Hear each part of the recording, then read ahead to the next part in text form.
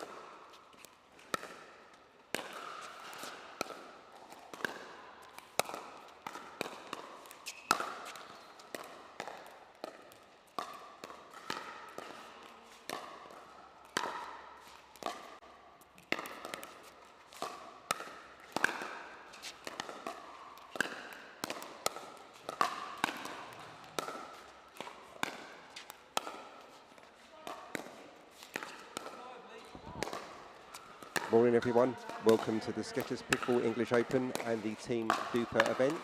I'm Rob Williams, I'll be on commentary to start with you, and I should shortly be joined by Karen Mitchell, Tournament Director and Chair of Pickleball England. I'll just explain the format to you. So in the Team DUPR event, there's going to be 2 matches per team. There are currently 14 teams in the tournament, and what will happen will be that there will be a coin toss, which looks like Ron Ponder's doing now.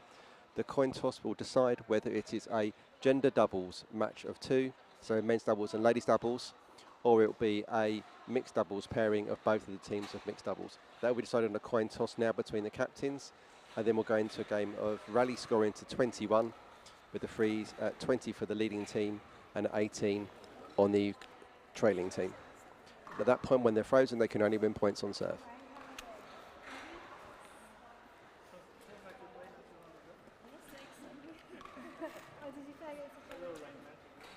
Okay. So, Pickleball United, team captain, pick a 1 or a 2. 1. It's not it. It's a 2. Okay? So, gender or mixed? We're going mixed. mixed? Good morning Mixed? and welcome to Okay. the 2023 So English mixed. Open. Your team Today members? we have the DUPR Team Trophy Day, and you know, we're probably starting a so little right bit si- late. Yeah, right side which and left side. is always the case on the first day of a Sorry. tournament, which is why we do this really on the Yep. first day of a tournament rather than going straight into the main draws. But it's going to be an exciting day because we've got 14 teams representing, I think we've got 12 brands being represented, and we've got, I think it's 15 countries that are represented as well. So it's going to be a brilliant day, and they're all playing at the highest level. And we've got the US Next Okay, Generation thank you. teams, 3 of them. The All right. 12 Next Gen So World who's first, team Mega have and- been split into 3 groups. And we've also got an English Next Gen Oh, team, okay. which All right. we're really thrilled So about. are you going to play But first on the up right or on the today's court, I'm sure Rob's already told you, but On the it's left. the Okay. Nielsen Active team. Now it's quite appropriate that they're sponsoring the the English 50 plus group, or the English seniors. Okay. You got 2 Chris minutes. Mitchell, 2 who minutes to hit. is the team captain, he last year at the English Open won a total of 5 medals, 4 of them being gold. Bernie Alderbert won the mixed doubles gold at English Nationals last year. So they're your 2 men's. And then we've got 2 ladies, Marcia Alderbert, Bernie's wife, and Lynn Jacobs, who also has won many medals at either the English Open or the English Nationals. So it's going to be an exciting matchup. And then I'm going to leave Rob to introduce the Indian team because I'm being called away. Thank you, Karen. And the Indian team, I will apologise in advance for any pronunciation errors, is Vanchit Kapadia, Dianashu Kataria, Mega Kapoor, Isha Laktani, and I've got an addition here of Aditya. I've not got a surname for that. So they're just warming up now, getting ready to start. It looks like it's a mixed doubles fixture to start here. I can see Mega at one end and Bernie and Marsha on the other. We've got our head referee, Ron Ponder, on the side there. And we're just obviously getting the last preparations ready before Right we start. in front of you. Yeah. Just to reiterate, this There is you a go, rally perfect. scoring situation, so you will not see the teams switching sides. The ball will move rather than the players. So you'll be looking at basically, if you win a point, you win a point. So in this sort of format, it's every point really does matter, because the way it's going to work out at the end of it is there's going 15 to be seconds. a totting up of the number of games that's been won to then create the league table, who plays in the quarters, semis and finals. But also there could be a situation where there will be a tiebreaker if there's an even number of games won, Okay. and that will then go to obviously points in total scored. So it could okay. come down to a single point. So everybody should be looking for a lot of hustle on court and trying to put a lot of effort in to make sure that every single point is fought for. 11:15 have been measured. Good. What's to be measured at 11:15? The 11 through 15, the Oh, nets have been measured. Thank you. Yeah, Chris normally makes.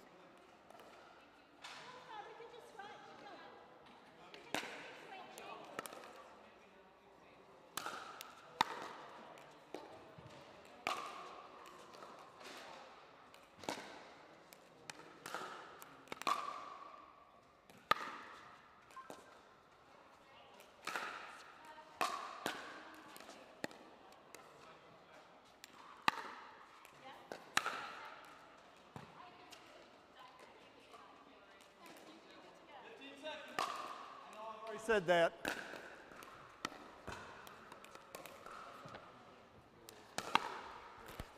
Where would you like me to stand? Just here beside me. All right. And so I just did a 1 or a 2. London, whoever that team is, they won. The other team picked their, so they wanted to do mixed. And then they lined up. Yes? Oh, yeah, Okay, we're about to start. Ron's pulled the teams over. So serve, receive. Serve, and which end? Okay, this end? All right.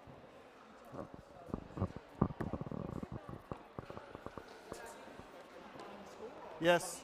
Hey, guys. Mega.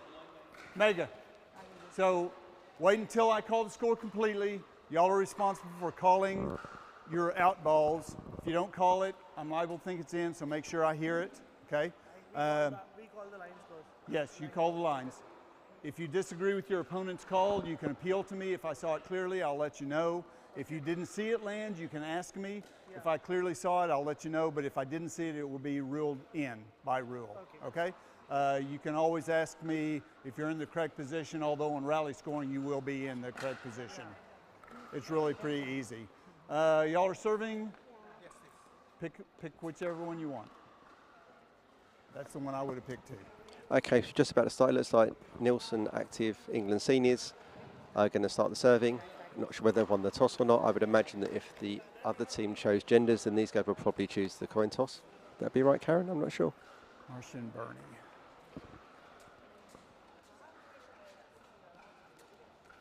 Yeah, and so you could just write male, female. Okay. Okay, time to start. Let's play Time pickleball. in. Hold on. Let me look at this net. What the hell's going on here?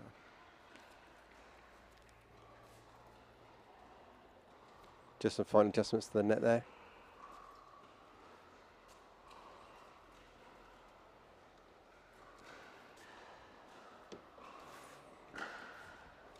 Okay. Sticks out more than I would want Nets it to. provided but kindly by Franklin there you Sports. Sorry, Franklin What do you got? Pickleball. Karen, with All regards right. to your comment Time about in. starting a little bit late, 0-0. considering the amazing effort last night, I've got no qualms if it's going a little bit late today. No, you have to prioritise some things, don't you? And I think getting things started right is the main thing. Side out. Point. There was a massive volunteer army helping you yesterday. Oh, I am 1-0. so grateful to each and every one of them. I really am.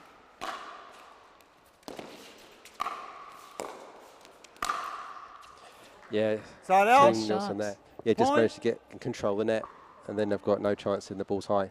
That's all right. You can If do you it. can get to that You kitchen just line early, You just want to then make you're sure really in you wait control for of the me to do it also. 1-1.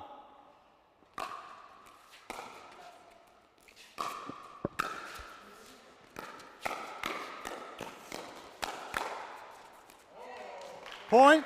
Good hands there, good hands.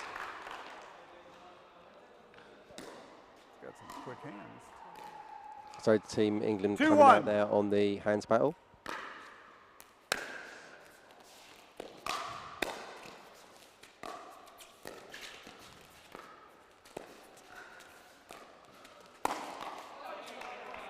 Yeah, Side tough out. lob there, Point. Bernie. Yeah, you can see he's not happy with that. Just slightly overextended there on that shot, which 2-2. probably forces the lob not to be how he wants it. 2-2. Great control of the middle there from Bernie. Aggressively attacking that pop-up. Side out. Point. Great left-sided play there. If you can see something floating, play on the left with their right-handed. Definitely needs to come across to take that tee and finish the point early. 3-2.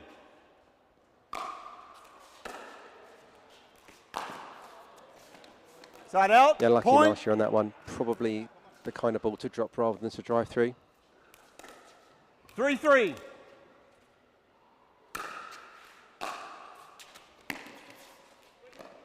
Side out. Point. Yeah, the ball just didn't seem to get up there and making us no chance of getting any sort of play on that return. 4-3. Really nice serve there from Point. Marcia. Really nice serve. Really deep. Really putting some pressure on 5-3. the position there to get any kind of return in.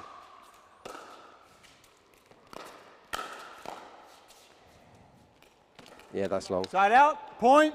One noticeable thing about using the Pickleball United courts on practice yesterday 4-5. was that certainly any spin that you hit on the ball seems to retain off the surface, and you get a lot of effort. Point. You get a lot of reward for your effort if you're going to put spin on the ball. So you're noticing there's a fair bit of topspin being hit, and you can see the actual curve off some of the carbon fibre It's all panels right. that the Nice players try. are using, and also 5-5. the Franklin X40 ball is another spin-friendly ball.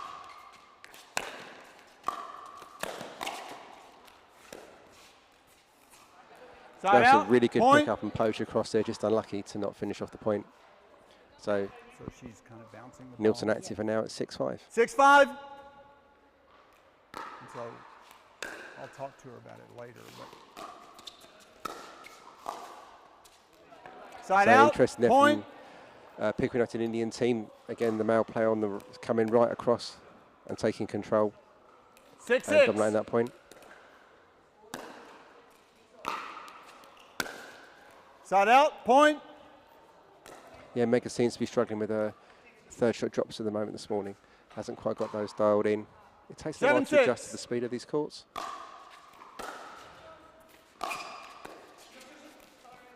Oh, point. unlucky net sorry, call side there. out, point.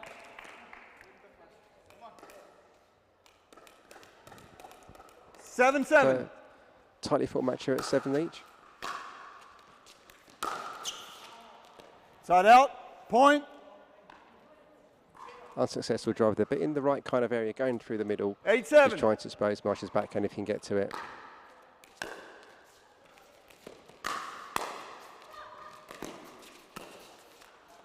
Side well out, picked up point. there by Pickleball United.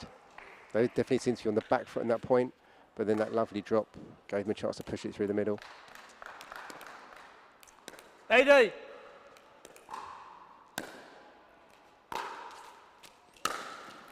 Side out. Second point. unsuccessful drive for their third shot here. They're not. A lot of the points have been lost, certainly from the Pickleball United team, and not been able to get their thirds over on their serving.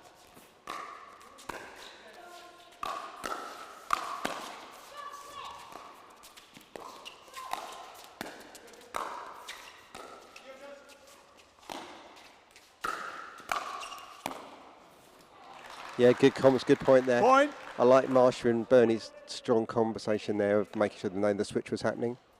10. And kept them in that point and kept it alive. Important lesson at home, make sure you talk with your partner to make who's going to be moving, if you're going to switch over and if you're going to take a ball off your partner.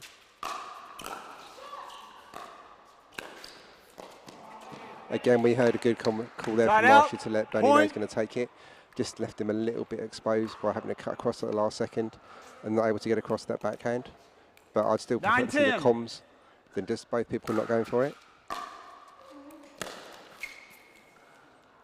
Side out, point, switch ins. Again, you've got to dial in on this surface and those balls. What we're finding here is that let me see the ball. The spin seems to really take on this surface, so that if you've got any underspin, you try and apply topspin, you're just going to be adding even more topspin to what you think you're doing. So there's going to need to be a larger margin of error when you're playing on these courts, and typically, because everything is just coming through a little bit quicker, particularly in the UK. I know obviously Mega lives in the UK at the moment as well. We're playing on indoor wooden surfaces or sports hall surfaces, so they don't have the same sort of gritty texture that you'll find on the Pickleball United courts. They're very much like a rollout version of an outdoor hardcore acrylic tennis court. 11-9. That slightly sandpaperish texture.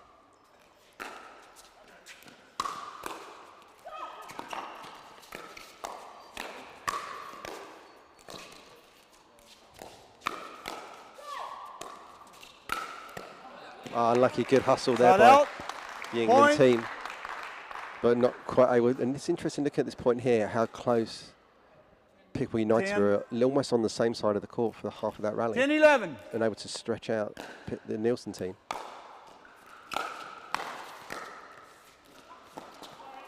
Very clear evidence there of that Pickleball is not a 50-50 game, and that centre line only really matters for the serve. And then kind of anything goes, and strategically you often want to have your stronger player hitting more balls if you can possibly do that.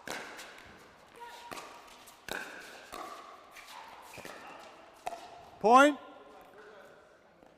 So now Pickleball United have had a little swing from coming into the break at 11-9 down. 12-11. And now they're 12-11 up. Let's see if the Nielsen team can pull that back. Side out.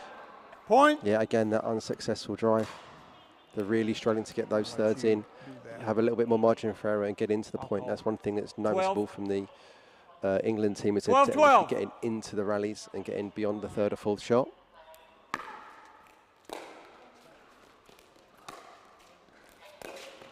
Evidence again there. Bernie getting them into the rally. Great play, Marsha, good hands on the double-handed backhand. But there you can see that the England team managed to get successfully in the third behind their serve and then establish themselves into the rally and then play the point out. 13-12. There's no easy points being given away by Team England here. Point.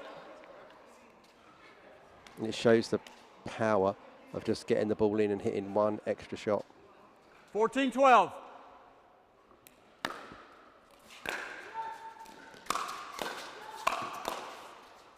Great planning Point. from Bernie again, sitting on that tee, Marcia.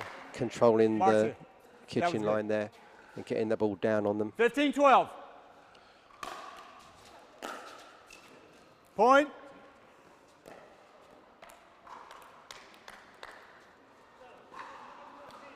$16-12.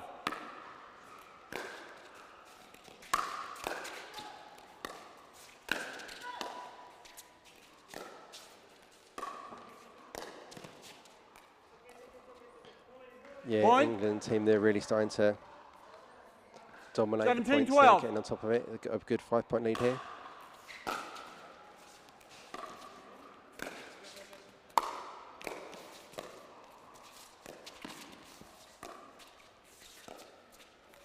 So we can see here there's a more conventional spacing from the England team here. And the Indian team certainly trying to play a much more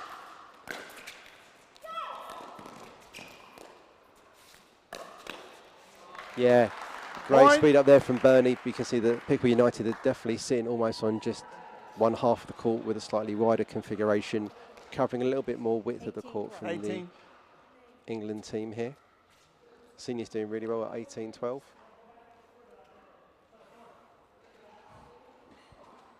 $18-12.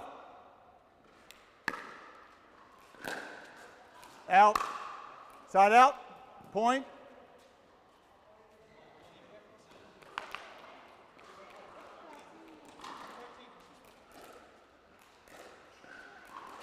$13-18.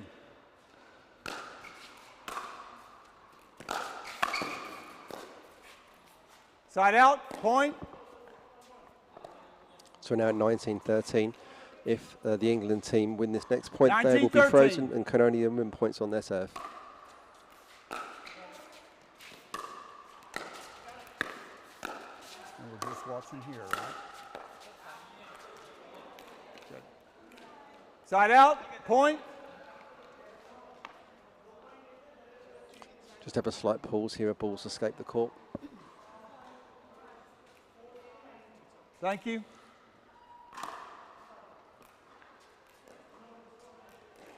$14-19.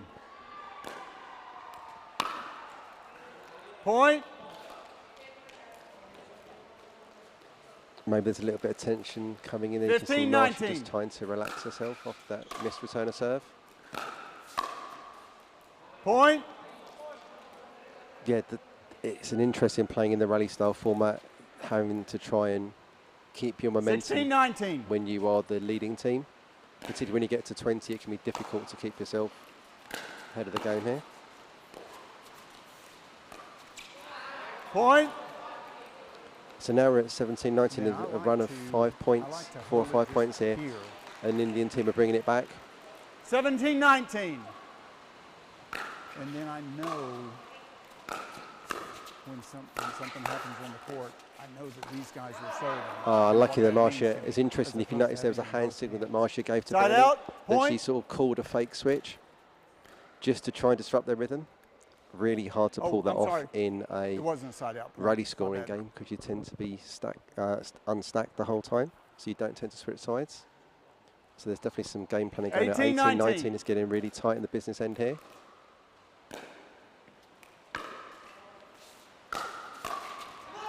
Point. Yeah, Bernie again trying to make a fake move there.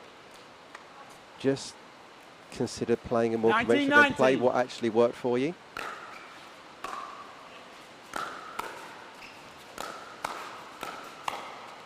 Yeah, well played, Marcia, well played. Point. So now both teams are frozen. They can only win a point on serve. Good hands there, Marcia. Really strong staying on that line, keeping your paddle up, because all the time they're going to be hitting from below the height of the net. You can always come down low on it.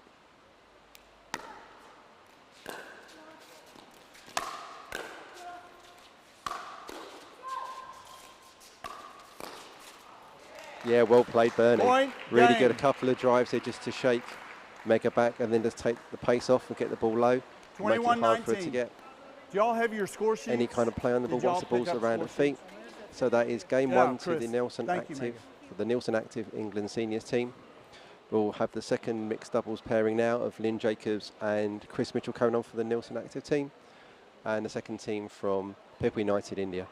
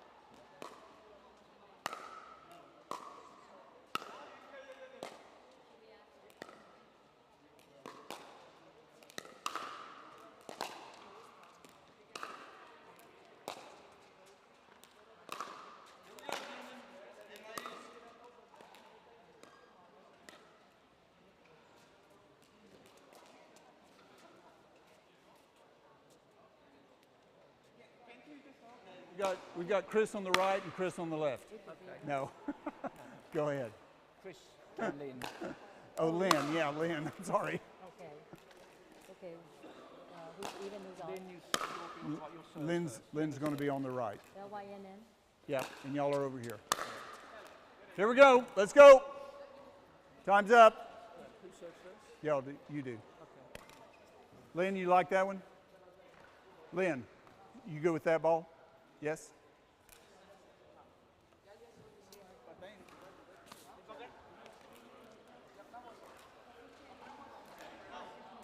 Yeah. Right. We got it. Good? Yeah, damn, I thought her name, I forgot her name was. Yes, they're serving. You pick this end.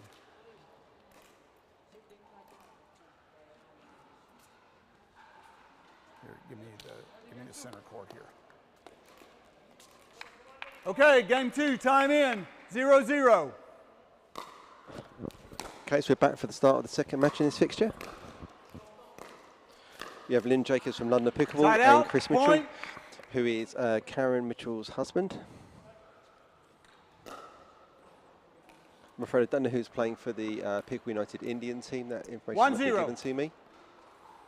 You can see how this team play compared to the position there. Now we have got a left-hander on the court, the female on the Pickleball United team, which will obviously put 4 hands through the middle. So it'll be interesting strategically how the seniors team approach that. 2-0.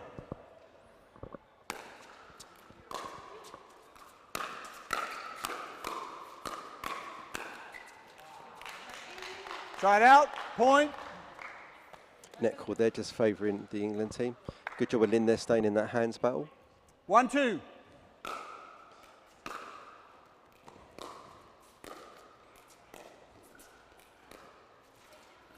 Point. We'd like to see a more conventional pickleball style from the England seniors team here. Lynn playing from London Pickleball has obviously got a strong pedigree of playing that classic third shot, drop the ball into the kitchen. And then the commentators currently tries to try something a little bit too low straight down the line, where you could traditionally they'd be looking at putting something a little bit more floaty in. 3-2. Certainly that's more her natural game style, so I'd recommend sticking to that. Nice drive there just behind Chris. Point. He managed to just readjust his positioning slightly there and push it back down. 3-3.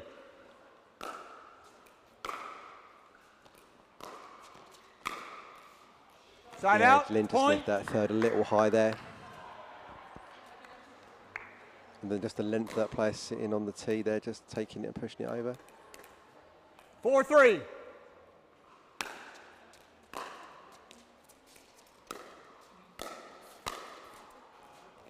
Side out, point. Chris just doing the classic left side alpha roll there and just cutting across the tee and taking it on. 4-4.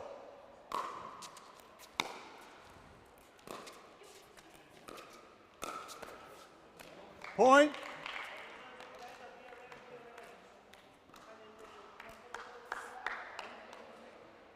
Five, 4.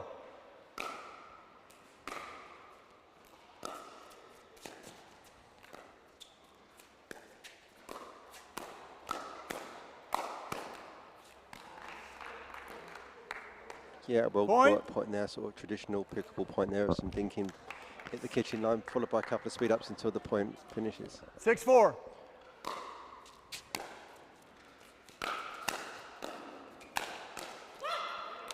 Yeah, Chris driving that third Side there, out, not quite point. getting enough on it.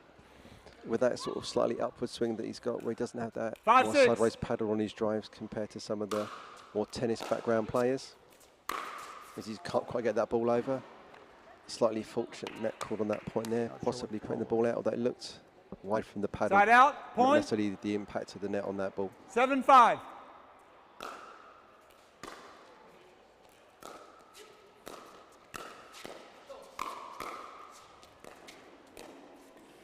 Point. Yeah, again, Lynn just successfully staying in that dinking battle. I think the Indian team needs to look at not engaging in 8-5. dink war, as that's going to be what the England team are going to want. Side out, point. Unlucky there, Lynn. That's a freebie. That's almost unforgivable 6-8. in the rally scoring format. Side out, point. Yeah, again, Pickleball United this time round as compared to the same their own other teammates are really struggling to get those thirds on return. 9-6. Those third shots in. Side And out, again, yeah, point. same again here. I think players are taking a little while to adjust to this. I noticed certainly when I was playing yesterday that 7-9. everything was going either a little bit long. The ball does tend to fly in here, the X40 being an outdoor ball on an outdoor surface. Certainly seems to fly even longer than the other venues have played indoors with this particular ball. It does seem to just have a little bit more pace through the air, which is interesting because it's just a standard indoor venue. 8-9. And certainly I think that's possibly what's affecting some of these third shots, that the ball's got a little bit more to it and players are struggling to get it in there. Now I see Lynn there was possibly going for the ATP, but obviously didn't let the ball go wide enough and let the ball drop 9-9.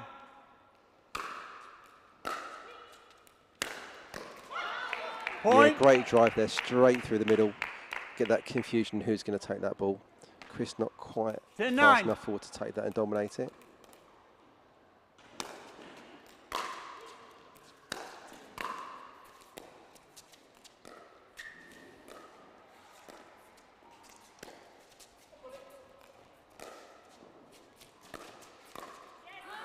Point.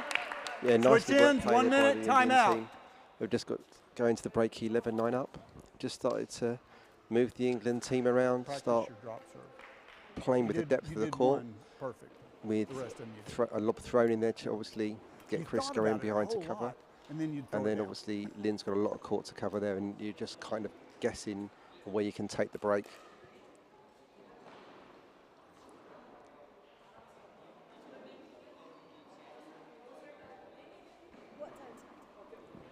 There you go. That was good. Yeah, from whatever height you want to. Yep. All right, thank you. You're right.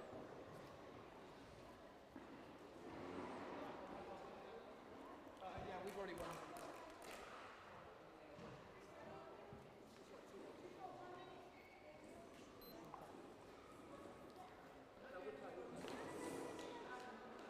$15 seconds. 11. So just Okay. presume after breaking 11-9 Time to in. pick United Indian 11-9. team.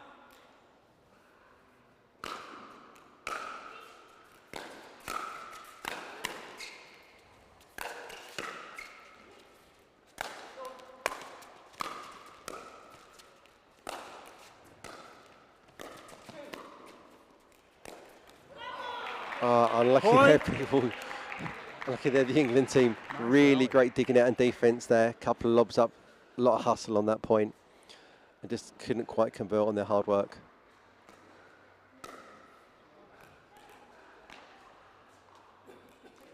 $12-9.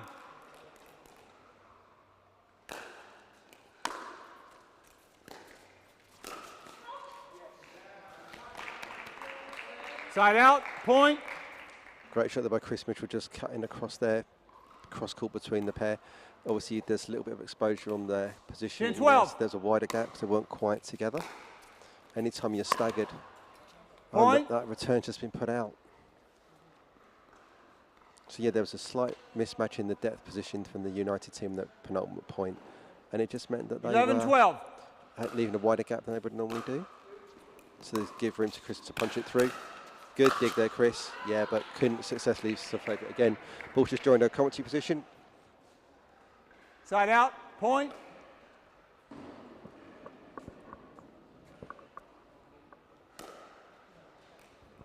So they've tightened it to 13-12. 13-11. Come back a little bit.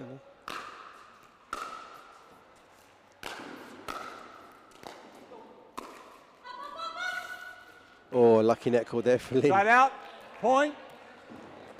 That shot didn't look, it had quite enough on it. It was looking it was going to possibly sit up, and the net call just intervened to make it 12-13. really difficult for the United team to get hold of it. Side out, Chris, they've got to point. give that a little bit more lift. They certainly try to get a bit of underspin on that. Not recognising the spin that came in with it and not adjusting for the surface and ball. 14-12. Certainly, I think there's going to take a little bit of adjustment for all the players through their fixtures. And I'd imagine by sort of 2 or 3 games in, they'll be dialed into the way the ball and the court are going to perform. Point. Obviously, Lynn and Chris were here yesterday helping with preparations, so they didn't get as 15-12. much on the court as some of our other players.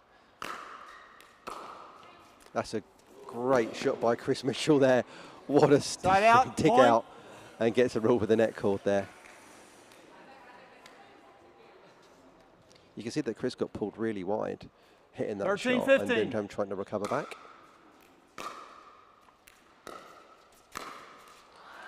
Yeah, Side so out, he just didn't point. quite cover the middle on that. Put his return over to the incoming forehand, so that he went back inside and could punch through. Needs to be a little bit more sensitive on that 16-13. return, on that third shot.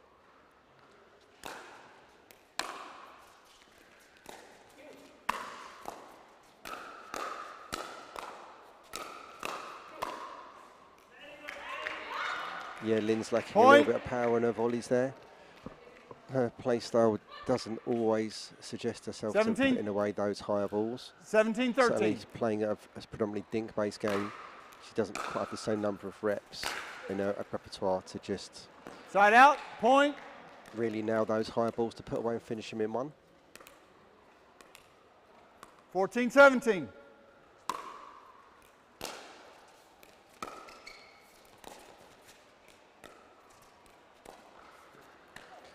Yeah, so just Point. a risky shot there from the Indian team trying to change direction.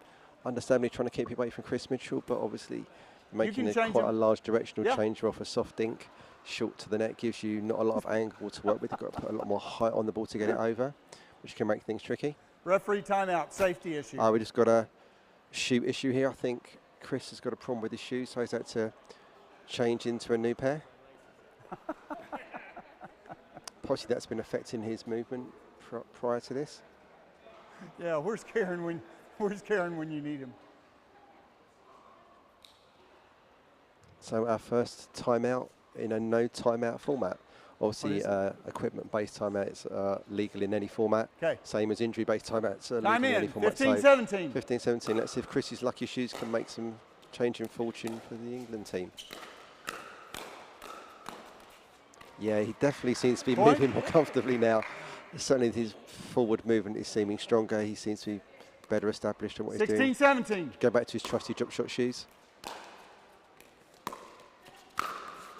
Oh. Yeah, good put away there. Side out. They just set up just a little high, and that's asking to be punished, and it was. I think Lynn ended up wearing that on her foot. So 18-16, getting to the finishing part of this fixture. Starting to find some players come into the venue. Just can see Andy Locke in the background there, Thaddeus' dad. Just coming to have a little look at what's going on in the blue top over there. Just in your top left-hand corner. 19-16.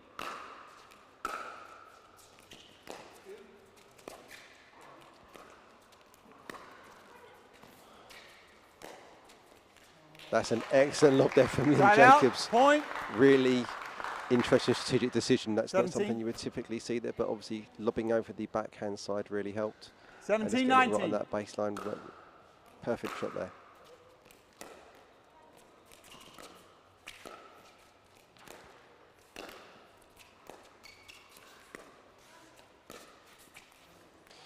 Point. Yeah, we're now getting into where England team want to get to. If they can pull the, if the Nelson Active English senior team can pull Pickwick United team into a dinking battle, it gives them a much better chance of winning these points. It's where the strength lies.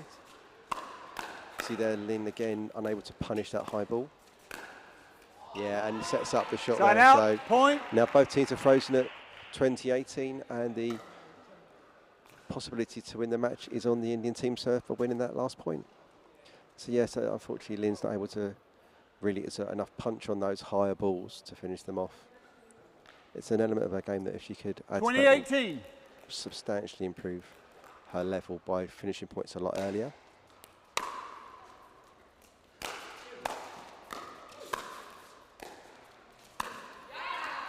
And unfortunately, that's it got into the net. And it is 1-1 in this fixture between the Nelson Active England senior team and the Pickwick United Indian team. We'll be back shortly with the next fixture. Keep watching.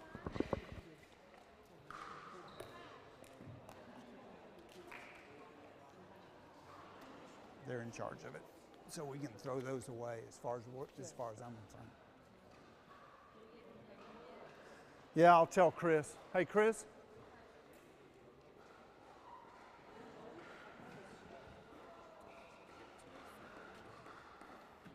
Chris, we may want to change this.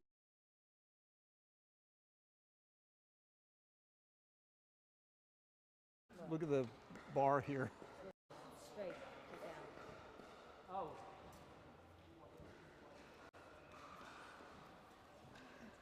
It's okay with us, but just from what it looks like, if you know. Yeah, I can see if we get one from there.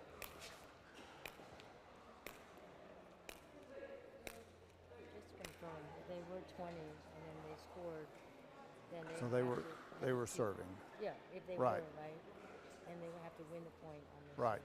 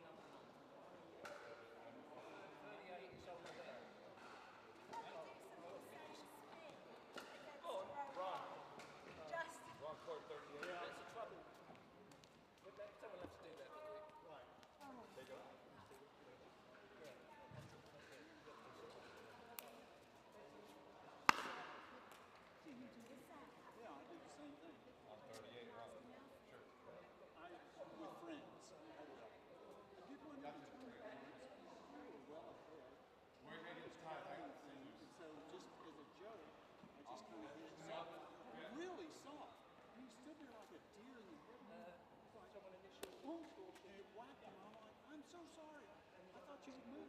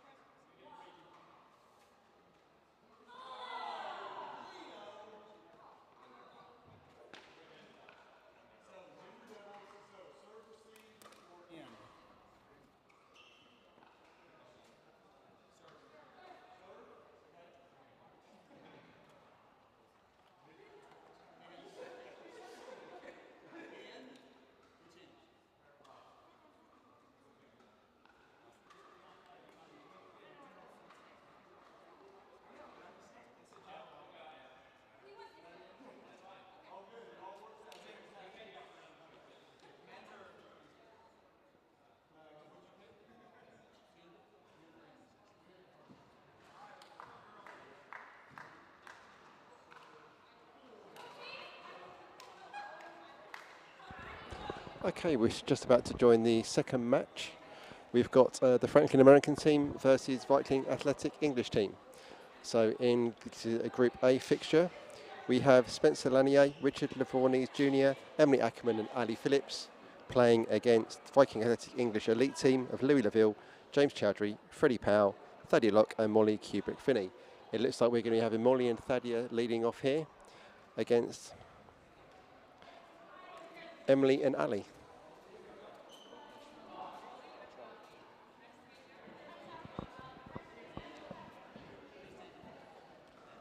If you're on YouTube, we have got the live chat open here.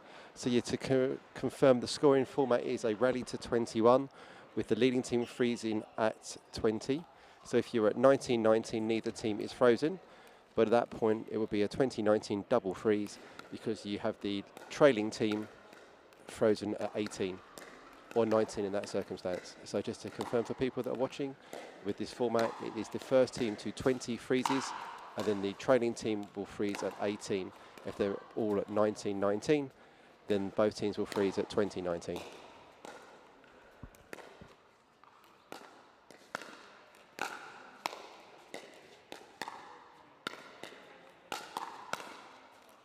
So on screen now we've got Molly Kubrick-Finney, who is a tennis player converting over to pickle, been playing a few months, using a Yola paddle by the looks of it there.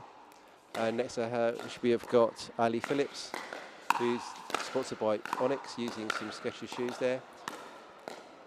Molly was out of the Sawbridgeworth Tennis Club. Her partner for this will be Thaddeus Locke, who is one of the most experienced female players in the UK, won loads of European medals. She's sponsored by Pro XR Pickleball and Skechers Pickleball. You'll see her using the Zane Navratil paddle there. And then we've got Ali being partnered by Emily Ackerman. Just trying to see what paddle she's using there. Looks like it is certainly a raw carbon paddle. Is it possibly Yola by the looks of it? Serving team, please select your game ball. Yeah, I'm pretty sure that's a Yola Serving that team, she's using please there. select your game ball. Oh no, no, it's a Valair. Looks like it's a Okay, Valair paddle alright. by the looks of it. Just, yes, I'm come sure in I'll be able for to a work that when we quick get pre-briefing. closer into Hi, I'm commentary. Christina. We have on the team, we have Emily and Ali serving, okay, and we have Molly and Thaddeus, okay. Assuming you've already checked your paddle on the USA Pickleball Crew. There's no USA. We're not in the US. Oh, okay. All right. So for the line calls, I'll be calling non-volley zone faults, service faults, and short serve. Players are responsible for making line calls on your end of the court. I will assume all balls are in unless you give me a loud prompt out call, which would be appreciated. At the end of the rally, you may appeal a line call. If I see it clearly, we'll make the call. If not, by rule, the call stands. Do you have any questions? Okay. All right. Let's get into it, please. Thank you.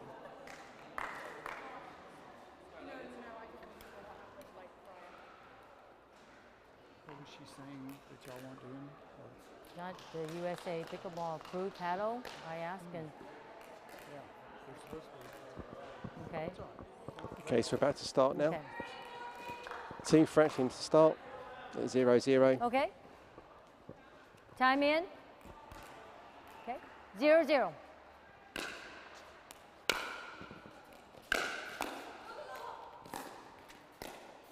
Okay. Point. Great block there by Thaddeus, unable to just sort of hit that reset dink over the net. But a good start 1-0. Side out. Point. Oh, that's a tough side out there to lose the point. So 1-1. 1-1.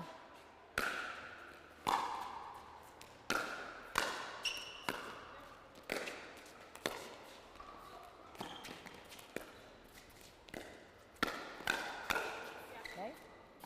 Side out. Point. So the early hands exchange is going to the Americans. 2-1. 2-1.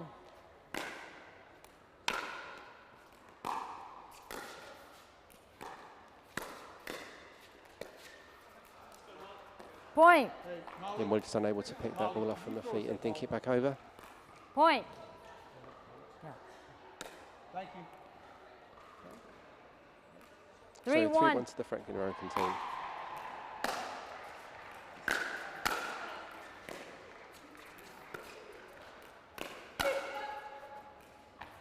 Point. Just got a little bit quick on Thaddeus there to get that down, so hitting the ball out because not quite able to get on top of that and punch through that. So 4-1 to the Americans.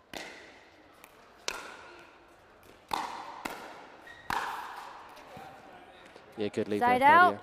Point. Ball too high there, just let it sail past you. No point to hit a ball that's going out. 2-4.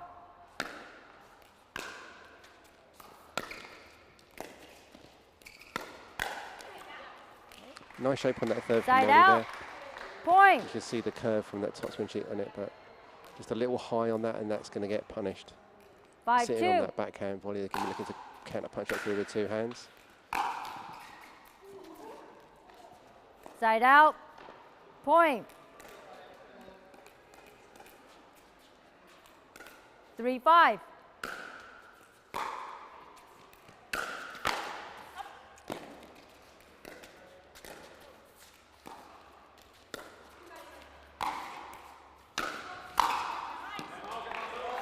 Molly resetting Point. that with the classic tennis player's default bailout shot of the lob there, where possibly 4-5. it would have helped, but they were successful to get away with that. Point. Yeah, now we're getting that ball a little bit lower over the net when they're trying to make contact for those volleys, which is causing challenges for the Franklin team. 5-5. Anytime the ball's around net height, you've got to be careful if you're going to try and speed up on it. Yeah, that's gone. Side out. That was Point. set up from the first ball that was just a little bit too high, which then gave them a chance to really punch through on that second attacking shot above the height of the net. 6-5. Good job with the England team just staying alive on that rally. Yeah, great backhand volley there from Molly. Side out. Point. Strong one-hander, good ready position, and punch right through that. 6-6. Another 6-9 inches lower, and it would have been a whole different story.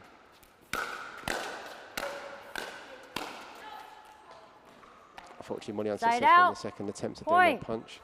There, she's just a little bit further back from the kitchen, which makes it harder to get that ball down. 7-6. Sending it a little bit wide by adjusting the shot.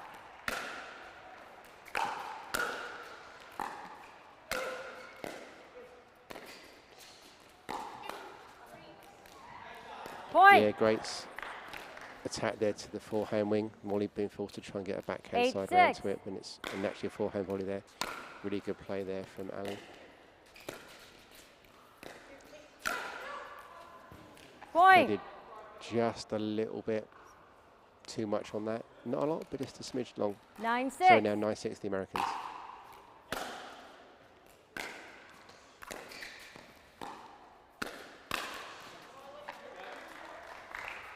Side out.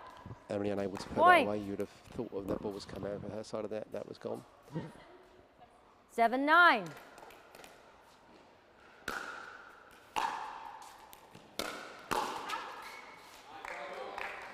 Yeah, Point. good.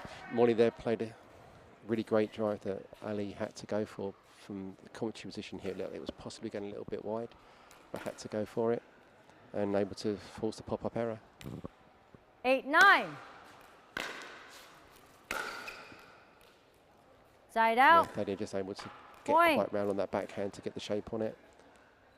10-8. Just got a little bit quick on her.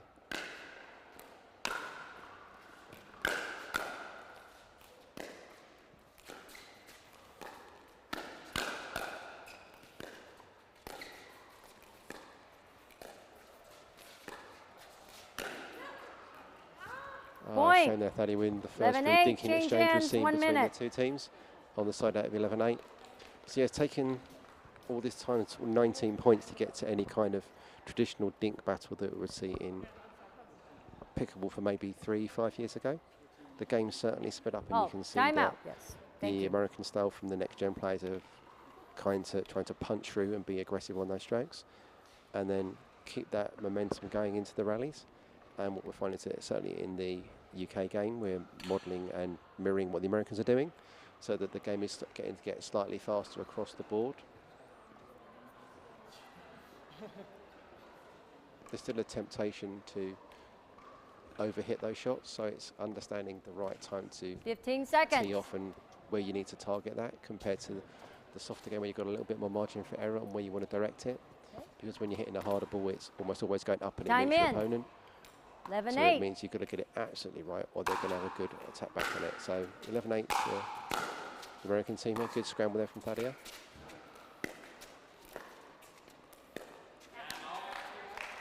Side out. And the second thinking battle goes Point. to the UK team. So the Vikings English team are now 9-11. 9-11. Point. Wow.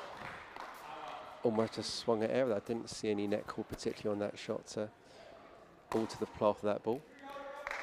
Great drive there from 10-11.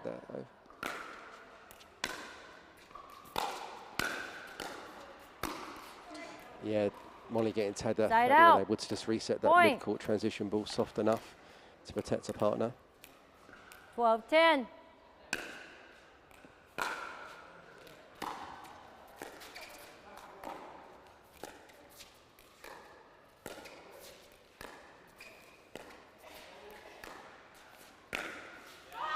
Great shot from Thadia there. Just waiting for Side the out. slightly Point. shallower dink and push it through the middle. That's the first time that Ali kind of 11-12. gone for inside foot rather than staying to Thadia's outside foot, opening up the middle to allow to drive through. And that's Point. possibly got inside ahead because we're now at 12-all and a missed return there. 12-12. Time for Ali to kind of reset off those two errors. And that looked long as well. And they got away with it, so well done Thadia to sort of put the foot on there. So momentum shift 13-12. here. Big boys all a game of runs.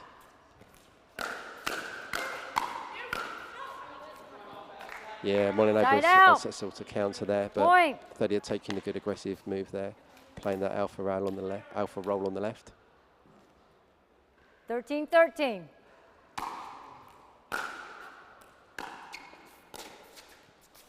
Point. Good attempt there, Thadia, to just get that volley dink cross court and get it over the net softly. Just unsuccessful. 14-13.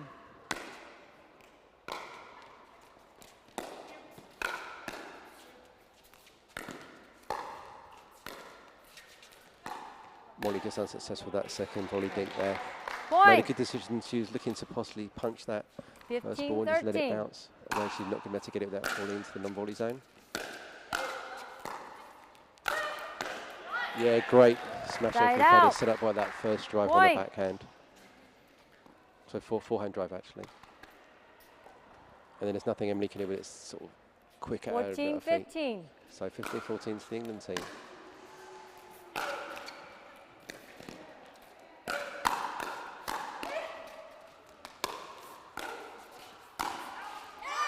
Yeah, good finish there from Ali. Side out. Great hands battle there. Point. Really good lob defense as well there from Emily from that. 16-14.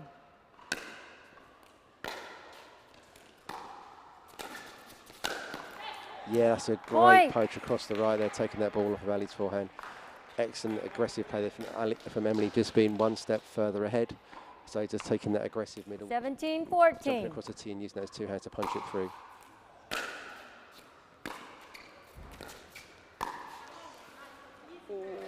Yeah, Ali disappointed on that one. Point. Just shallow swing in there, a punch rather than kind of trying to shape it through. 15-17.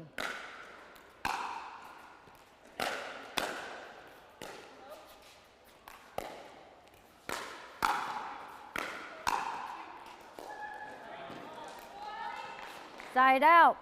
Yeah, Molly just Point. unable to readjust to get that to her forehand. Literally hit right on the midline was difficult. So 18-15. 18-15.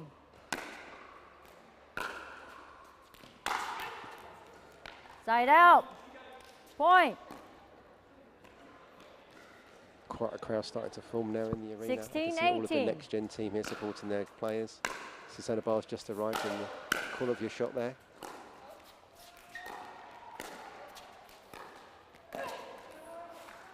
Side out. Just a little bit off balance Point. when Thadia tried to play that volley. So not able to quite control all the momentum and get that ball over the net. 19-18. 19-16.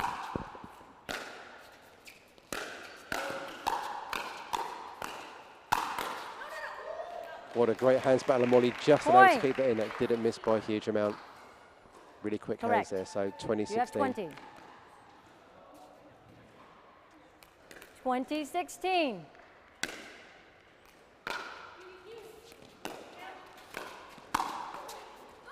Oh, well done, Danny, to get that back. Oh, Point. unlucky, and that's game to the Game, Americans. match. Yeah, 21 nice exchange here. 16. Thaddy showing her reaction Winners, skills there Emily just and to reach Ali. that ball for one more point, but just gave Thank them you the very chance to tag him again. Thank you. Thank you. So 21-16 to the Franklin-American team. The Viking Limited English team about to start, which is going to be Freddie Powell and Louis Laville. And we've got Richard Lavornaise Jr. and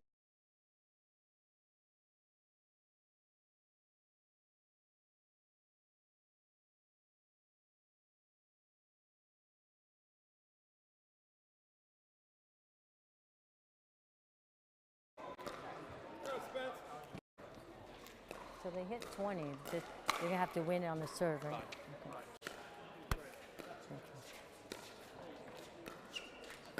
Maybe I might get just a split second longer for the receiver to get set. Just a split Okay. second. A split second. Okay. I mean, a second. A split second. Okay.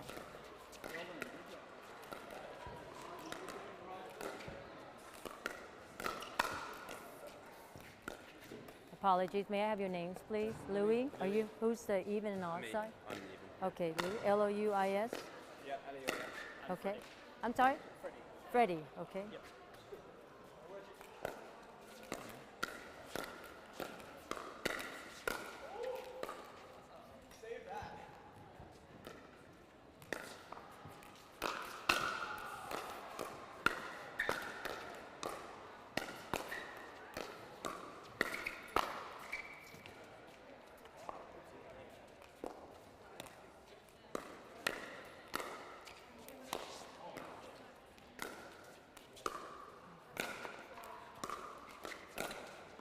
Do they continue to do the coin toss, or they? No. Is Franklin's always serving this side?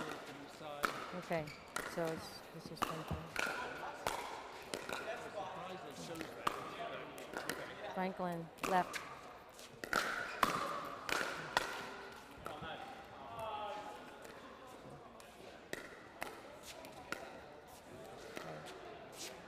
One minute.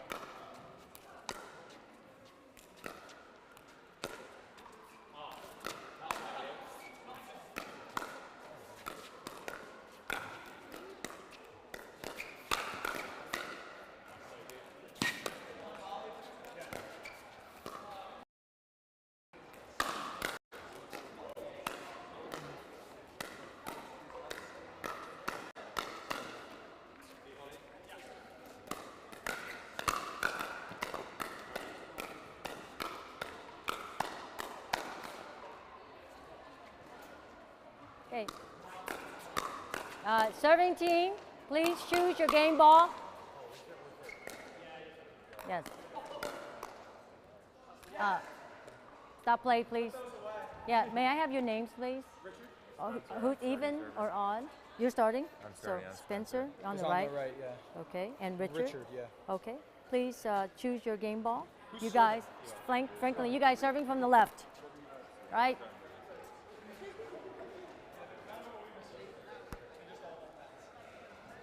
Okay, 15 seconds. Oh.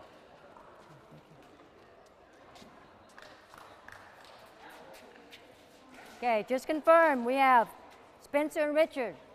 On this side, we have Louis and Freddie, correct? All right, time in. 0-0. okay, and here we are about to start. 0-0. Okay, Yeah, just Point. long on that returner serve from Louis. So 1-0. 1-0.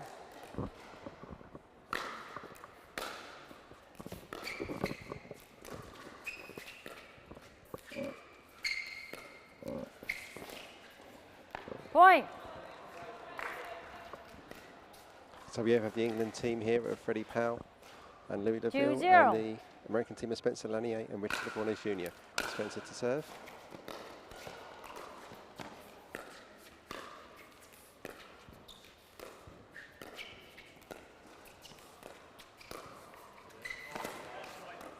Point. Yeah, an ATP left open there by Freddie Sting, just a little bit too wide. So it's really just kissing the sideline. There's 3-0. always going to be an ATP opportunity.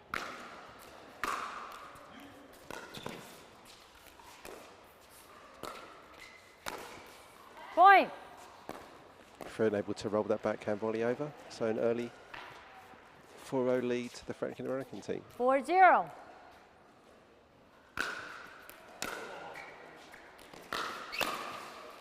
Point. Again, Freddie unable to get that backhand punch volley over. Maybe a little bit of early notice, needs to relax a little bit. 5-0. Get into the point.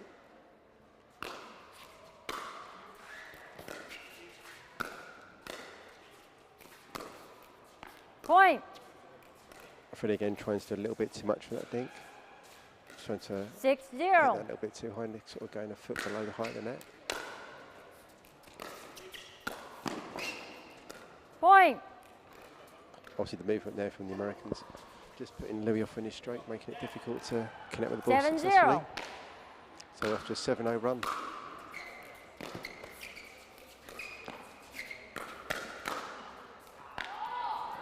Point. Yeah, and even the reactions on the hands, they're going straight through the middle. 8-0.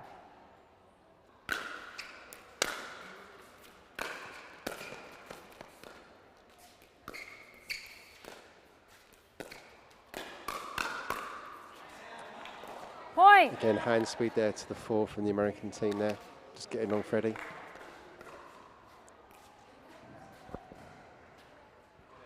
Nine zero.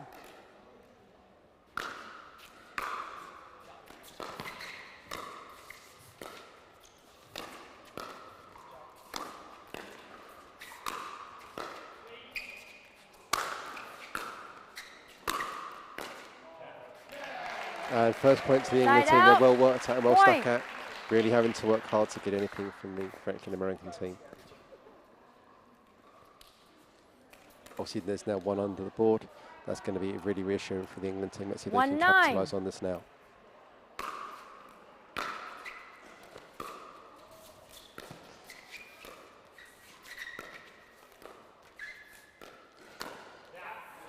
Yeah, good attack there from Louis on the backhand. Just waiting for the arrow pouncing and punching through. You can see there's an energy shift and change from Freddie. 2-9.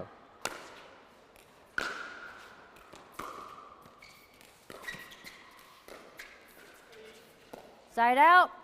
Point. Freddie again unsuccessful with that backhand dink. There's 3 or 4 sort of backhand dink areas 10-2. that the American team's been trying to exploit on Freddie.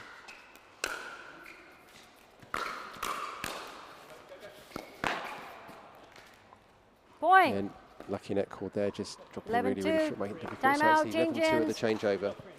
Let's see if the England team can 1 minute. have a bit of reset. James Chadley, they're jumping in on them, boosting his team up.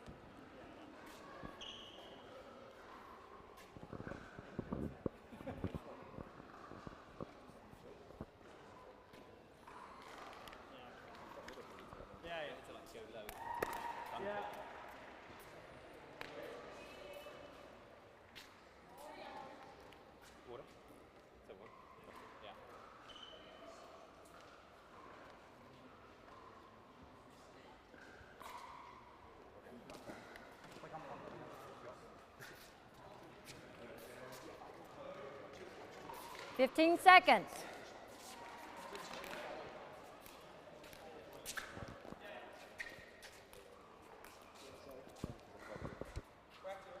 Time in. Yes. 11-2. Okay, so now back from the side out and change it's 11-2 to the Franklin team. Great speed up on the backhand volley there from Freddie. Side out. Point. 3-11.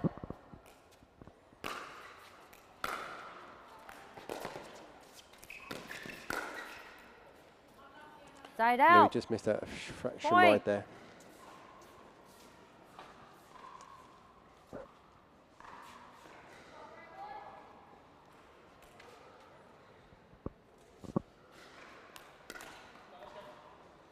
Twelve three.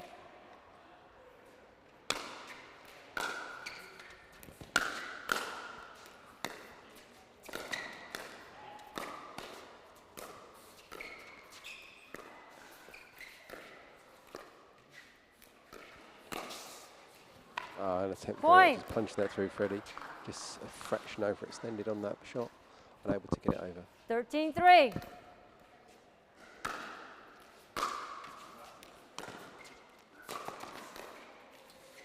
Side out. Point. 4-13.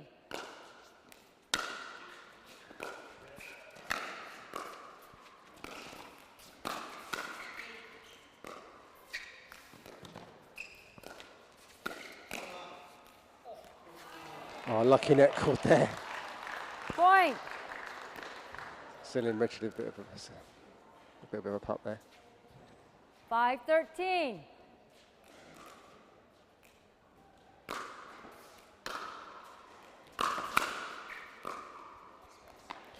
Freddie's Side out. backhand drive, they're not Point. tempting or causing any change into the American team there. 14-5.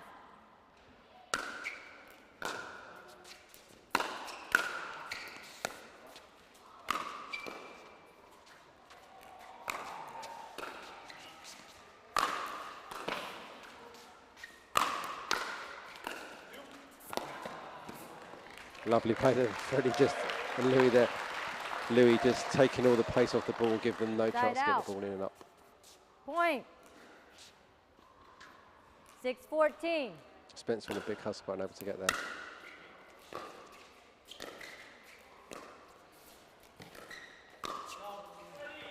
Yeah, good leave there Side out. by Spencer, not drawn into that Point. stroke. So Richard to serve. 15-6.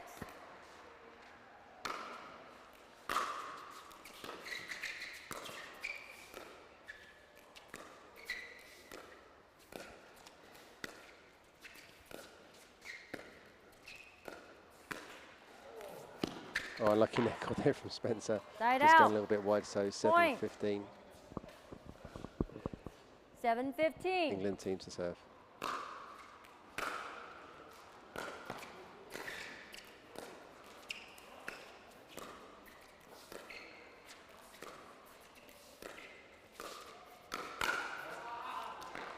Yeah, Freddie just Side a out. little bit deep on Point. that dink, which opened up the attack onto Freddie, which he couldn't, to Louis, which couldn't control.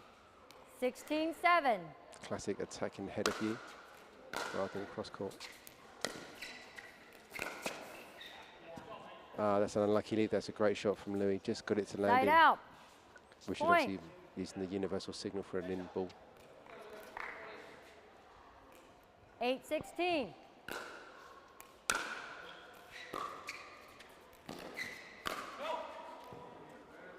Side out. Point. Freddie unable to attack his opponent there, because that was never going to land in from that speed up. It's only really going to get it by 17-8. forcing a reaction error from his opponent.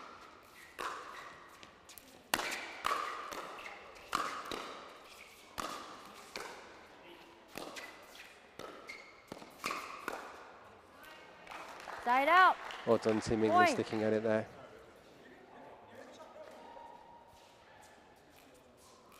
9-17.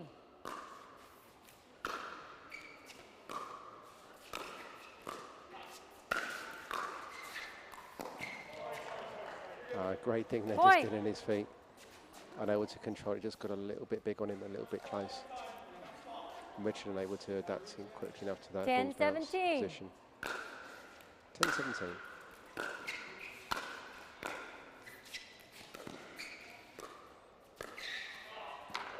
What a lovely roll Side out. volley that was. Point. Superb angle, leaving no chance for the England team to get anywhere near that.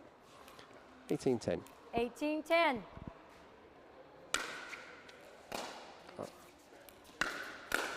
Foot fault. Right foot. Right foot. Foot fault called on the Point. England team. I thought the serve looked long. It'd be interesting to see a replay whether that was or 19-10. not.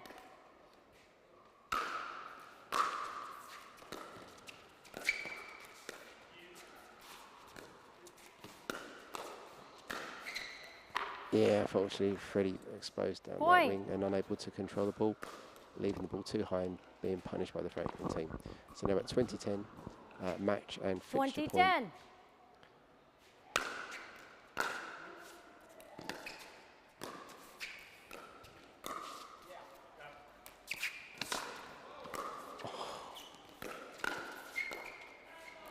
What a dig out by Spencer. Side out. And well stuck at by Freddie and Lou Point. to get that point over there.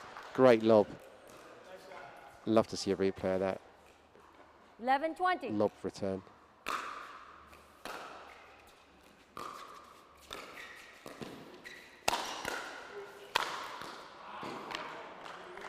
So scoreboard frozen at that point, so still Side out. 20-11. You're only going to win your 20-11. deciding point 20-11. on your own serve.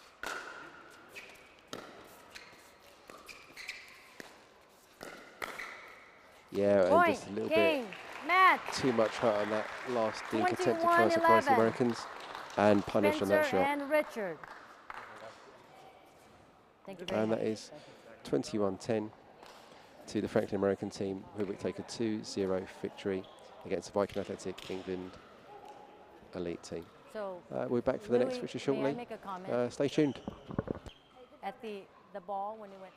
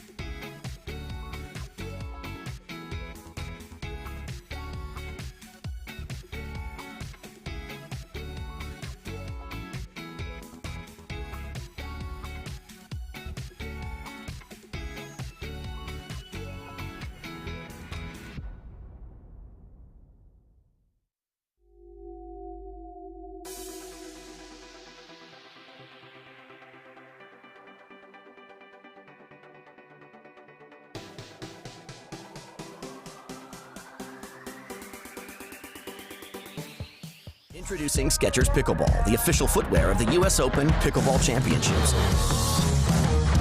They're ultra lightweight and responsive for incredible speed. They have Goodyear rubber outsoles with a specialized pickleball design for increased side-to-side stability and agility. Plus, they feature shock-absorbing foam and Skechers' famous relaxed fit design for incredible comfort game after game. Conquer the court in comfort. Skechers Pickleball, the official footwear of the U.S. Open Pickleball Championships.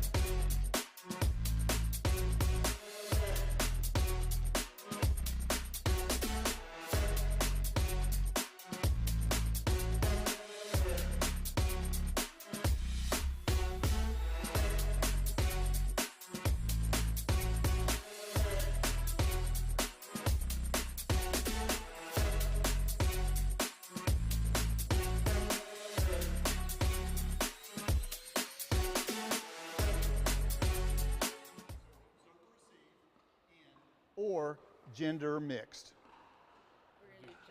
Gender. Okay. So serve or receive or end. We will. Well, wait, who's playing first? That's so good.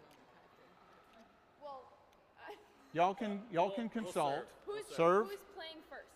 What match? We're serving, okay? You do that. Can we pick the match? Okay. Which end?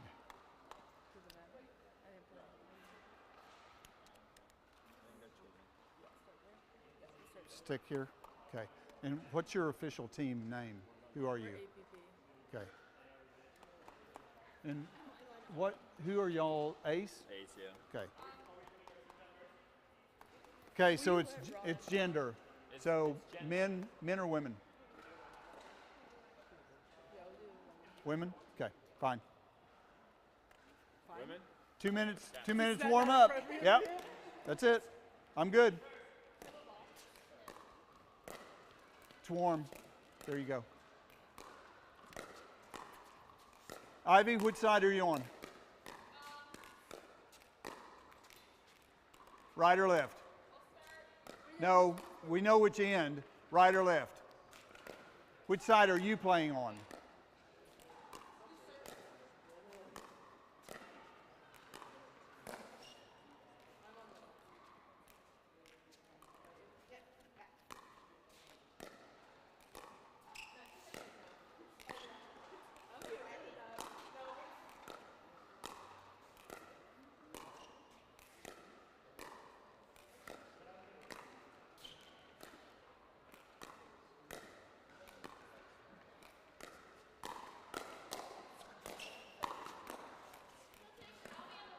You'll be on the right?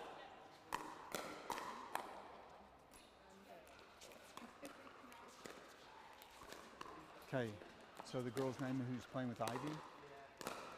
Aaliyah, that's what I thought.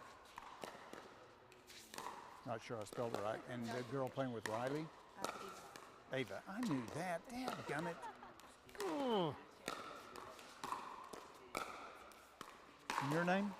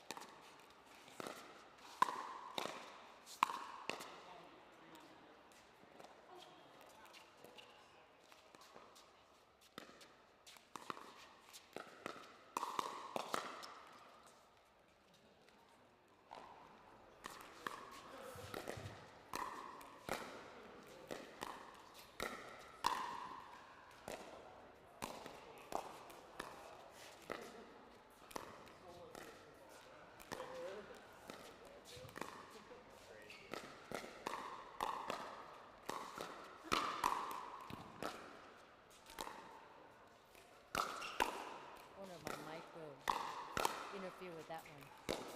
They won't think so? 15 seconds.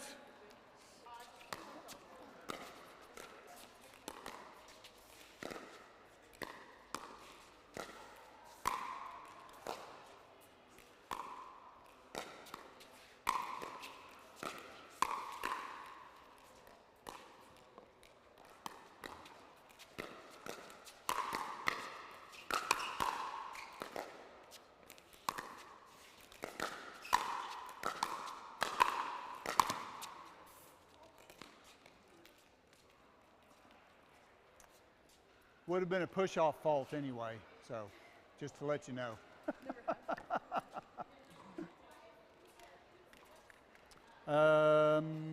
Y'all are serving. Yeah. From this side? Yes. You good with that one, Ivy?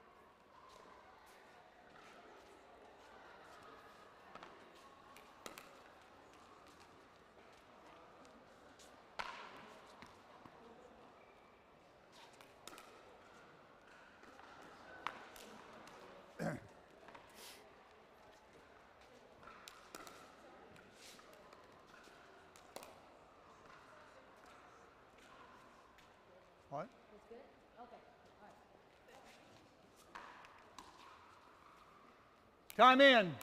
0-0.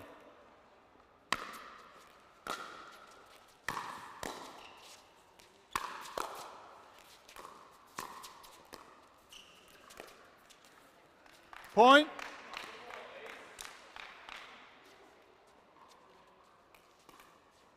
One zero.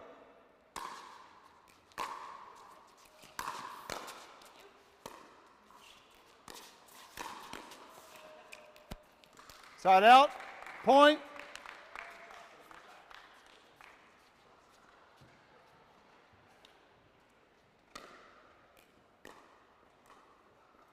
One.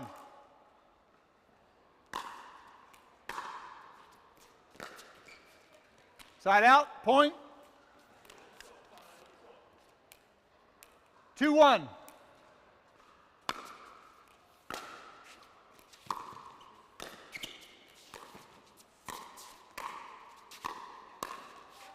Side out, point.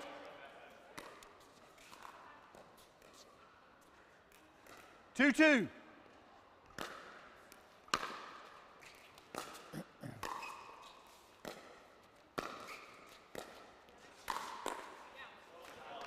Side out, point.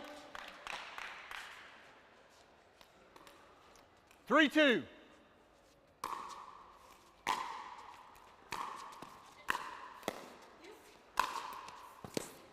Side out, point.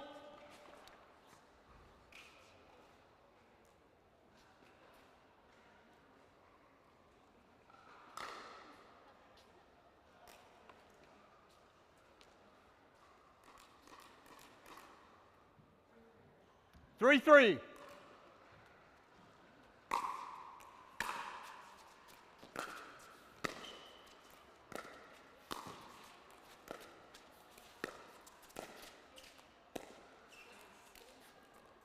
Point. 4-3.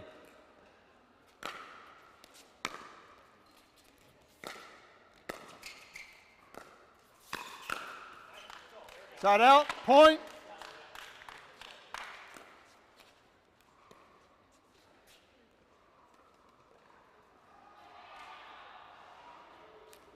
4-4.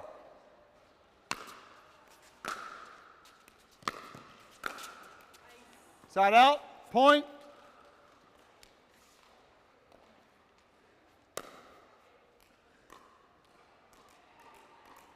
5-4.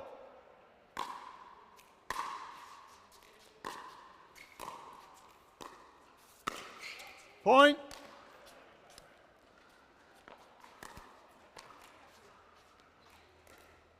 6-4.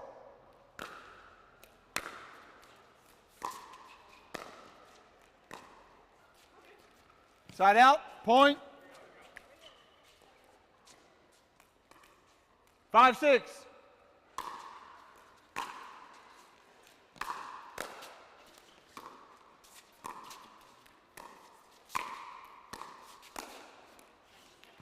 Side out, point.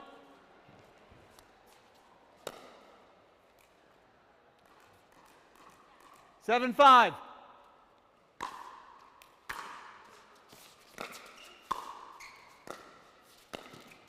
Point.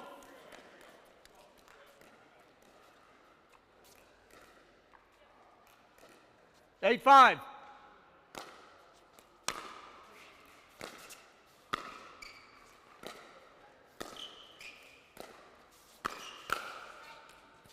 Side out, point.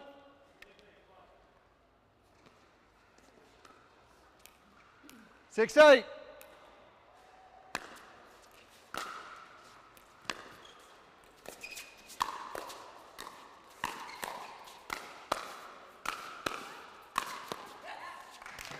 Side out, point.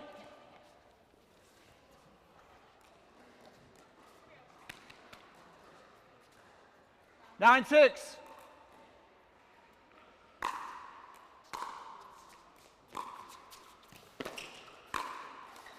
Point. But thanks, Caden. Okay, apologies for some radio silence. The commentary team has had to take a short break and we're now back part way through the two American teams, the APP 10-6. team versus the Ace American team. I'm joined on commentary now by Sam Basford, my fellow master teaching professional. Good morning, Side Sam. out. Good morning, Point. how are we? All very good, thank you. It's been exciting to be here. It looks pretty cool, doesn't it?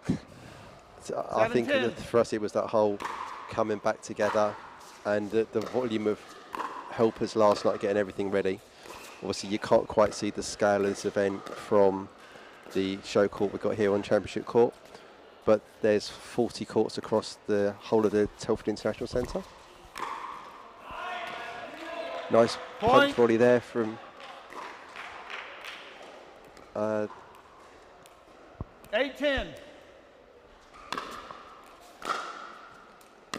now from Aaliyah. Side out.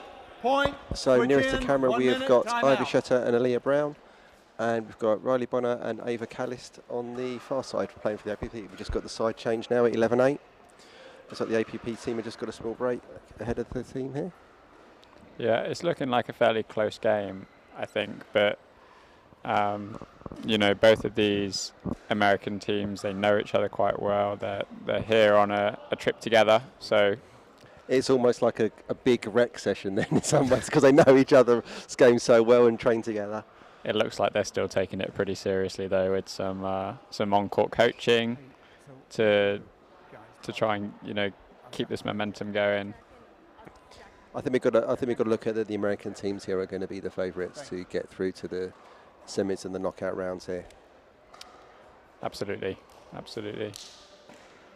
15 It just shows seconds. how the experience of that game being played for so much longer plays off at the level compared to obviously a relatively new sport in the UK that's sort of catching up fast, but Time in. certainly a few years behind. 11-8. Yeah, and it's the overall quality of the players as well that, you know, the number of quality players they have Side out. is Point. unbelievable. So There's just performance environments everywhere you look, whereas there's 9-11. obviously little pockets in the UK, but it isn't that same level of quality reps that you'll find.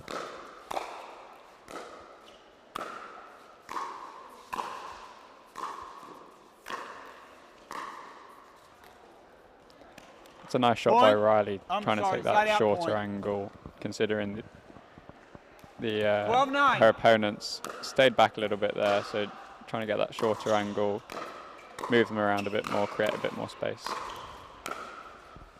You also notice the quality of the resetting in the points and the ability to dig balls out.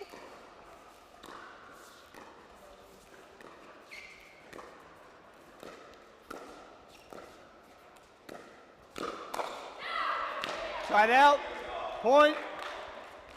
There's just less dink errors being made in those kitchen exchanges, isn't there? Yep. 10-12.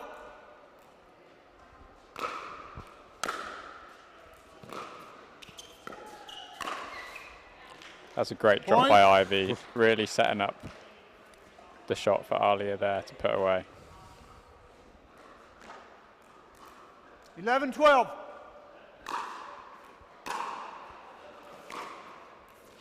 Side out. Point.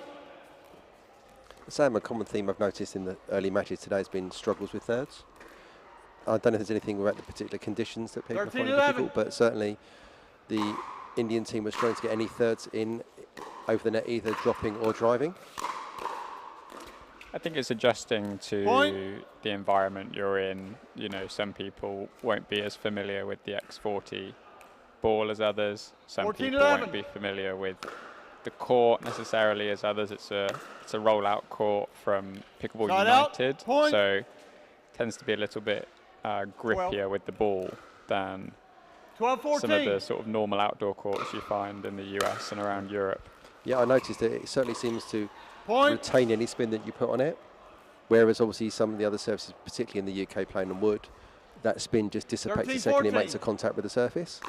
But over here on this particular court, so I was noticing that everything was coming back with more spin on it, and whatever you put on it was giving you sort of Side extra out. reward for your Point. strokes.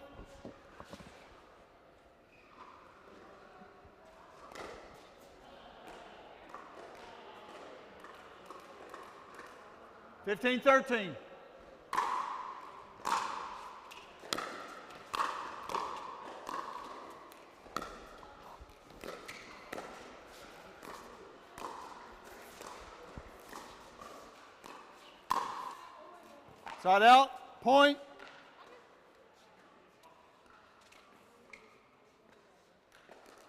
Fourteen, 15. Side out, point.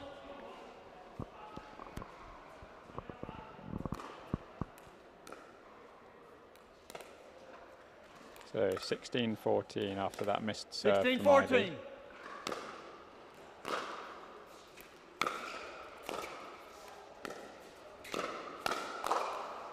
Point. She's just got to try and let that go.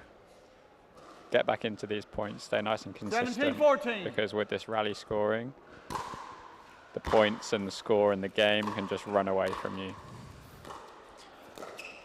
Yeah, any kind of botched serve or return is just brutal in this format, isn't it, Sam? Yeah. It's a Side nice shot from out, Alia. point. Just in the top right of your picture on the wide shot, you can see Chad Edwards, who is the 15, 17. coach of the next gen team.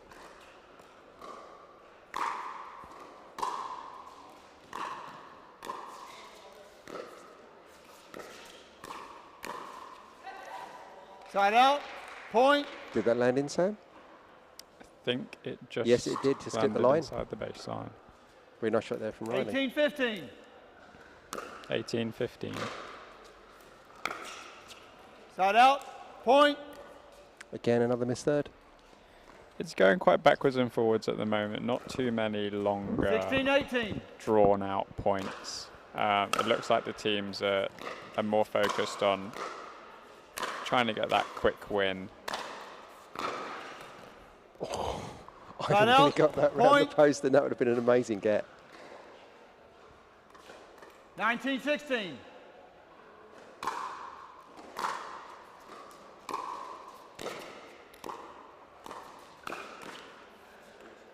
Yeah, good speed Point. up there. Just for Potentially going out. I'm not sure. We can't really judge the depth on here too well, but 2016.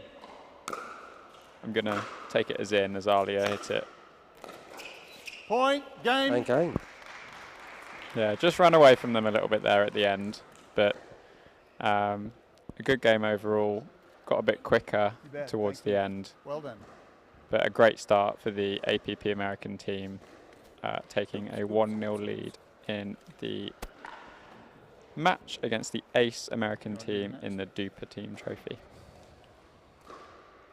So just got a short break here while the men's teams are warming up. In this format, obviously, you can have a choice of playing mixed or gender. Do you think there's anything strategic in that, Sam, between how you match your pairings? I suspect for the teams, they're thinking about it quite a lot. It's tricky, you know, especially with the American teams, it's a little bit easier for them to match up appropriately. But for all of these teams who they don't really know at all, you know, they know a couple of the players, but there's 9 other teams that are competing in this DUPR Team Trophy, and not many of them are known to these American players. So I suspect those matchups are going to be a little bit more difficult for them to get right. I mean, wandering around, I've been looked at, obviously between commentary, I've been looking at some of the matches going on around the arena, and it seems to be generally gender doubles being played rather than mixed. If their default is that, I think they're defaulting to it's an easier and a less unknown option. Obviously, the first match here, the Indian versus England team, was a mixed doubles pairings. Yeah, I'm interested to see how that develops. I think it will be really, really interesting for us if we do get a mixed team, you know, on in one of these with these American teams, just to see the difference in the play style, especially against, you know, an English team or a German team. There's so many different playing styles that you get from all across the world. So it's really just seeing how those match up in gender and in mixed as well. Do you think there are house styles from countries that the Germans play a particular way or the Brits play a particular way, based upon newer sports and how it's kind of taught early days from the grassroots up? I think there's always an emphasis from the start on developing that short game, especially in in countries where there's, you know, a sort of a better access to coach education. You know, we're very lucky in England that Pickleball England have developed a fantastic leaders course that allows anyone really to learn how to introduce the game to new players, and, you know, showcasing the importance of those shorter, softer shots. Choose your game ball. I think is really, really important. Yeah, I mean, I think we both obviously deliver those for Pickleball England, and we've noticed that the number of people that actually come to us and say, well, I now understand the game is about the soft game and nearer the non-volley zone line, where it used to be all about power, power, power, and they come in and thinking we can just whack a ball hard. And it's almost like everybody needs an education, but actually it's often a lesson learnt on court rather than actually in a classroom or in a coaching course. You need to actually see it happen. So we're just about to start here, and we have the Ace Pickleball Club to start playing first. 0-0. So Side out. On the near side of the court on the right, you've got Cameron Luring, and on the left, Hayden Seaward. Serving is Jack Foster, and on the far left-hand side is another Jack Munro, who, if you watch very, very carefully, plays very ably with both hands, so he's completely ambidextrous. So it's really good fun to watch. A bit like Wes Burrows? A little bit like Wes Burrows. I think Jack Munro is probably a little bit better at it. And of course, obviously, Jack is known on his Instagram for the highlight reels from some of his rec sessions and the ridiculous number of trick shots that he's working on. 1-2. Yeah, it's so much fun to watch, and he's a really interesting person in pickleball as well, because he was a long time ago, sort of when I first started playing, he was the youngest 5-0 in pickleball. And then I think he took a break for a little bit, and now he's back, and he's looking sharp, working on all these trick shots. So I'm personally just fascinated to see what happens in this match and see what he can pull out. We've already seen the sort of the juggling of his paddle, preparing to play this for us. Although, to be fair, I am also guilty of that as a tick I've just developed. I find it kind of releases my grip on my paddle and softens it between points.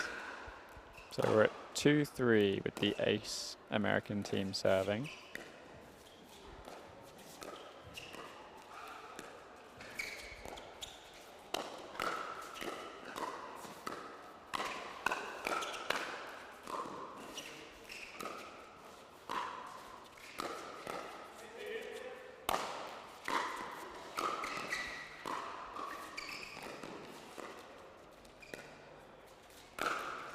Oh, what a body back there.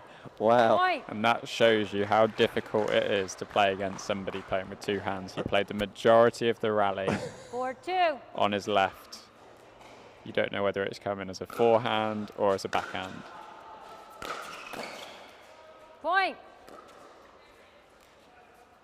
The Ace team here just have to reset a little bit, I think, get back into this rally, stay patient. Side out. And that helps out a lot. Yeah, a botch third is always going to be helpful.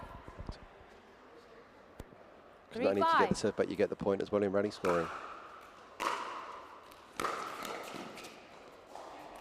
Just clipped the top of the net there, made it incredibly difficult at the pace.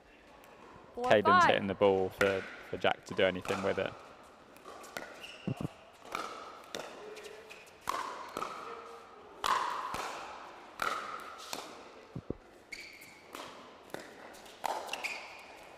That's great play from Jack Foster. He's really got another, hasn't he? If you watch these shots really carefully, the take back on his forehand is very much emphasized, and it gives him a great position to then hit in any direction from. Point. It's interesting. Jack Munro's got quite a compact, ready position. His paddle's really close to his chest there, where you typically see him a bit further out in front. Obviously, it gives him a little bit more forward momentum. He's going to try and punch through. Wow, look at the take back on that drive. You can see the singles tendencies coming through. Yeah. Wow, that's such a tennis shot, isn't it? 8-4. Big whip through. But got the time to do that because you can adjust from the back of the court with a bit more time to change grips and positions.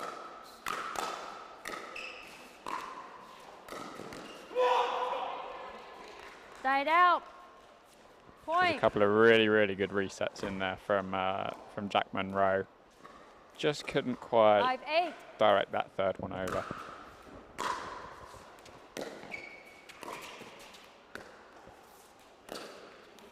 Oh, great drive through Side two out. hands again. Point. Now you're starting to see the difficulties of playing against a player who can play at a 5-0 level with both hands. Sam, one would Side be out. enough for me, let Point. alone both. 6-9. So we're at 6-9 here in the second game. It's a great shot from Caden. Starting to catch back up, and they need this second Point. game here. The moment they're 1-0 down. 7-9.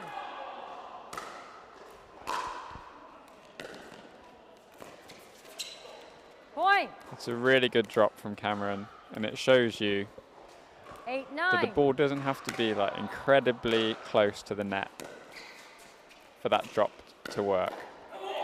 Arguably, you Point. don't want it too close. You want that margin of error and aim at the feet, get that depth in so they're always having to swing up. If you get it too short, it's on its way up 9-9. and it's coming to you.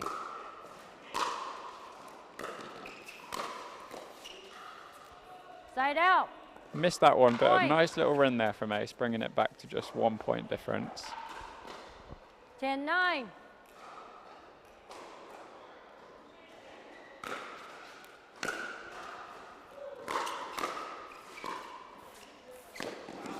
And a great drop from Point. Jack there. I think it just hit a little bit of Time a out. Change in. spot on the court, and the ball 11-9. didn't bounce up too high. 1 minute. But nevertheless, from that position, Jack Foster pulled out what looked from here like a pretty good third shot drop. Yeah, just with the change of ends here, obviously with the venue that we're rolling the courts out, it's very, very good, but there are little spots here or there where there's either a duct or an access panel for something. And that comes with it, you know, even on all the courts I've played in every sort of venue, whether it's leisure centres, schools, outdoor courts in the States, indoor courts in the States, you always find those dead spots across all courts. So it's not something that's just limited to 15 these seconds. rollout courts. And Pickleball United have done an amazing job in getting 40 Time courts in. laid out 11-9. in, I think, just 2 days. So It was incredible, wasn't it, watching them just going up. I hope someone's done a Side time lapse out. of that. That would be incredible to Point. just lay a camera up there and just see it going over those 2 10-11. days. How it just flooded through the venue, these sea of blue courts. Side out. Point. 12-10.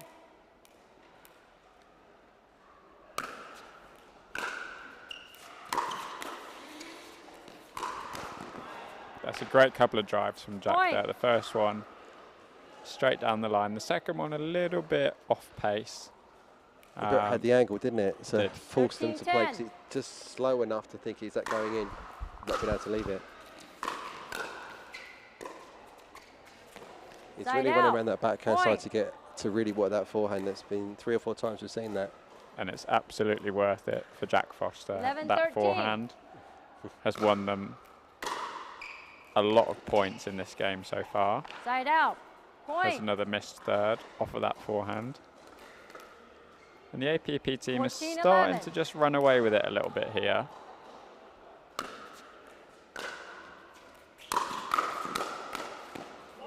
Great hands Side exchange out. there. Caden just getting on top Point. of it. Yeah, really nice punch volley. 12-14.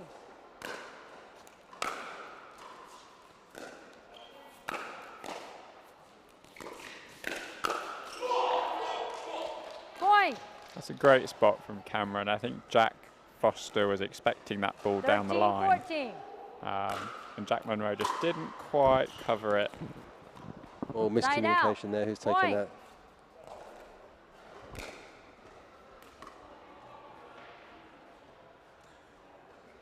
(15-13). In the top left-hand side of your screen, you can see the owners of the UK Pickleball shop, who also have a team in the DUPR team trophy. Oh, the UK Next Gen team. The UK Next Gen team.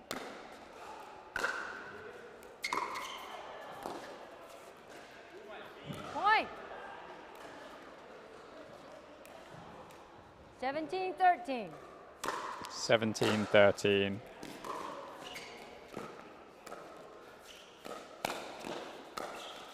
That's great play from Jack, switching that direction. Yeah, so Freddie and Jack are obviously taken over from the pickleball stalwarts of Mike and Jane, who were really instrumental in getting equipment into people's hands in the early days. I know all my early paddles were through them. Yeah, they are the official online retail store of Pickleball England, so we're incredibly, incredibly thankful for all of their support. And they have a fantastic shop set up this weekend. So if you're watching and you're going to be in Telford, pop over and give them a visit. I must say the retail village is really good, isn't it? They've got obviously our title sponsors, Skechers, have bought every single size of pickleball shoe they sell for people to try on. 15-18. But if you're coming here, everybody, they don't have the Tyson McGuffin shoes. I think that's disappointed quite a lot of people. Well, I actually went in, I was speaking to the Skechers team yesterday, and I said, have you got any of these shoes? Obviously, because I am actually wearing a pair of the Tyson colourway that you so gratefully got for me, Sam, in America whilst you're out there. And the phrase was, if I had £1 for every time someone's asked me for those shoes.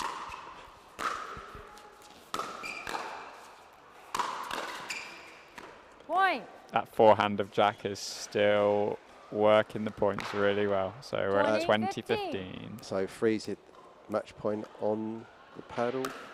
There's Jack Monroe.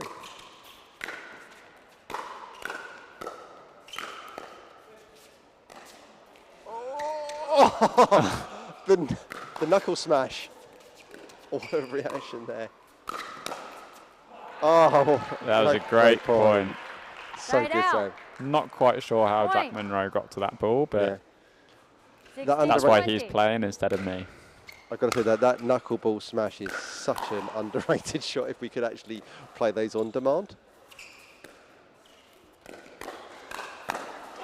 That's a nice combo from Cameron there, speeding up down the line, anticipating that second ball, and getting it straight down at the feet. Point. It's a classic combo, isn't it, Sam? You want to try and go straight ahead. Referee timeout.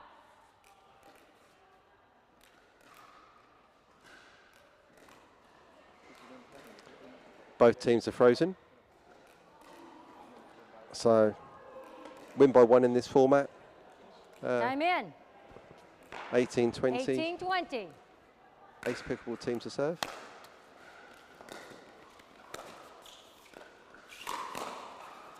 Okay, so we're still at 20-18, and now game point and match point is on the paddle of Jack Monroe.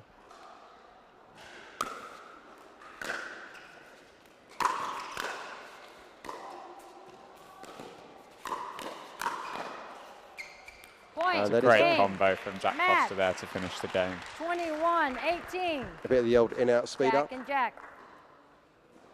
So that is a 2-0 victory to Team APP. We'll be back with the next fixture shortly.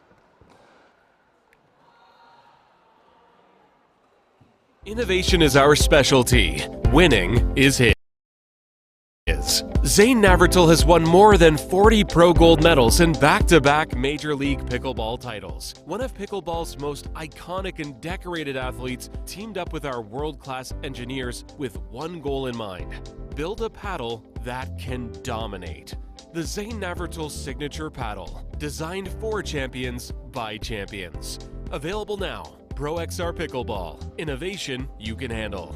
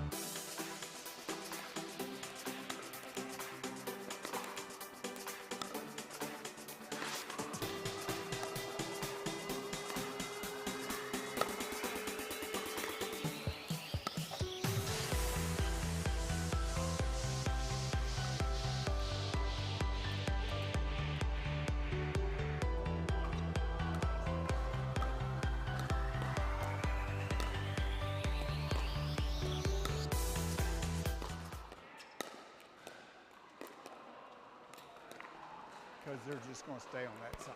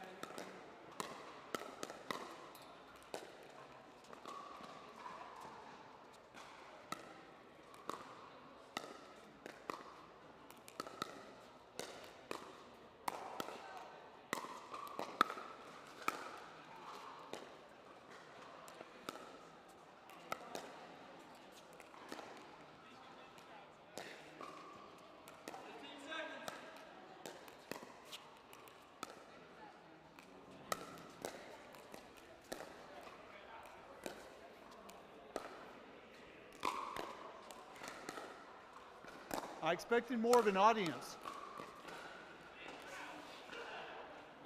I don't know. It's something.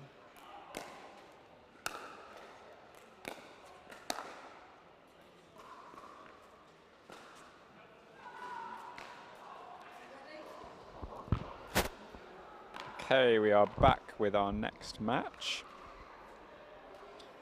In the red, currently doing the hugs over the net, we have Louise Stevens. And with the blonde hair is Susan Evans. And on the far side in the blue, very specially, we have a pair of twins. So with the darker hair is Kelly Cannings, and the blonde hair is Linda Randall.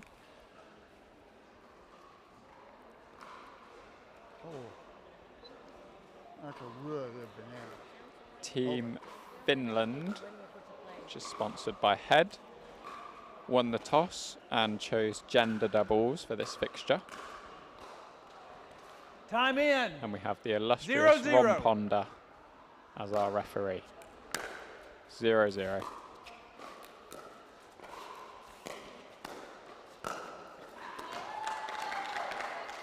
Side out. Point. It's a good start for Wales. 1-0. If you watch Louise Stevens in the bottom right-hand side, she's very, very good at moving the ball around and making her opponents hit one more shot. Point. Fun fact for you, she also used to play football for Wales, hence 2-0. Reason for being on the Welsh pickleball team. She currently lives in London and she runs London Pickleball. Point. Which has over 400 players now on the list. But she's always played sport 3-0. all the way through her life. And she's a really, really good advocate for pickleball in the UK and across the world. 1-3. We're at 1-3 with Linda serving.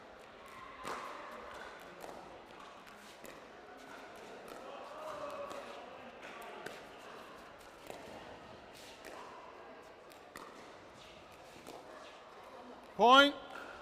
And this game will see a lot of dinking. Linda and Kelly are very, very strong dinkers. 2-3. Louise Stevens absolutely loves dinking. It's her favourite thing to do in the world. And Susan has a little bit more flair, but she's still very, very solid at the net. Well, Sam, this is a very London pickleball-centric fixture, isn't it? It is. We've just been talking about how much London pickleball is growing and how Louise is very much responsible for that. 3-4.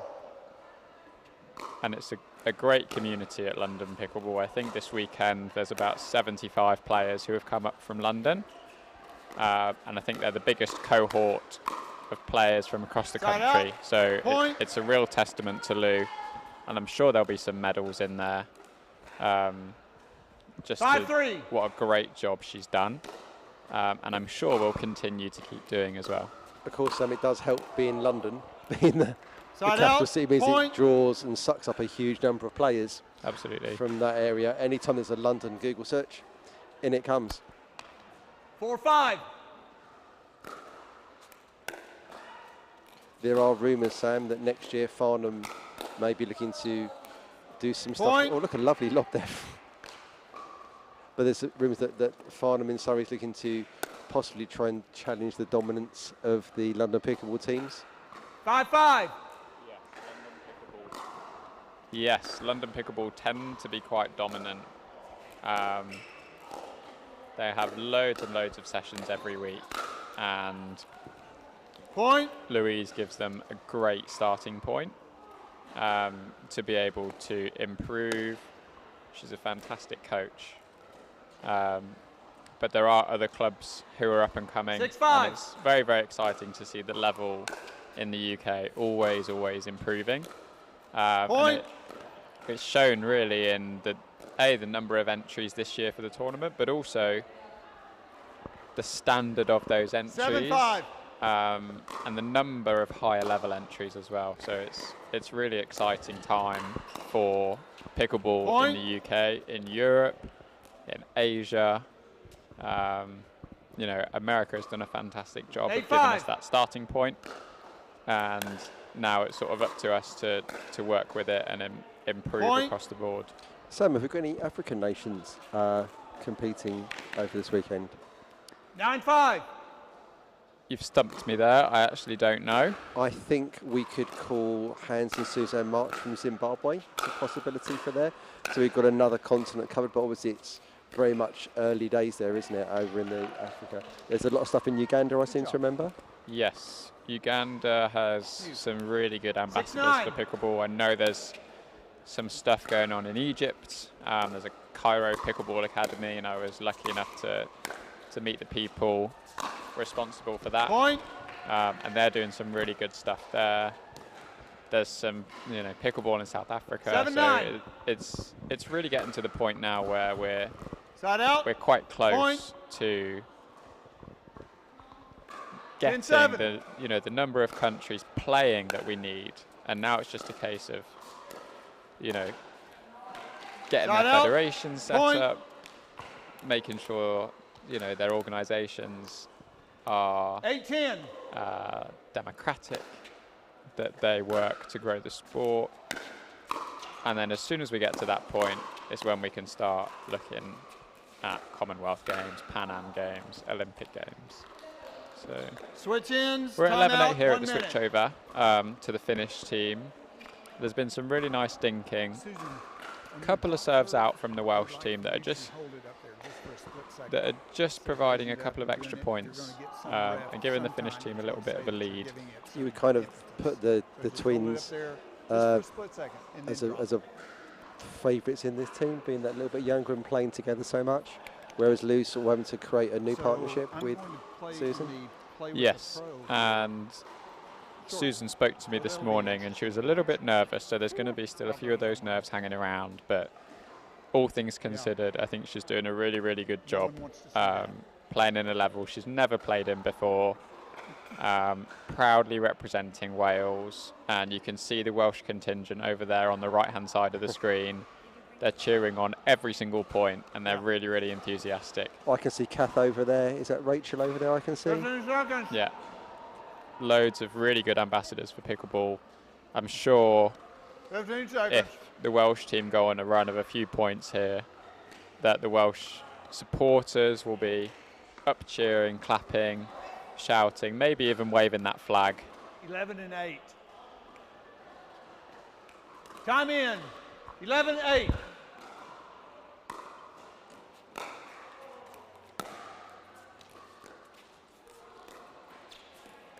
Side out. Yeah, nice ding there from Lou, just getting across.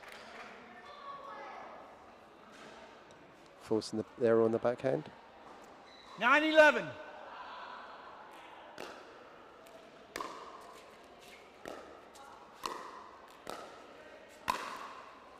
Yeah, the high ball punish there. Side out, point.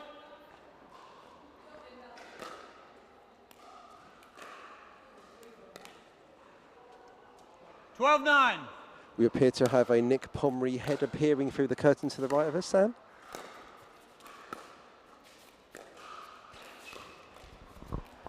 And of course, whenever we have Nick Pomeroy appear, what do we have to say? Yes, coach. 13-9. Oh, that seems to have summoned him across to our position.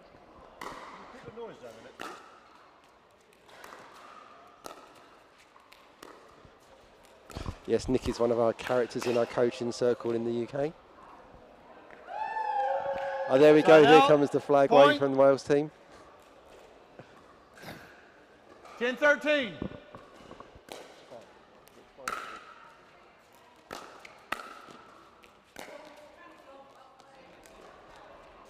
Side out. Oh, it's unlucky there with the lob. Louise thought it had landed in. 14-10.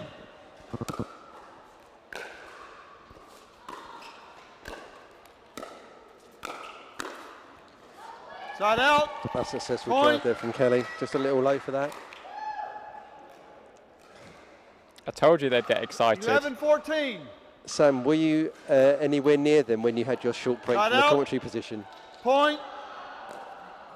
You know, I knew that it was in them. It just needed teasing out a little bit. 15-11. 15-11. Little lead for the head finish team here. Side out. Gone by the side. Point. That is almost like a cursed position. That's exactly the same serve that 12-15. Sue put in there. Exactly the same spot a few points back.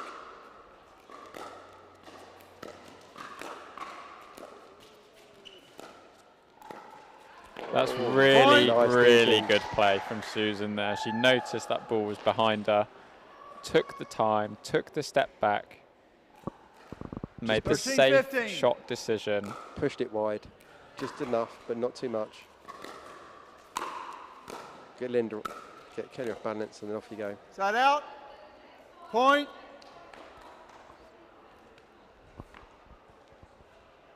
(16-13).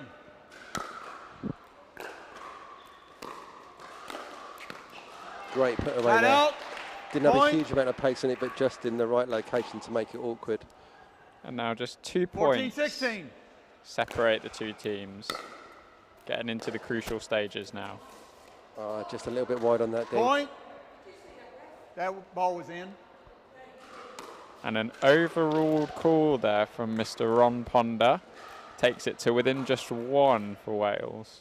15-16.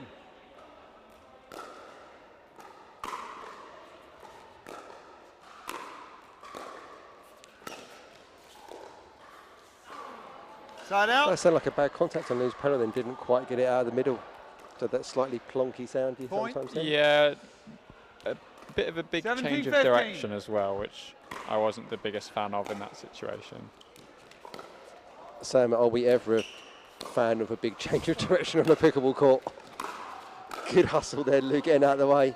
Unfortunately, Susan able to put the second one away. So they've just regained that 3-point lead now, so it's a really critical time for Team Wales here. What a great return that was on the line. Can Wales keep the Finnish team back? Yeah, great angle there from Susan. Side out. Just got Point. Kelly off balance again, wasn't it? And it had been great play from Kelly up until that point in the rally. Her resets have been really solid. 16-18. Oh, Lou, that's a bit speculative. Side out. A Point. little bit ambitious from Louise Stevens there. I think she's been watching me play a little bit too much. 19-16. Well, Sam, did you hit them out as well? A little bit closer than that, but generally they're not that good at finding the line. Oh, well done, Side Wales out. on that one. Well Point. done.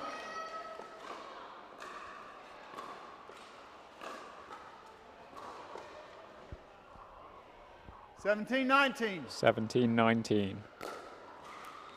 Oh, another miss serve again. Side out. Point. That's real scoreboard pressure, isn't it? That's put match point on their paddler, the team. 20-17. Yeah, like I was saying earlier, it's really been quite intimidating for Susan, I think. It's the first time, you know, she's had this much of a spotlight on her play. Point. Even with Louise as an incredibly reassuring partner, I think she's still finding it quite tricky 18-20. to get those points started. But once she's in them, she's playing really, really well. Good, get there, Lou. Oh, what a rally. Shot. What a shot. Side out. I lose down praying almost. Louise is asking why Linda didn't go around the post. Because that's what you wanted, Lou, that's why. 20-18. Both teams are frozen now.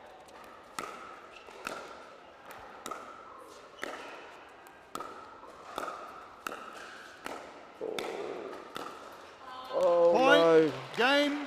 I just felt a couple of shots back. Susan could possibly try to put that away and could be ruin that opportunity passed up by putting that dink into the net. So a 21-18 victory to the head finish team. With the Welsh Dragons Welsh team pushing them close. Obviously a lot more conventional kind of game we would see. A pickleball with a lot more dinking, a very much a British style game between four I'm sorry, Brits. but I don't have time to take a picture. Guys, y'all are going to be on your own. Because what a surprise, Lou wants a photograph, Sam. Especially with the Welsh flag. Do a good bit, play fair. So the head finish team are 1-0 up. And next up will be the men's doubles after a quick, short break. Go find out what the deal is.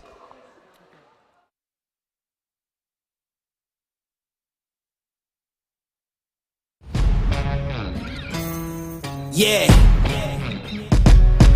Let's go. We just gotta go hard. I go the hardest. I bring the pain. Not what you used to. It's all part of the game. Yeah, I just gotta go hard. I just gotta go hard.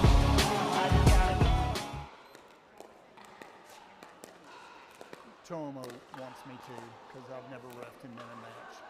So on center court with Ron Ponder reffing him. It's a bucket list thing, don't you think? Yeah, with me reffing. Yeah. Or I won't do this, or I'll leave. Lou, is that the first time I've ever reffed you? I think it may be. Yeah. Well done. Good job. Thanks for calling that one in. Good job. Do you know what? I really wasn't sure, and I thought, what if I ask? If you don't ask, then it's out, isn't it? You're not asking because you think they're cheating. You're asking to see if I saw it. Yeah, that's all. Yeah. Yeah, well, she caught it, and I'm like, I wonder why she didn't play that. Did she think that ball was out? Yeah. I called point. And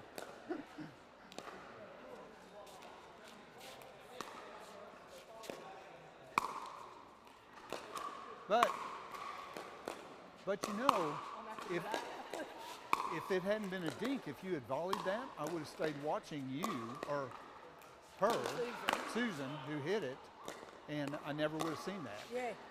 So that's what's frustrating people. Raph, did you see that? No, I'm watching over here. Yeah, I didn't see it at all. So.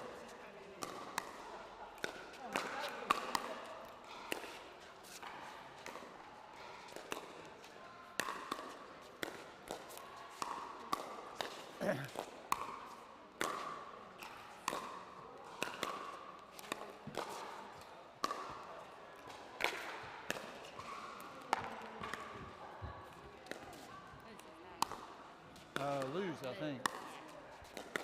And that's nice and light.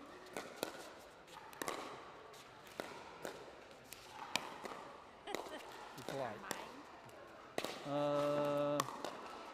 Yeah, I think so. 15 seconds. 15 seconds.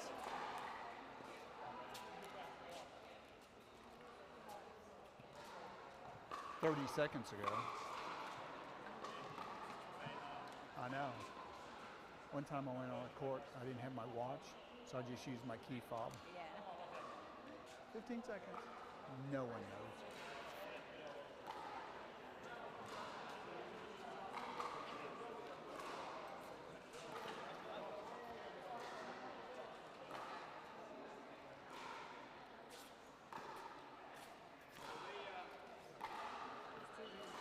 You're serving, you're serving from this end. Yep.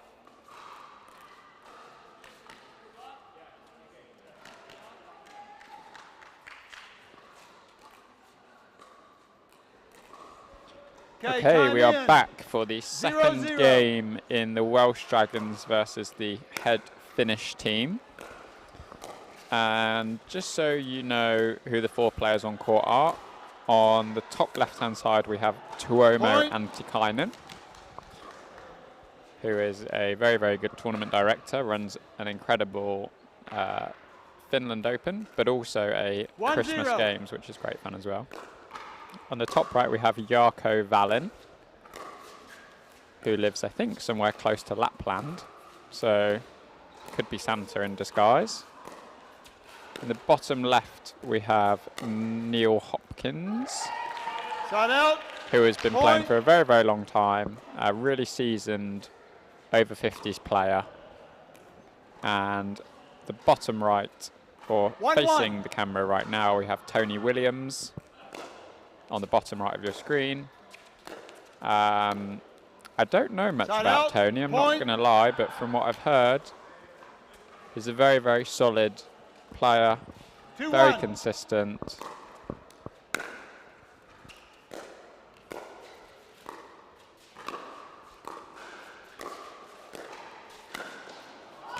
Yeah, nice. And a great forehand.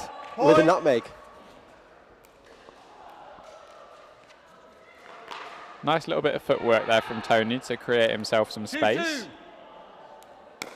So we're at 2-2 early on.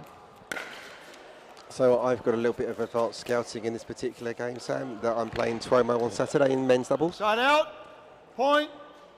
So one of the perks of commentaries, you do potentially get to size up some opponents. I've got Mr. Mitchell twice this weekend.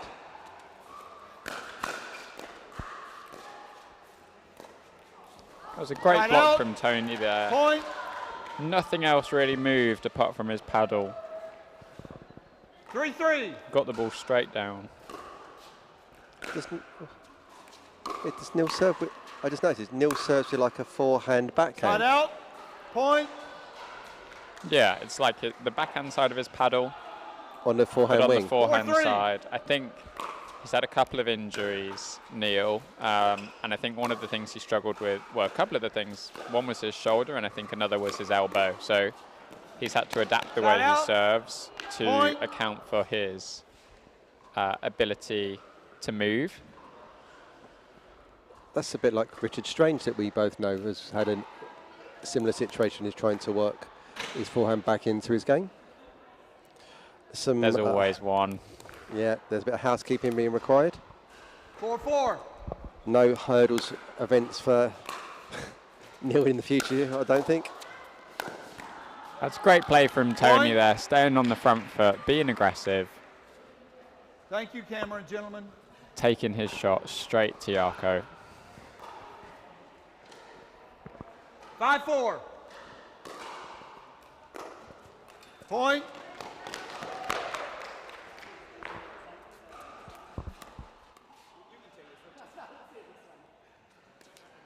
Six, 4.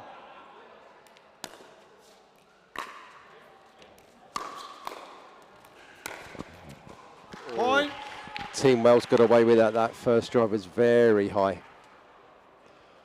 That's a great second drive from Tony. 7-4. We're quickly learning about Tony now. And that forehand seems to be a bit of a weapon.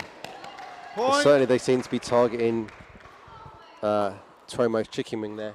Certainly up high, he seems to be struggling with that at the moment. 8-4. I think it's just a case, like we said earlier, of adapting to your environment. Point. It's playing with a different ball. 9-4. In Finland, it tends to be a bit colder, so the ball acts differently. Oh, that's in as well from Tony. Point. That forehand is an absolute weapon. It looks pretty innocuous until he hits it. They've got to try and keep it away from that forehand. It's one Wales, probably 4 points so far. And he's also drop serving with it as well, isn't he? Point. Switch ends. Timeout, 1 minute. And that's halfway, 11-4. Rob, what do Team Finland need to do here to get back into this game? They've got to soften the game.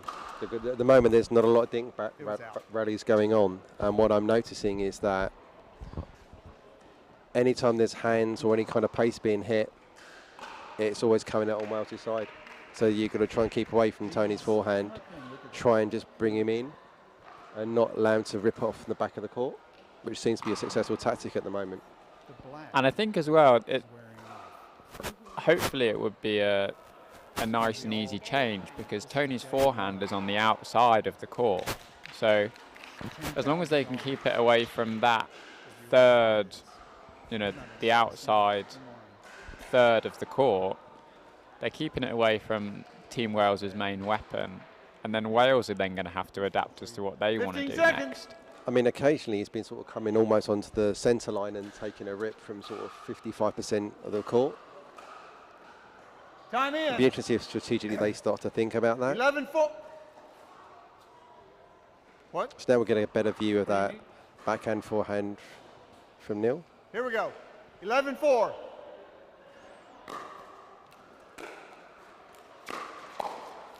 Point. Straight again, another drive. Swimmer again struggling with that. Yeah, shoulder attack. He's just got to leave one of them to get into the groove. I think, again, like we talked about other people. There's the forehand again. That's great aggressive play from Wales. They've got their strategy, I think, nice and clearly. That's a great punch volley on the backhand there, just to get that pop up. A big lean on that shot as well. That's out. Point. So the run's still going. A 10-point gap now for Wales.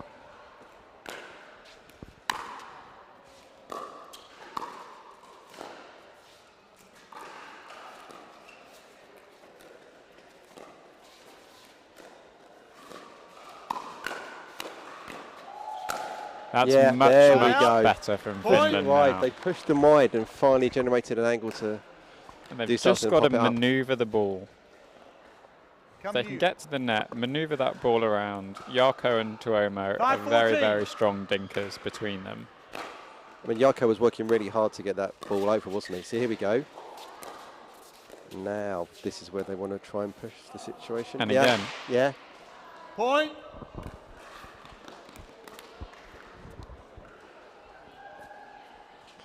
Often, Sam, it's not about playing your game, it's about playing what your opponents don't like.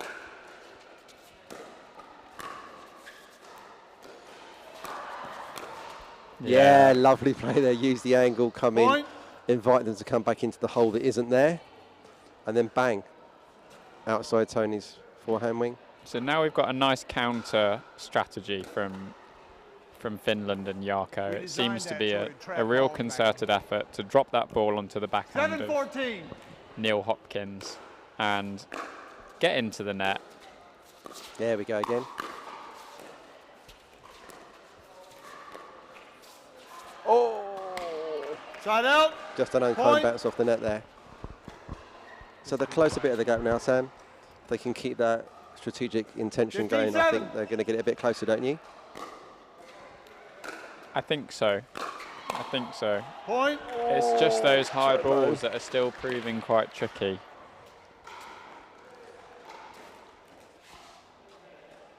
(16-7).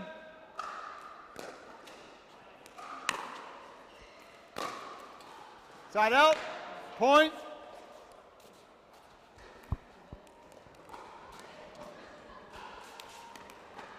(8-16).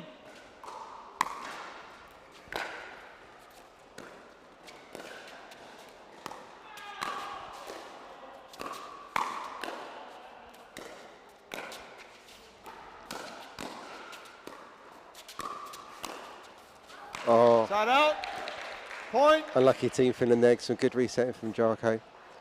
Just unable to capitalise on that. So now 8-17. 17-8.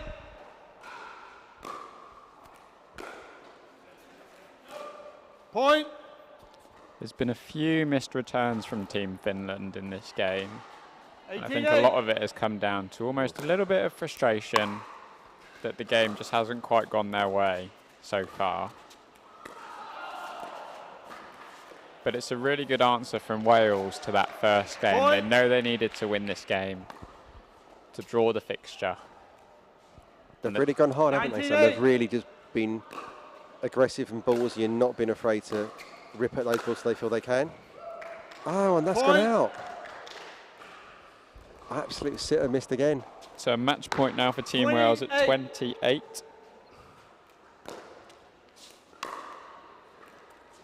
Side out. Point. Well, double bounce. Was that a net call? It was called out by Tuomo, I think. 9-20. 9-20.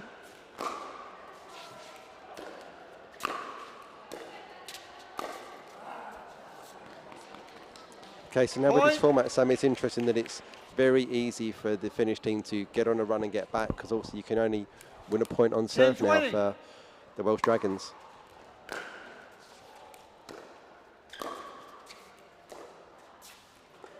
Side out.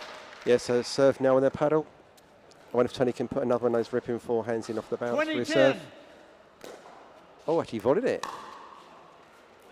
Ah, what an interesting strategy. Another missed return there. But what's interesting there, Sam, is that Tony been drop serving nearly all of his serves and just throws in this single softer volley serve, forced them to overhit it. I hope it was working. Sometimes just that simple change to something more basic can have such a huge impact. And look at those Welsh fans. They're so pleased with that result.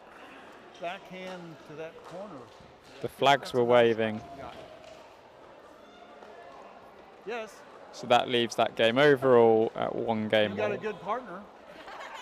And I don't know if that will help either team overall, because there is some tough competition in their group, but it gives them both a starting point that they can work with. Yeah, they've obviously got the Italian team, the Indian team, the seniors in this group, plus obviously 2 of the APP tour teams, which is obviously going to be a real challenge for them. We'll be back shortly after these breaks.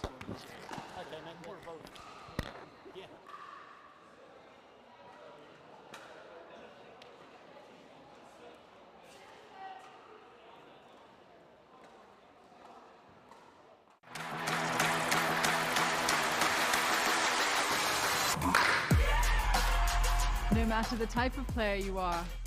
Junior, for now. No matter where you're from. Anim Israel, shalom. No matter your gender. No matter your age. No matter what tour you play on or who you play with. What matters is your love of the game. Celebrating the sport. And knowing your level so that you can keep pickleball fun and fair for everyone. What matters is you.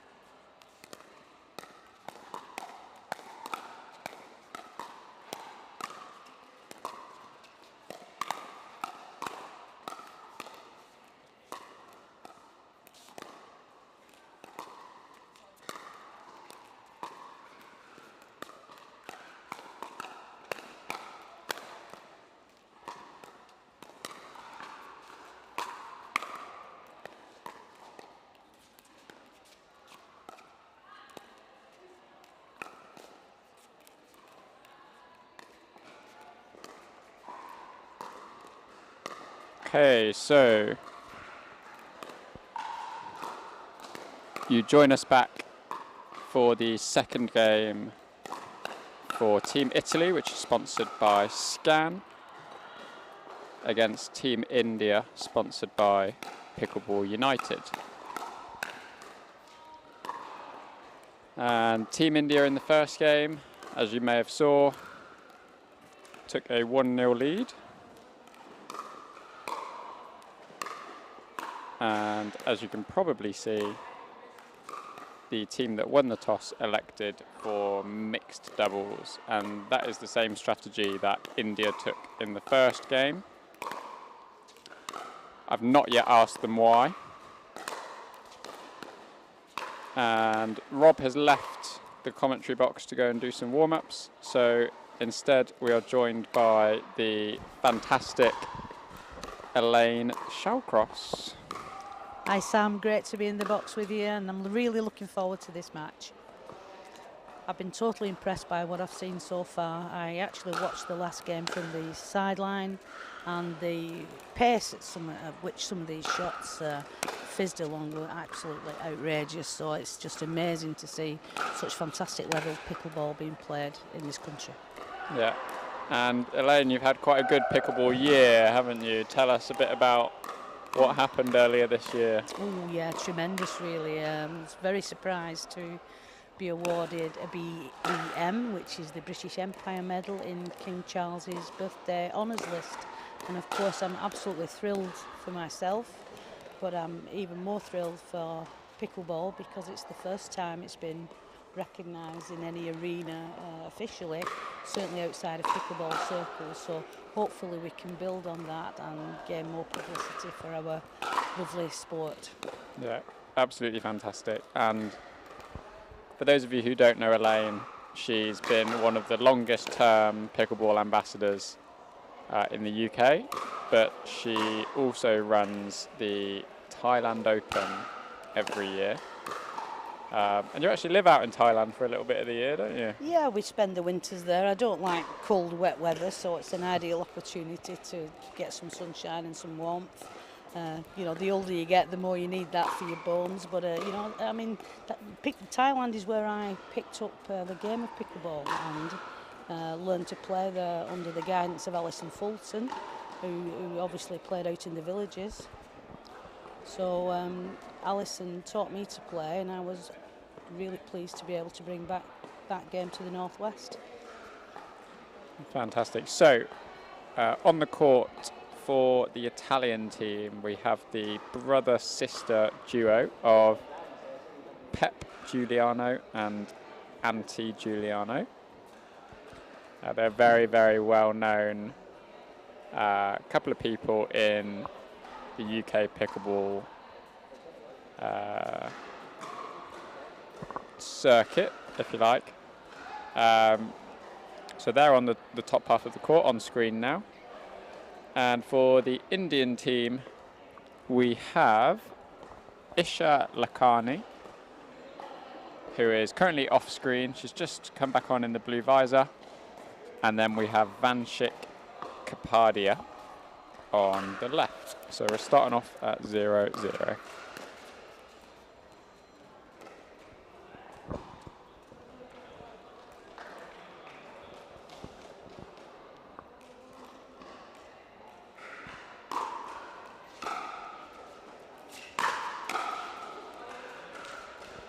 It's a little bit daunting for some of these players to come onto the centre court with the spectators and the stand to the left. I know I've spoken to a couple of players already who just find it, you know, need a few points to get into the pace on this court. Not many people here at the moment, but I'm sure it's going to fill up as the day builds. And I think we've seen that reflected a little bit in the play, haven't we? There have been a few serve problems, quite a lot of returns going long, and it's completely understandable because a lot of these players are making up a team to a level that they'd not normally play at. You know, it's very, very intimidating coming into the venue, seeing all of the courts, the fact you've got some of the US, you know, best young players here. It can be really, really difficult to to get going and to find your, you know, your normal game and your consistency. In that last rally, there was a tremendous overhead shot from Van Schick, who stepped out to the sideline to make sure he didn't go into the kitchen. He was very court aware, and you know, there's some great young talent coming out of India. They've been playing quite a long time in India, longer than we have here in the UK, and of course the game is really, like the rest of the world, has really developed, and some of the young talent coming out of that country is absolutely incredible. And again, we're lucky enough to see some of it at the English Open, and there's not too many tournaments that sort of transcend across Europe and Asia. I think the Thailand Open is probably one of them. You get quite a few coming over from Europe, and I think this is the first time really we've had a strong contingent come over from Asia to an English tournament for sure. Yeah, I think you're right. I think you're right there, Sam. But for a long time, it's been the ambition of many of the Asian players to come to Europe, and of course the way that you know, the build-up for the English Open's been going, it's seen to be one of the tournaments that people want to play in. So it's been on their playlist for the year, and a lot of players have set their in their sight that they needed to play in this one. And of course, with over 1,000 players. You know, I think it's 34 nations really that are represented here, which is incredible. And same with the team competition, you know, with the teams from Venezuela and India, and you know, some, as you say, made-up teams. Team vibe is absolutely excellent right through the hall. Yeah, and Team India have been lucky enough to, I think, work with Pickleball United, who have also provided the courts for the English Open this year. So we're very thankful, first and foremost, to Pickleball United for, you know, working with Pickleball England to enable us to make our tournament much bigger and come to this venue, and also for working with these Indian players to allow them to come over as well. So we're at 10-3 here, a bit of a slow start for Team Scan, the Italian team. What do you think they can do to sort of try and get into this game a little bit more? I think they've really just got to slow the game down. As it stands at the moment, it does seem a bit rapid and all a bit high fire. Of course, that was a great shot from Antti there that she put down at the feet of her opponent. But there's not much of the what we call the short game going on here.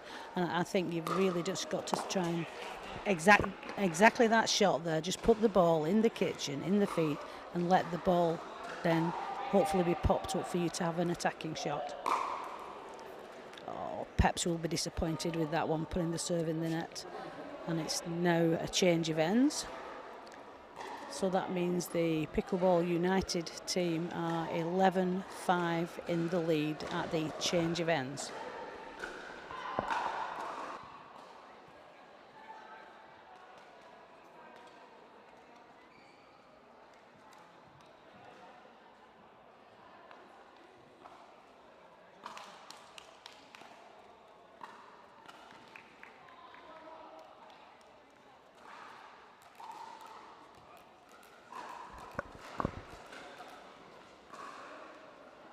So at the switch of ends, we are at 11-5 to the Pickleball United Indian team.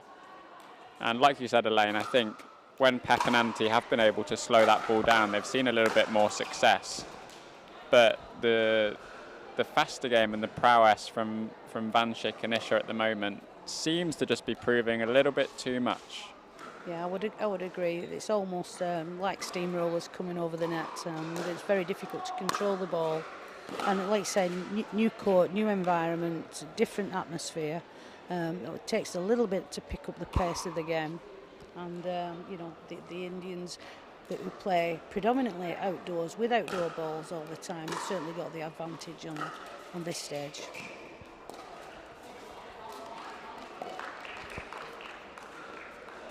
So let's see if Team Scan, the Italian team, can use this serve now to try and leverage themselves back into this game a little bit.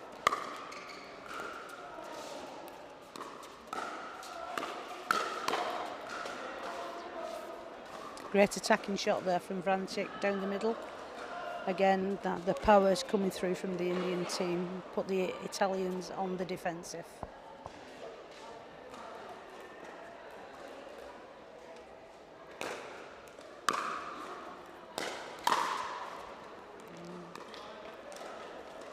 Again, another disappointment there for Peps. He had a good opportunity there to put the ball away and it just clipped the top of the net. I think sometimes when you get behind in a game, you can try too hard, and sometimes even the simplest shots become a bit more difficult. And I think that's what they've just got to focus on now, keeping those serves in, keeping the returns in. Everything sort of towards the middle, not flirting with the sidelines, and just making sure that they're making the Indian team hit one more ball every time. Because as we've seen, once Pep and Antti get into the net, I feel like they've almost got a little bit of an advantage.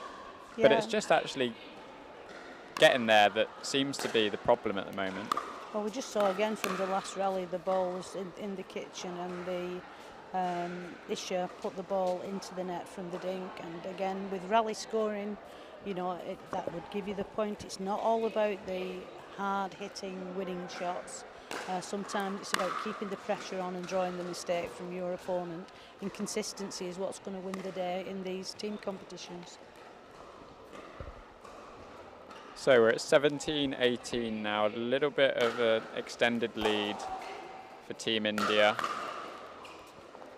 That was a great serve from Vrancic. It really set him up for that short third ball to drive. And the pace of that drive was too hot for Antti to handle, and unfortunately the ball was in the top of the net from the volley. It's just running away from Team Italy now.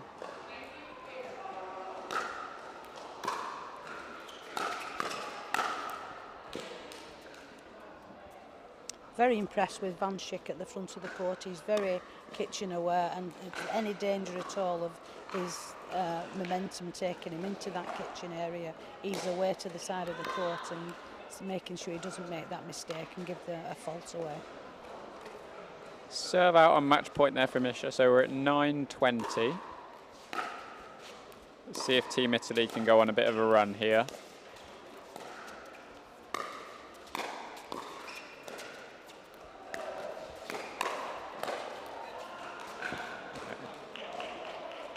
Great play from Isha, picked the right ball there, above net height, straight ahead at Pep, and got rewarded for a good choice.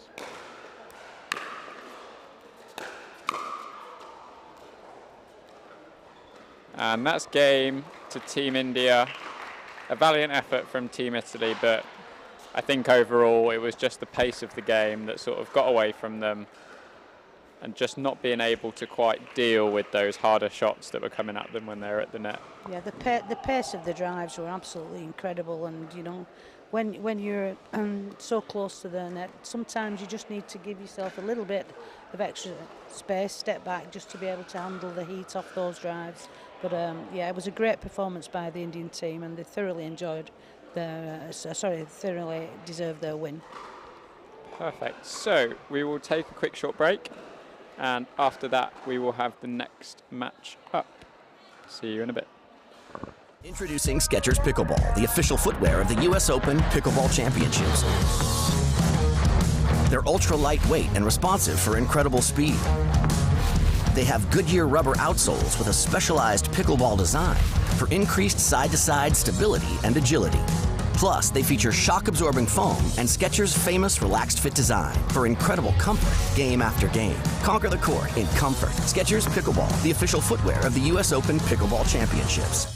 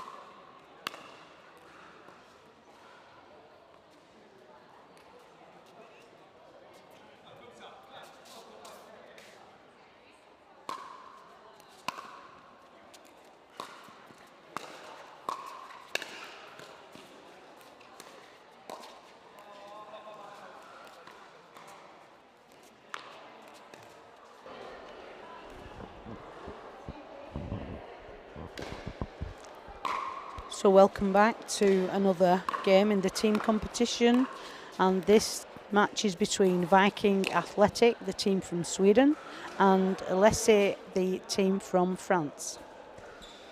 They've just started. The score is 0-0 with Cyril serving from the left. Again, remember folks, it's rally scoring, so the scores tend to change pretty quickly.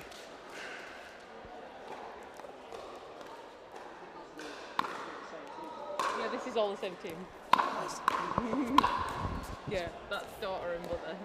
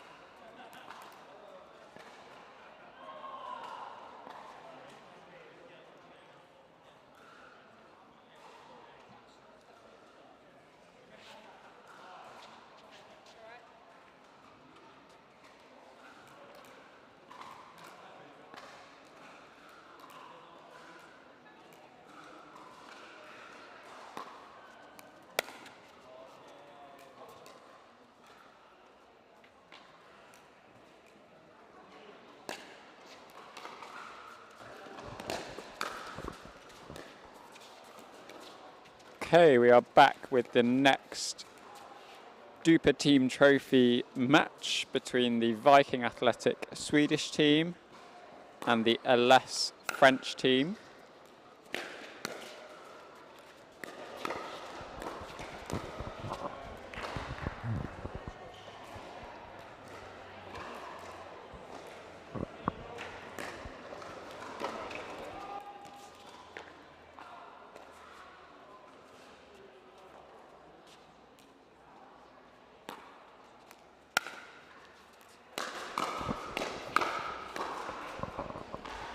So on the far side for the French team,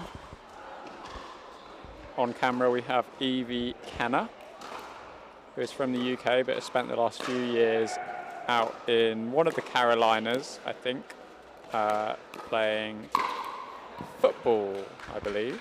And her partner for this game is Theo Platel, who is one of the French Platel brothers. Very well known in European pickleball circuit. They play together, very consistent. Just as I say that, he hits the ball in the net. You jinxed him then, Sam. You but jinxed generally very consistent. And then serving for the Viking Athletic Swedish team, we have a stand-in Swedish player whose name is Emma Robbins. Emma plays at London Pickleball. And Emma's partner is Wilhelm Dahlin. And Wilhelm is, I believe, the son of the second Swedish man to come on after this game. So that's the background on the players. It's amazing how many family connections there are coming through in pickleball. There are a number of mother and daughter concepts here as well, and we've also got a couple of father and son. In fact, we've got 3 generations of one family with son, dad and granddad. Yeah, and I should also mention Evie, who's just about to serve. Her mum is the second woman in her team as well, Helen, so she'll be on in a little bit. Some of the teams that have arrived here have not been able to fulfil a team from their nation, so they've recruited from the ranks of the English and UK players who have been more than happy to stand in and get the experience of some team high-level pickleball.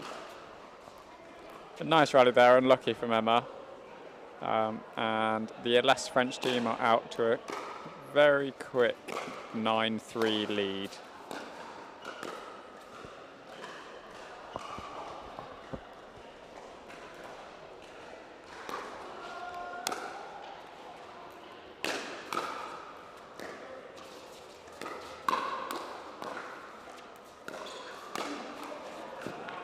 Great put-away shot there down the middle from the French team.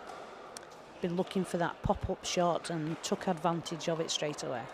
Very, very punchy, wasn't it? Absolutely. Very short backswing. Yeah, it was ready to unravel that one straight away. Short backswing, just punched it through and was quick, ready in his ready position in case the ball came back. It didn't, but he was ready just in case. Nice aggression from Evie there, sort of playing on the front foot, getting into the net and really taking the ball onto Wilhelm.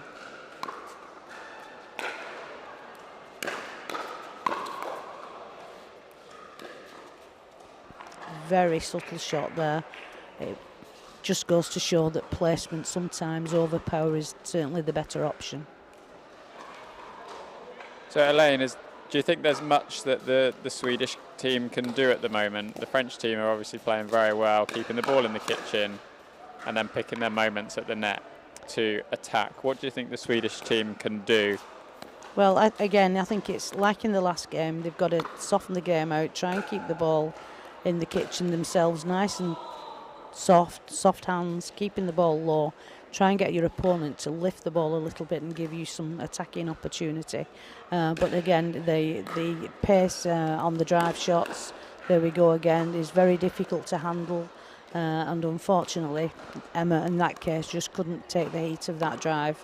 And very quickly, the French team have got away.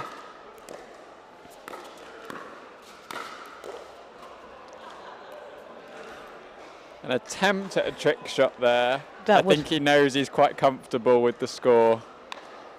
It would have been wonderful had that come off. It's always great to see a nice trick shot come on camera. We were talking about trick shots earlier because we had Jack Monroe on the court, who is obviously completely ambidextrous.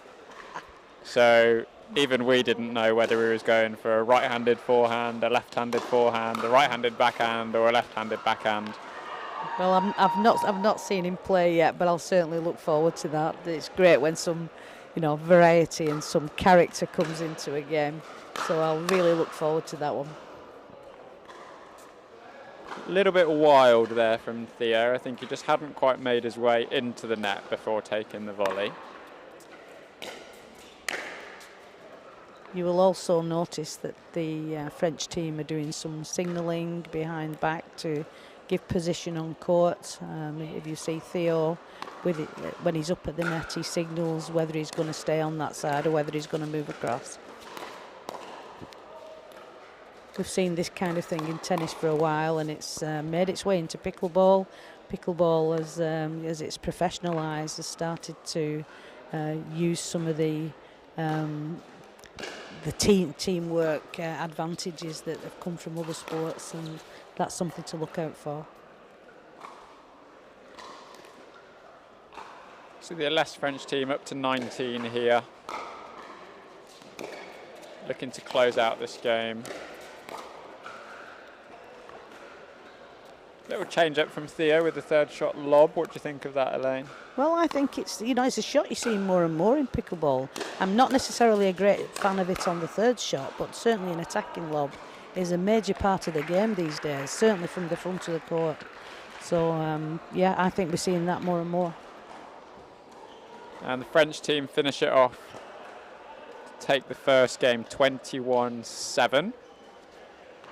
So the Swedish team are going to have to come up with something here to try and get that tie back to a draw.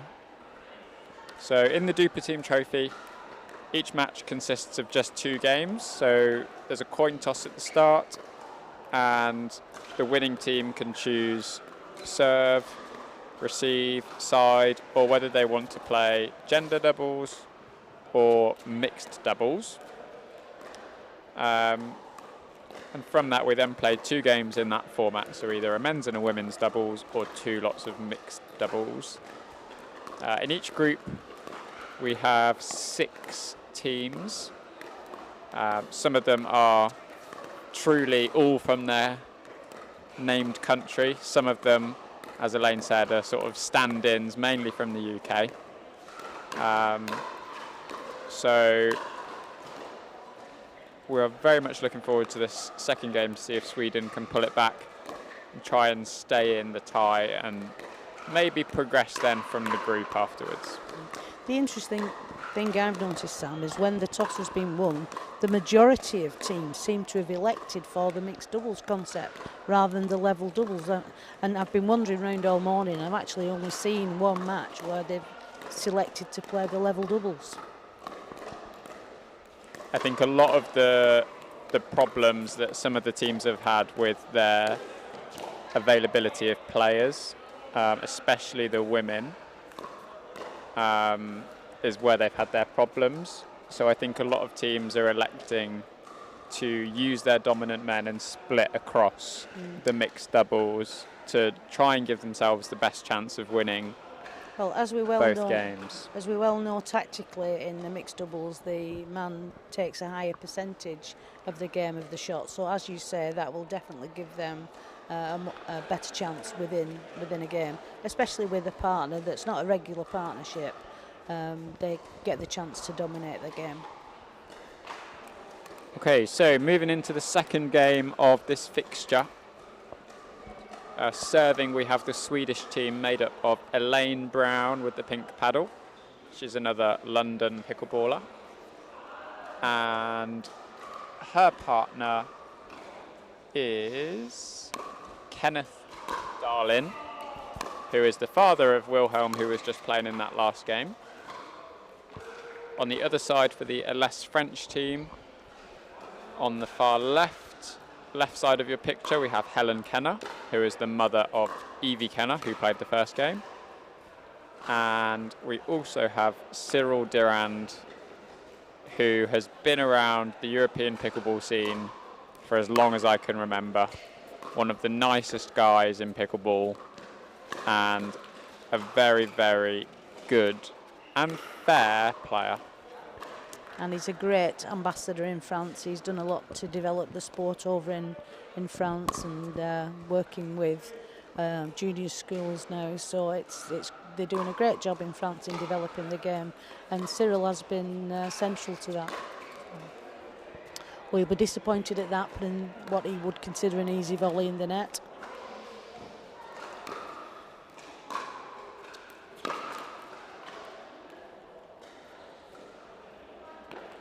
It's an interesting drive from Kenneth there. There seemed to be a lot of movement going on when he hit the ball, and oftentimes it can be best just to try and keep a lot of body parts nice and still, so you can just focus on that swing. Absolutely, and these balls in this hole certainly moving in the air as well as off the floor. So you do have to allow for that movement and try and get the ball obviously in your sweet spot. So the LS French team jumped out again to another quick lead, 6-2 in the first game. This game I think is a little bit different though, because Cyril, especially in comparison to Theo, has a lot more of a dominant, softer game. So you won't see Cyril drive too many third shots. Majority of the time you'll see him drop, and he really likes being in at that net and manoeuvring the ball around. You could see there that was a very early take. He was ready for the ball coming over, and he reached out in front of him as far and took the ball early to take time away from his opponent, and it obviously resulted in another point for France.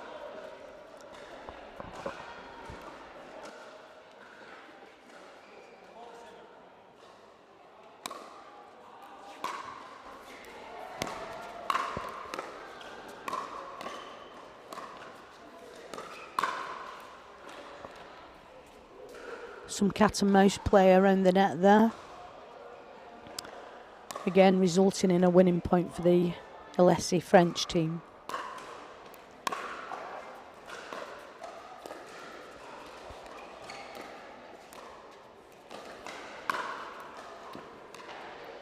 Great shot from Cyril there, moved Kenneth right out of the way for Helen to then use that space to put the ball away.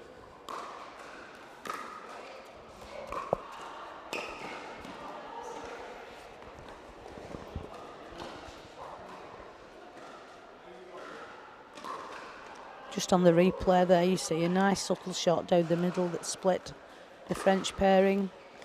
A little bit indecisive as to who should take that one, and they both moved in a little bit off the back line, so the length of the shot was really what beat them.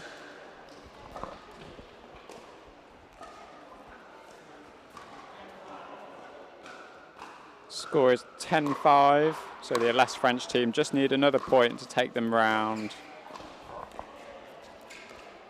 to the switch of sides.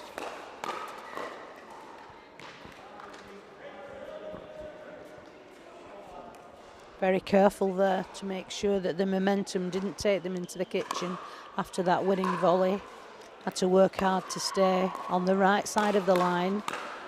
This is something that we all do when we play in pickleball. It's something that confuses a lot of new players, but the actual ruling is even if you play the volley on the outside of the non-volley zone, but your momentum takes you over that line, it's classed as a fault. The Viking Athletic Swedish team getting a bit more success now, especially with Elaine putting in that third shot drop cross court and then using Kenneth's longer reach to try and intercept those balls a little bit more as they're coming back.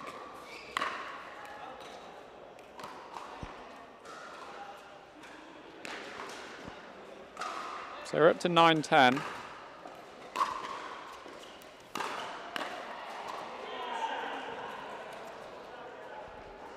and all square. So this next point will be a really valuable one for the momentum for each team as they take the point into the turn.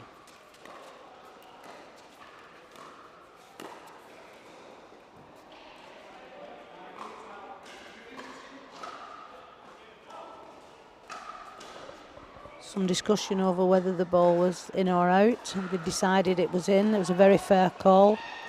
And the change of ends now with the advantage with the Swedish team who are on serve.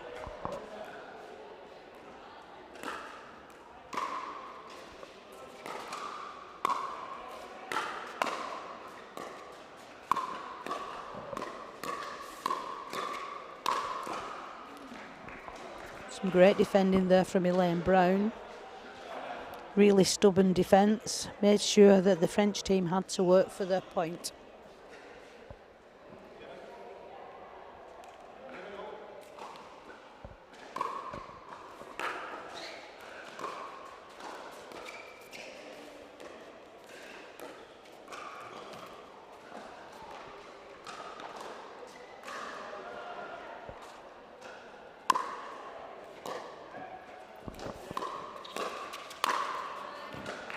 Bit of a short return there from Elaine. Didn't really help her team there when Cyril was coming charging in.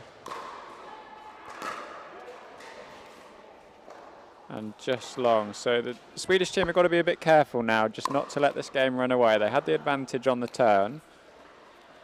Yeah, the games seem to go in a run of points and can soon run away on rally scoring very quickly indeed. They needed that point to try and close the gap and pull it back a little bit. Oh, nice inside out shot there from Cyril.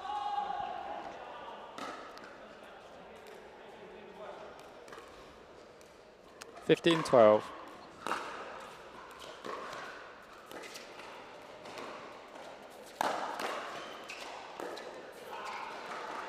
A much more subtle game in this second rubber than the first game, and you were right, Sam, when you predicted that this would be a much softer, more positional and tactical game. And you can see that I think most of the players on the court are much happier playing that sort of game than they are the faster one. Especially Cyril, like I said, he loves that short game. He certainly does, and it's just paying off for them at the moment. That's my second jinx. That's our second jinx, just done it again. No, but yeah, I mean, totally the game here is, as we say, a bit more strategic, a bit more subtle, trying to work as teams, setting each other up, and some of the defensive shots have been superb.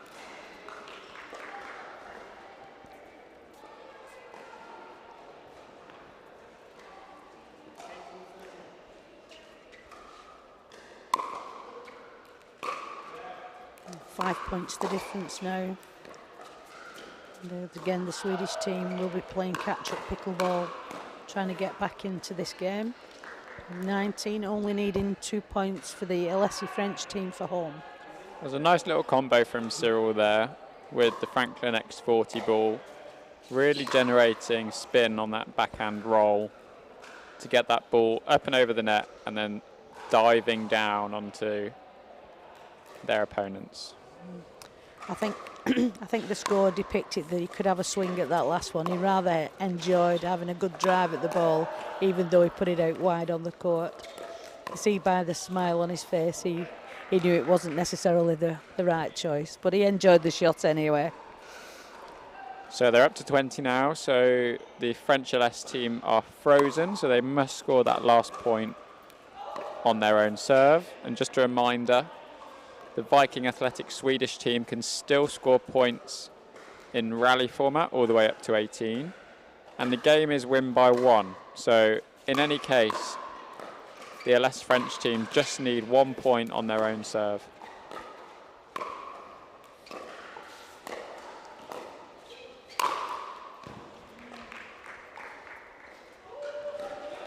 And here they have their second opportunity. That was a great put away there from Cyril. He was coiled and ready and waiting for the loose shot, and he's managed to put it across court. And he finishes it off, 21-15 in the second game, which means the French LS team have won the fixture 2-0. Again, thoroughly deserved. I think they've probably just had the better combinations and the better teamwork, and even though the second game was much closer and probably more enjoyable to watch, you know, the French again totally deserved their win. And it's great to see a bit of variety within the play, within a team, isn't it? You've got, Absolutely. you know, Theo, who's a harder hitter, and Cyril, who's just so good at controlling the pace of the game and the ball. They've got a real good lineup within that LS French team, and it will be really interesting to see how they do moving forward in the DUPR Team Trophy. Yeah, absolutely. We wish them the best of luck, and it really is good to see what we would call in some ways old-fashioned pickleball, because going back probably 3-4 years, then this is the way that the majority of players in pro players would be playing the game. And with the onset now of many players coming in from other sports and bringing the talents that they've had previously, the game is changing, it's developing, it's morphing into something different. So it was nice to see some good old soft dinking pickleball played out on the show court. Fantastic. So we will be taking a short break, and we will be back with you for the next game, I would guess in around 5 or 10 minutes. Innovation is our specialty. Winning is his. Zane Navratil has won more than 40 pro gold medals in back-to-back Major League Pickleball titles. One of pickleball's most iconic and decorated athletes teamed up with our world-class engineers with one goal in mind: build a paddle that can dominate. The Zane Navratil Signature Paddle, designed for champions by champions.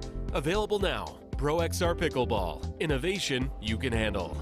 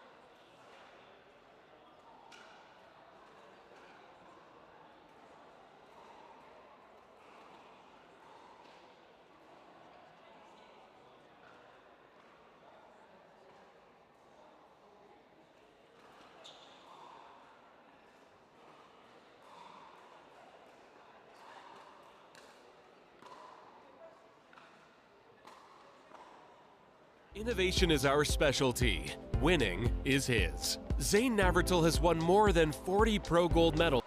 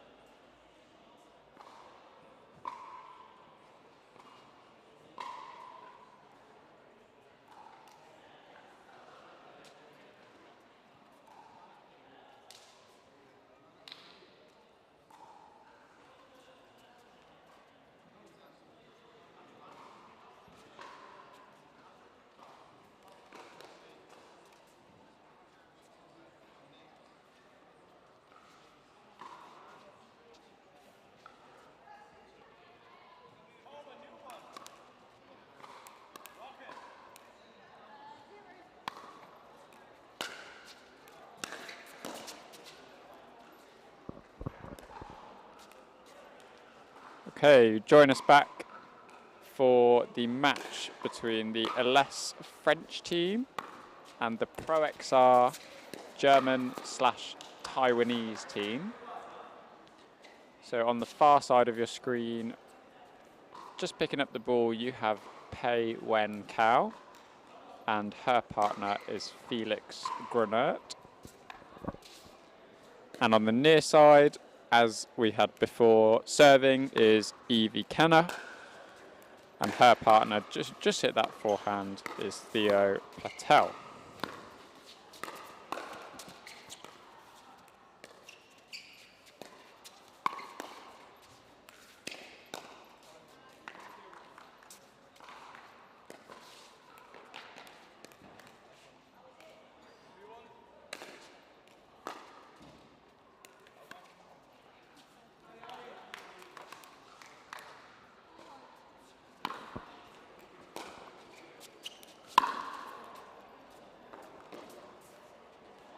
A little bit rushed from Evie there, so we're at 2-4 with Pei Wen serving.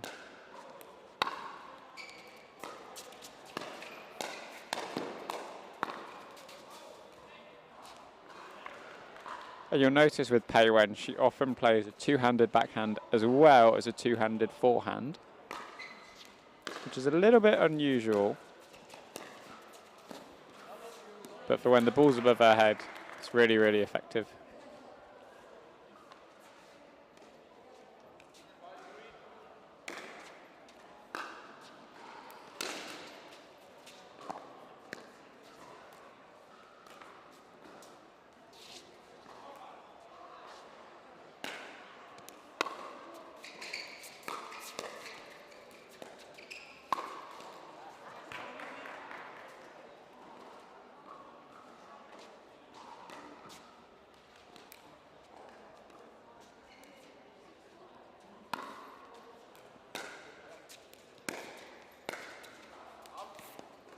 Just wide from Pei Wen there.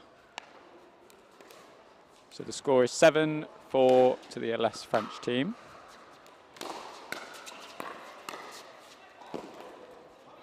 And just long from Felix.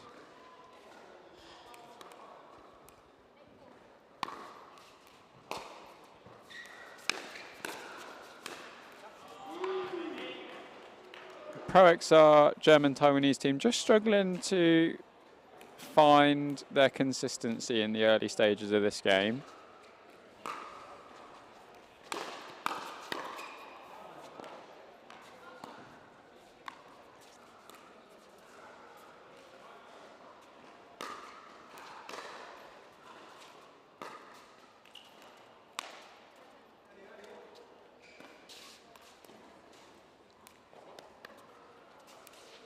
So we're at 10-5, one more point for the French team to switch.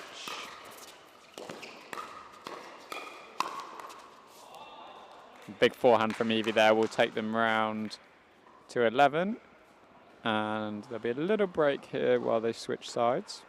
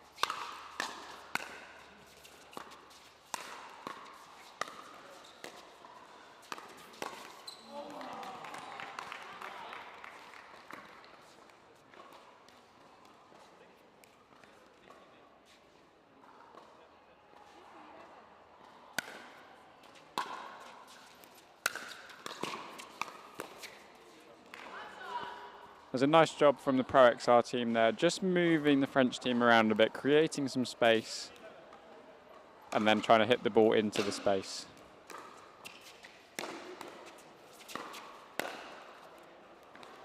As you may have noticed, Theo has an absolutely huge wind-up on his backhand and loads of power as well, which makes it really, really difficult.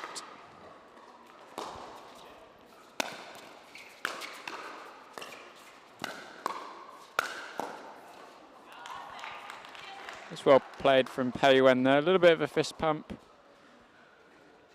The Pro XR German Taiwanese team need to try and rack up some points here.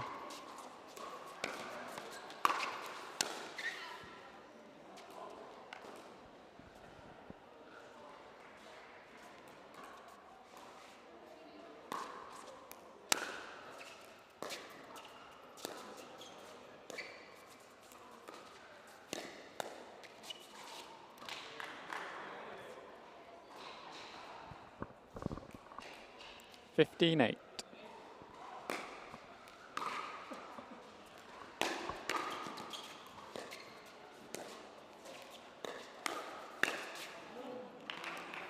That was a nice disguised attack from Theo there. Just couldn't quite finish it off the second time round.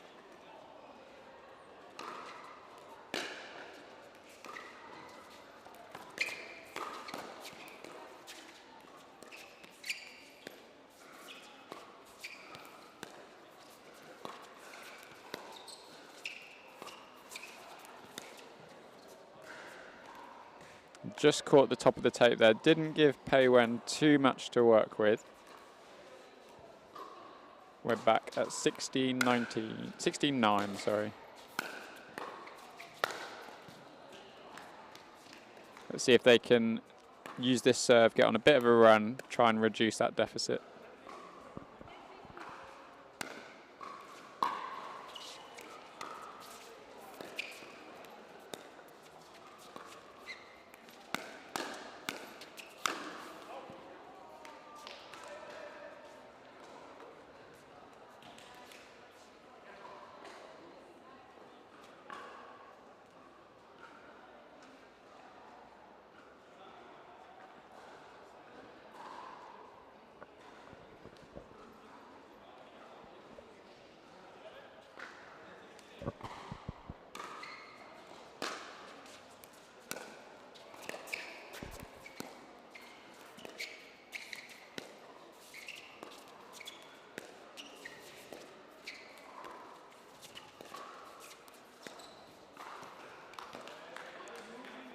It's really patient there from the French team. You could see Evie showing for an Ernie, forcing that ball across to Julian, to Theo, sorry.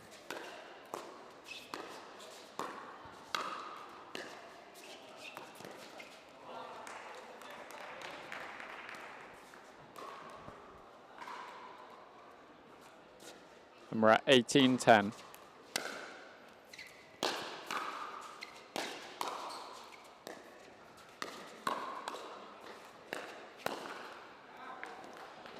You can see the power that Theo has just with that backhand, and the amount of topspin that's on the ball makes it really, really tricky to judge.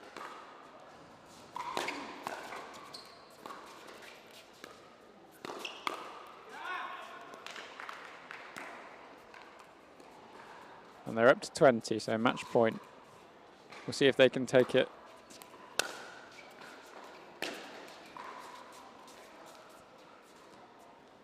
And that return just clipped the back of the baseline.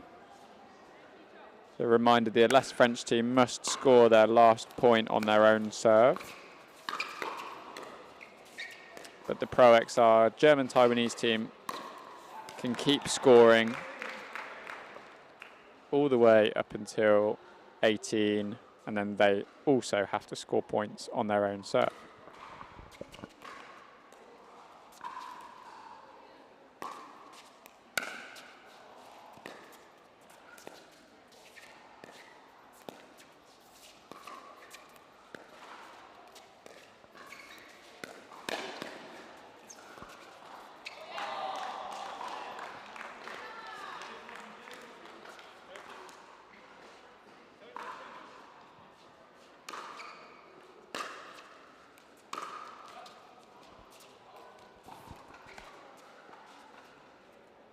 It's going to be a tricky shot to pull off that third shot lob, especially at this point in the game.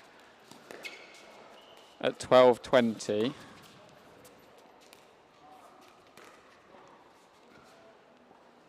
And another missed lob, this time from the LS French team.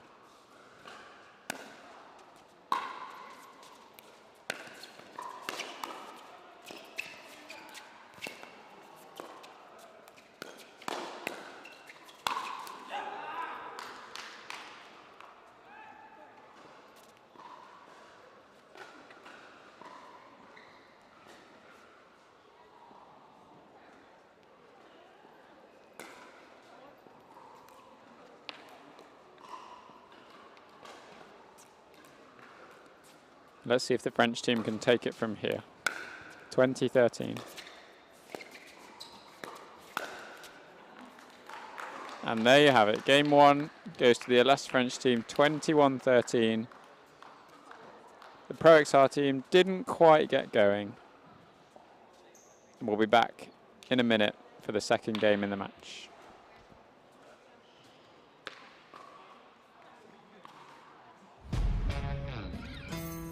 Yeah.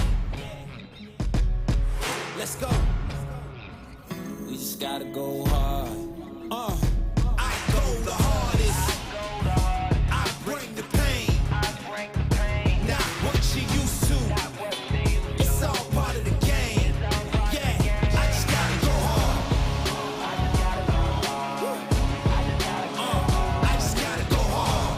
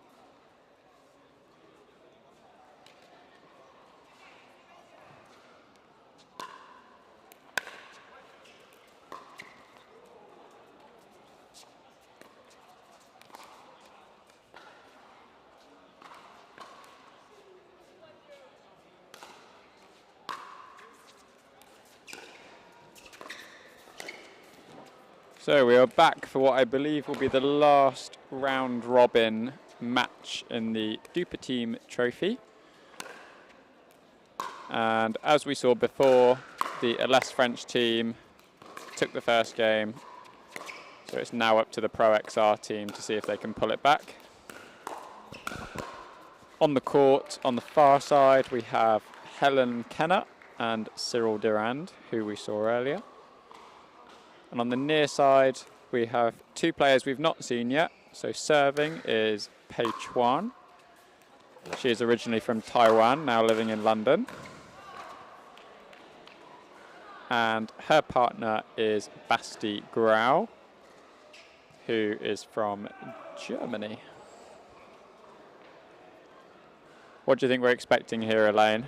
Well, I think we're expecting a game of totally contrasting styles, with the softer game as we saw in a previous match from Cyril and Helen. And it will be interesting to see which style comes out on top. The Pro XR team have taken an early lead in this rubber at 4-1, but there's still lots of time to come back into the game from the French team.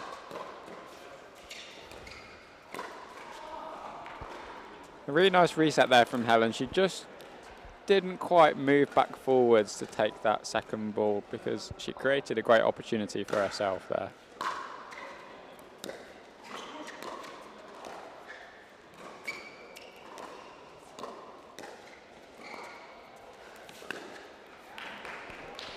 Some nice soft shots there from Helen, going to the left and right of the court, drawing the mistake into the net from the Alessi pair.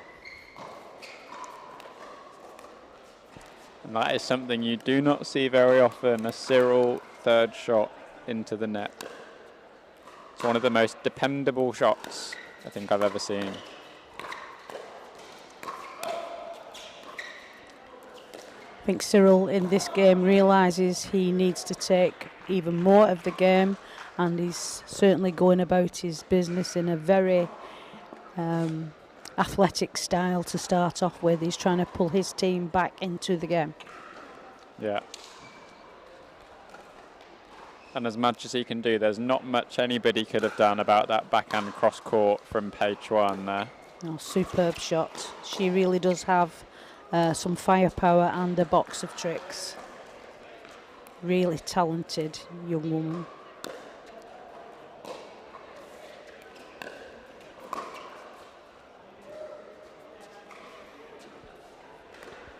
I think the focus for the French team here has got to be getting into the net and trying to develop as much as they can that soft game.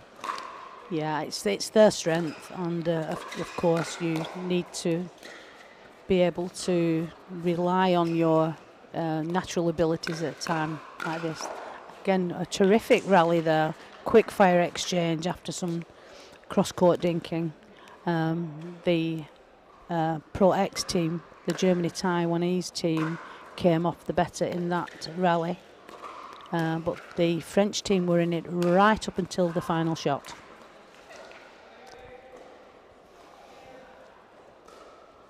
And I think the Pro XR team is a really interesting example of how mixed doubles doesn't always look the same, because we've now got Pei Chuan on the left, and traditionally you would normally see the woman on the right hand side in mixed doubles, and we had there Basti looking for an Ernie as well. So by using Pei to your advantage, you can generate a completely different look for a mixed doubles team than sort of the traditional. And I think with that pairing as well, you have a bit more of an evenness between the abilities of the man and the abilities of the lady. She's a very talented woman, so you're not seeing Basti take on the higher percentage of the game. They're each looking after their own section and relying on, teamwork and communication, and instead of just the man taking the majority of the shots all the time. So, a very different style. And we've been talking a lot about the speed of the ball today, haven't we? And Peichuan, I've played against her a few times, and I think she hits the heaviest ball. She's certainly generating some pace. The ball, when it comes off her paddle, when she comes through the swing, absolutely fizzes across the court, and certainly generating some topspin as well, because there's always a lovely little dip at the end that stops her ball from going long all the time. It's a really talented shot.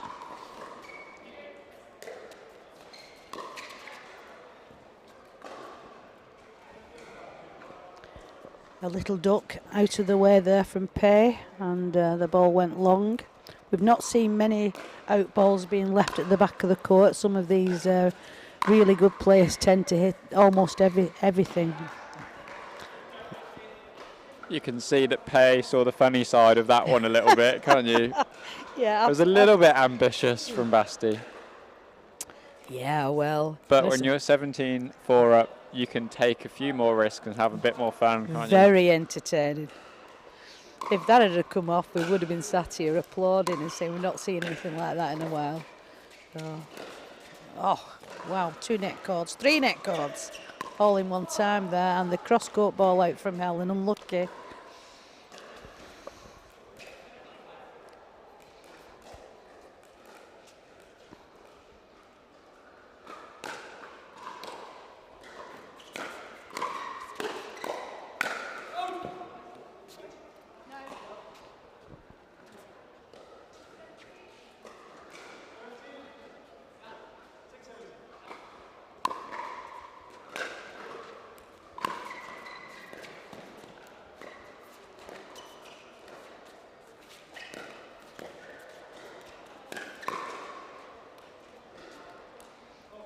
It was called out, but nevertheless.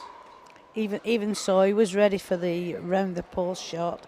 Cyril knew it was coming and obviously set himself with his paddle low, hoping that if it did come across, he'd be able to return the ball. The Pro XR team just nudging closer to taking this second game in this fixture.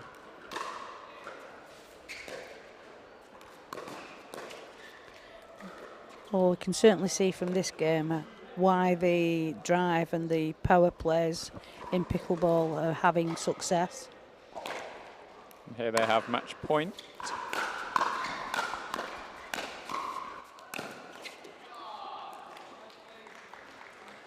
And Pei covers pretty much the entire court. And the Pro XR German-Taiwanese team take the second game.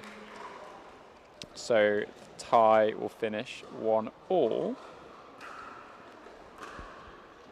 And I believe that is the last game in either of the round robins to be played. In fact, there is one more game. It's probably being played at the moment. But from Group A, going through, we will have the Franklin American team in first place. They won 6 out of 6 of their games. Second, we'll have the Viking Athletic English team. In third, we'll have the Pro XR German-Taiwanese team. And in fourth, the LS French team will make it through. For Group B, there is one game outstanding. So the Ace American team will make it through, as well as the APP American team. And it looks like it will be the Pickleball United Indian team. And the last one, we're not quite sure what's going to happen. It could be the Scan Italian team or the Nielsen Active English senior team. So you'll have to stay tuned, wait for that last result, and then we'll be moving on to the quarterfinal stage of the DUPR Team Trophy.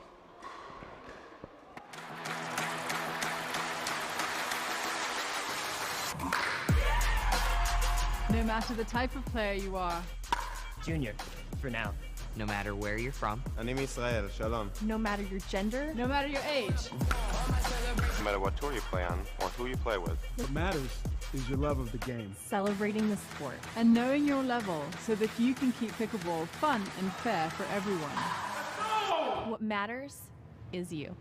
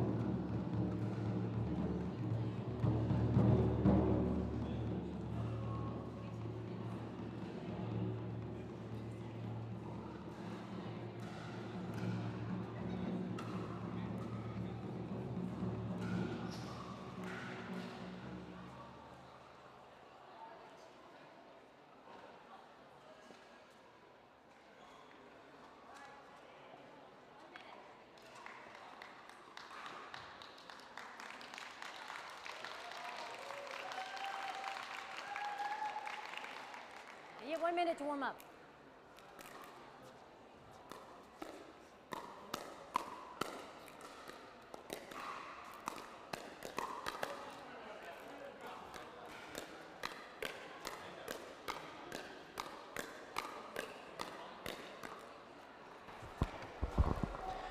Okay, we are back, and we have another special guest with us in the commentary booth for this quarter-final match between the Pro XR German Taiwanese team and one of the American Next Gen APP teams. Delighted to be joined by Ken Herman, who is the founder of the APP Tour. Ken, how are you doing today? Well, Sam, wonderful to be back here in England. Second time. Very excited to be here. And what a terrific facility. This venue even tops the venue last year at the David Lloyd Tennis Center. It certainly does. So over double the size this year, 40 courts, 1,050 players. It's going to be a good one. It's going to be an interesting matchup 0-0. We've got Jack Foster and Jack Monroe, some of our top aspiring young Americans, going against a very tough German team. They are. They're one of the best men's doubles teams in Europe. They play together a lot. They train together a lot. And all round, they're very, very solid, very consistent. So I'm interested to see what happens in this match, if someone runs away with it, if it's back and forth. Well, Jack Foster and Jack Monroe, we took the national team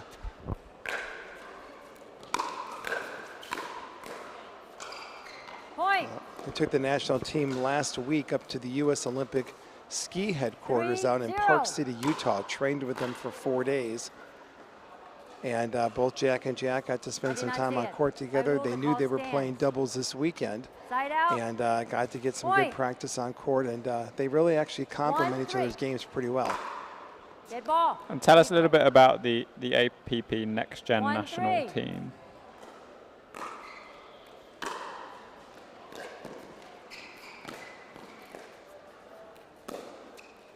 Jack Monroe holds that ball. Jackson, the black jacket there, holds that ball to the last second, finds an opening down the middle. What we saw about Jack earlier on today was the fact that he plays with both of his hands. He can equally play left-handed and right-handed. He does. Jack comes from a very supportive family. His mom, Nicole, is out there in Southern California. I'm sure she's watching right now. So both Jack and Jack are a part of the Next Gen national team. We started kind of an umbrella of the APP Tour with our series called the Next Gen Series that we partnered with Chicken and Pickle in the States. Good job, Jack, moving in. And what we do is we hold 3 events each year that are really what I call training development tournaments for our most aspiring 16 to 23-year-olds that are trying to break off into the pro tour.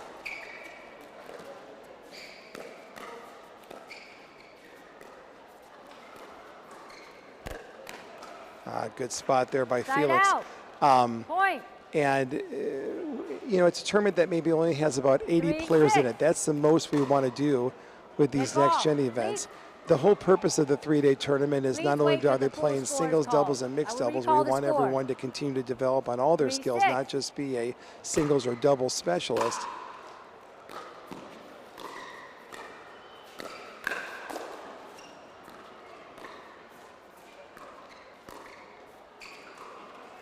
And we put $15,000 for both the men's and women's purse out there so that they can get a little bit of prize money because they're, again, trying to travel as much as they can. And it's just a unique opportunity for them. Foster coming in there. We've got the seminars that we do with them.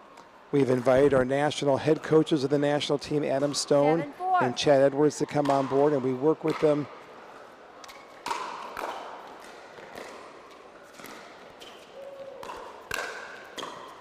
We work with them on how to give a proper press interview. What are great things you should look for if you're looking to work with a sponsor? How is your social media program going? So there's more things to becoming a top pro than just hitting a good ball. You've got the whole business of being a top pro, and with the way that the sport has just grown, it's really important to show some wisdom and some knowledge for these young athletes so that they're making good choices and that they continue to surround themselves around quality people. So that really has been our main goal. So we had a great camp last week in Salt Lake City. The kids went home for 5 days, and we're back here in London. Good to hear.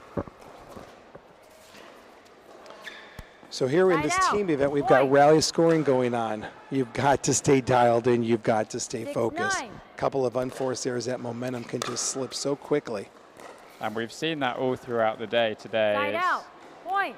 It's been missed serves and missed returns that have really cost teams games, and even now, you know, a spot in the quarterfinals. So it's these more consistent teams, I think, that have made it through the group stages.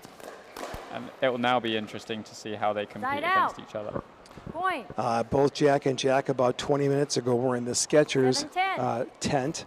Skechers is a major supporter and sponsor of the APP Next Gen team, so they were getting some new shoes. They went through a little photo shoot, got a couple of beautiful bags. So Skechers has just been very supportive, and we are incredibly appreciative for their year-long commitment to the national team. And they're also the title sponsor of the English Open this year as well. So a very strong presence they're making. 9-10. We're playing with Franklin Balls as our official sponsor. We are. It's the preferred ball of Pickleball England.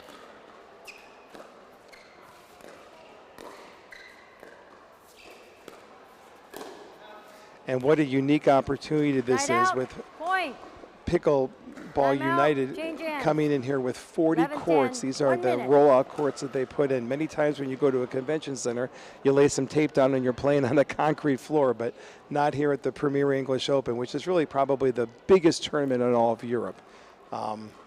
I think it's the biggest tournament outside of North America this year. So people have been trying to come up with, you know, other tournaments that replicate this size indoors. Correction on the scores, 11-9. With the outdoor court surface. And I don't think there's been one as of yet with so many outdoor courts indoors in one place. Well, both yourself and Karen have just done a terrific job, and then the whole England Federation has been so supportive. The volunteers have been most accommodating to everybody, certainly, you know, the 12 of us.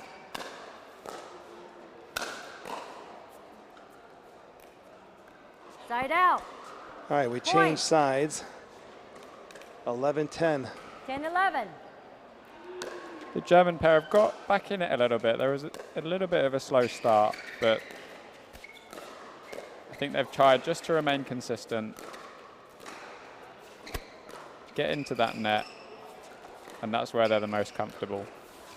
Well, they've got good hands, good control of the ball. Side out. Jack Foster also has a very supportive family. His girlfriend Amanda Hendry is playing here. And I know he's got a good friend, Jimmy G, back home that's cheering him on right now on the live stream as well.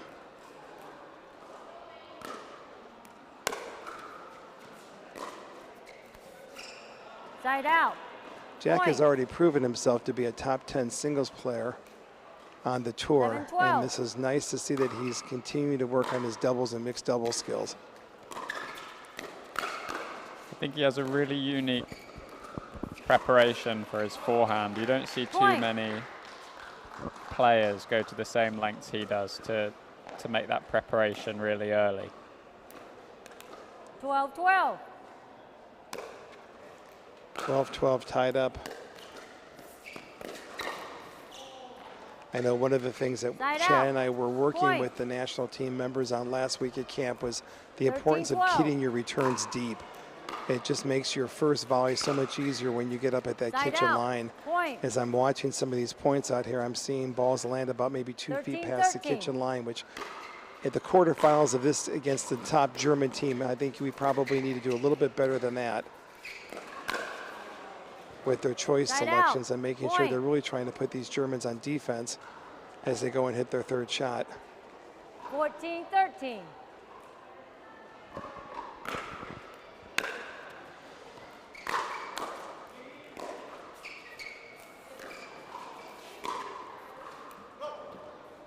Just wide. Looks like Jack opened up on that backhand, pulled the ball a little bit wide going down the line. Out. And we've just tied up at 14 all again, so it's a bit back and forward at the moment. No one really taking too much of a lead at one time. The jacket's off for Jack, so it must be getting serious now.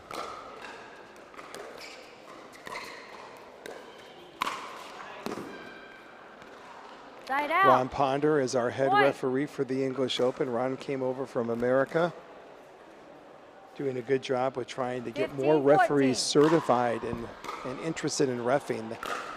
That is a big challenge that we have in America with as many pro events that are coming on, having enough certified refs. I know APP, we try to always have it be our goal to put a ref on all senior pro and pro matches. And that's where you can see Christina just at the side of the court there. She's actually refereeing the game, and I think she's a referee in training. So Ron's keeping a close eye on her. Tracking her, making sure she's staying up with the game. And today she's done an excellent job of keeping track.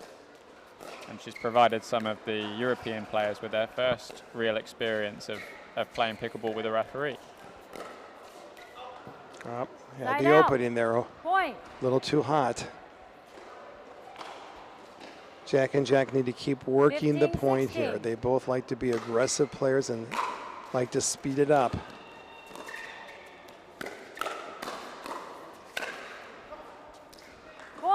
It's great hands from Basti there. Took the initiative and was always prepared for that ball to come back again. Again, that returns about two feet past that kitchen line.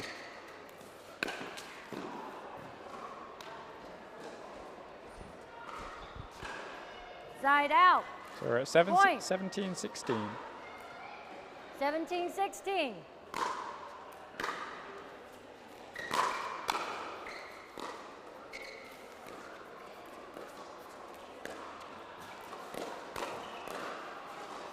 Side out. Oh, Jack Monroe tried to speed that up. Looks like Felix was there with his paddle up ready for it. 17-17. 17 all. That drop was too high. Out. Point. So Sam, we've got 3 more days of competition. It's a 4-day event. We have singles tomorrow, followed by Saturday and Sunday's play. We do. And it's really jam-packed. You know, we wanted to make sure that everyone who wanted to play had an opportunity to play. And we're very lucky with the tournament system we use allows us to plan out each and every game in advance. So we're going on for a little bit longer this year on some of the days than we'd anticipated, but with over 1,000 players, you have to make adjustments. And we're hoping it will be just as good as it was last year. Big point, 18 all. Point.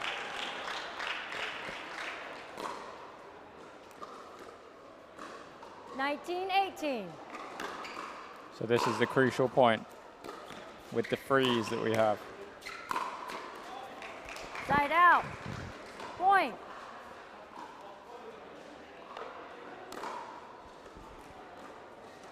(19-19). 19 all.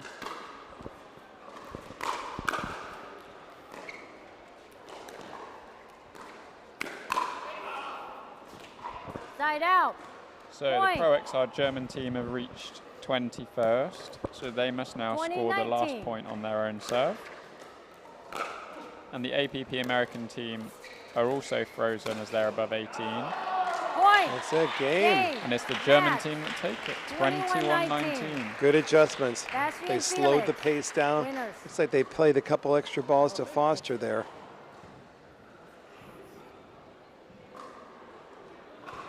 But a good start for the Pro XR German-Taiwanese team, who probably came in slight underdogs into this fixture.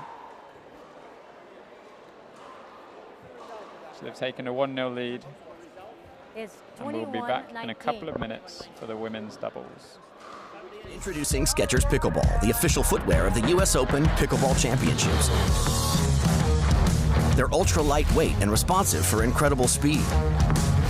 They have Goodyear rubber outsoles with a specialized pickleball design for increased side-to-side stability and agility. Plus, they feature shock-absorbing foam and Skechers' famous relaxed fit design for incredible comfort game after game. Conquer the court in comfort. Skechers Pickleball, the official footwear of the US Open Pickleball Championships. Innovation is our specialty.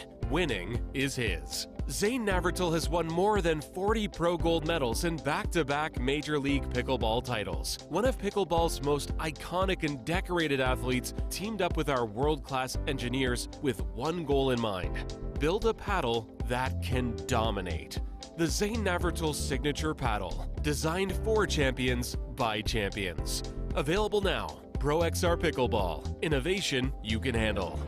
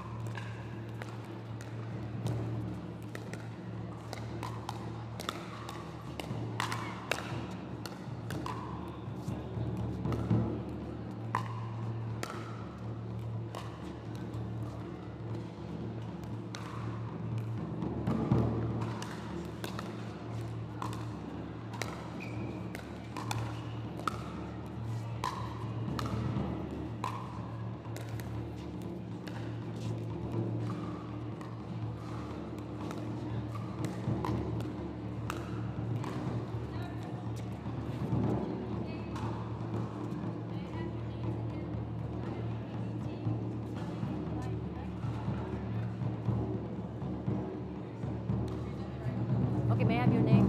Eva. Oh, okay. E-V-A. And then? Riley on the odd, okay. And you guys are starting on the right side. And your name? I'm Pei Chen. C-H-U-N. Are you on the odd or the right or odd? You're left. Oh, you're on the left, okay. Yeah. P-E-I, right? P-E-I, yeah. Okay. C-H-U-A-N. Okay, and then your name?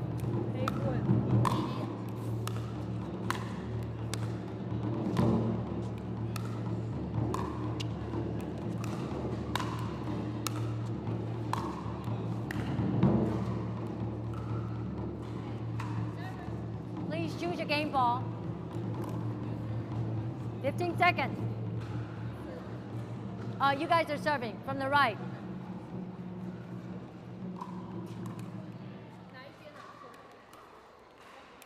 Oh, may I have that? Thank you.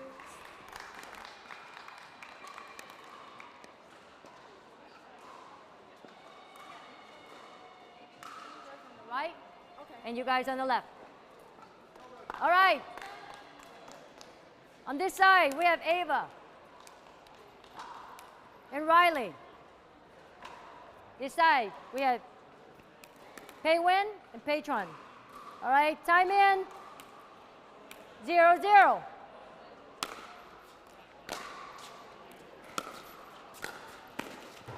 Okay, side out. Hi, everybody. Welcome back to the Skechers English Open. 1-0. Here we've got the second matchup An American team, Riley Bonehart, Ava Kalist, are going up against a Taiwanese team, sisters. Ken Herman on the mic. Sam Bashford stepped away for a quick second. Side out. Point. The Taiwanese and Germans had a combined team and won the first match in the boys' doubles, men's doubles. So the American team's got to win this match to force a third.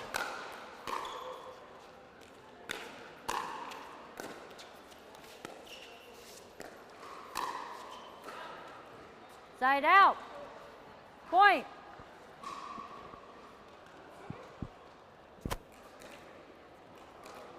Ava Kalist and Riley Bonehart are both on the Next Gen national team. We have 12 players over here on the team, and we divided the teams evenly. Point.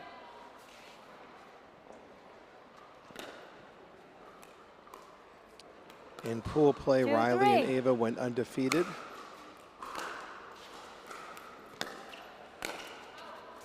And now we've taken the top 4 teams from each pool and put them in a quarterfinal bracket. 3-3.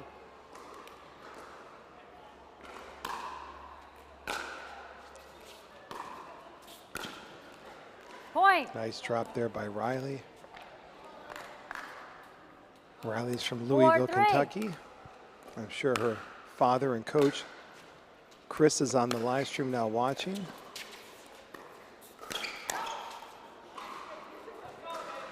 Point. Those of you who don't know Ava Kalist, she's from the Pennsylvania area, comes from a very supportive family, and her father, Dave, is very instrumental with her pickleball. Side out. Point. 4-5.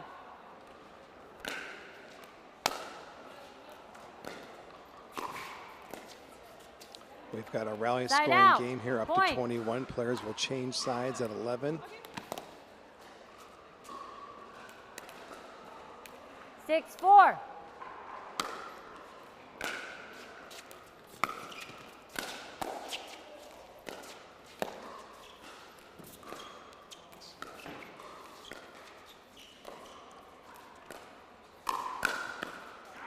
Side out. Point. Looks like Riley was looking to attack on that backhand. Didn't quite get the ball down low enough on the sister's feet over there.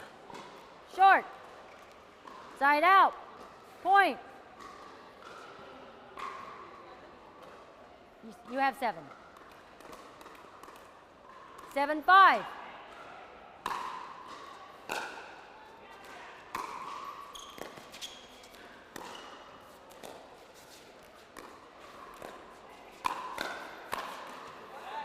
Good hands, nice close.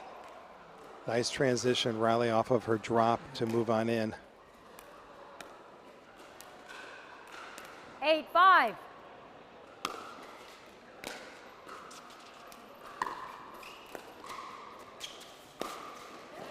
Wow. Point. Well done. Riley and Ava are close friends. They're roommates this week while we're here in England. Spent last week together again in Salt Lake City. 9-5. Where we held a camp.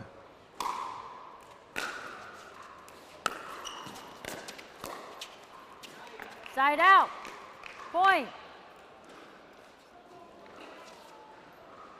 6-9.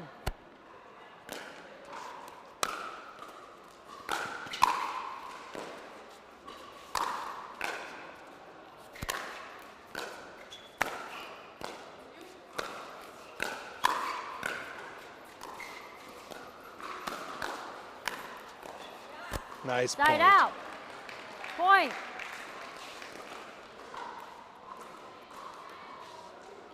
Ten, 6.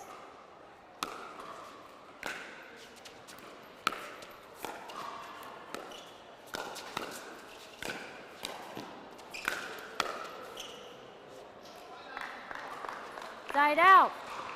Point. 7-10.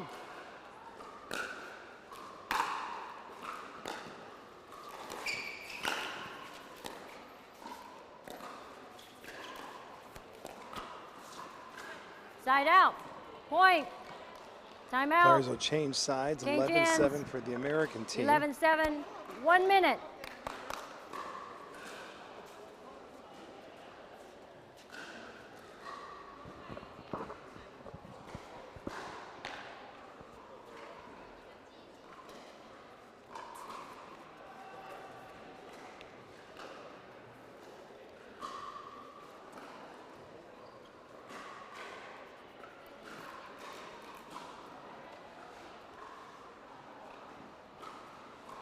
You guys ready to start early? Okay. Time in. 11-7.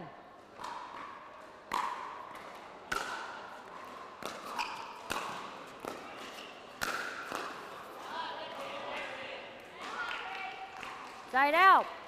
Point. 8-11.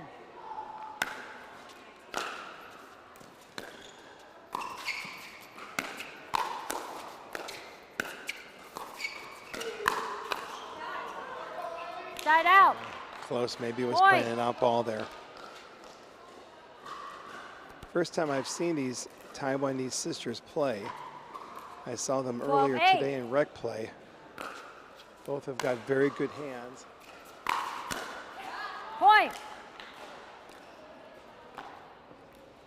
And have been told that the sport in Taiwanese is 13-8. definitely growing with pickleball love.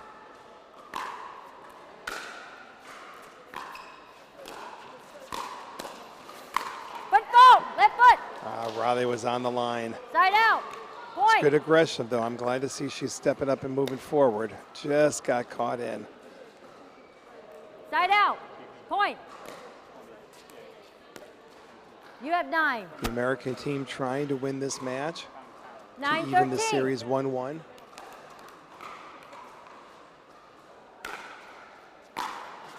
And we are welcoming Sam back to the Point. booth. I'm back. Just been making sure I'm absolutely concrete on the 10-13. rulings moving forward. So if the fixture is 1-1 after these two men's doubles and women's doubles out. games, Point. the tie will be decided on points difference within the fixture. And if it's still a tie, then we're going to go to a game to 5 You have 10. shootout. You have 10. You have 14.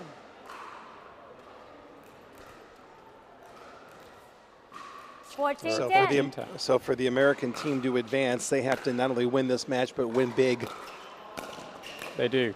They just need to make sure that the Pro XR German-Taiwanese team get 18 points or less.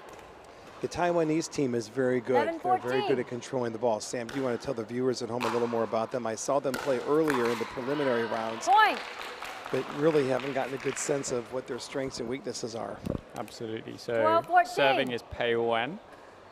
So Pei Wen has absolutely incredible racket skills. Side out. Just Point. makes a few unforced errors, maybe more than she possibly should. Just goes for a little bit too much at times. 15-12. But a very, very talented player.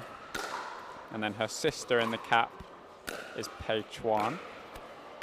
They both have the same name, so it can get a little bit complicated. And Pei Chuan is the sort of higher level player out of the two. She has a really good racket sports background. Looking for a call on that baseline.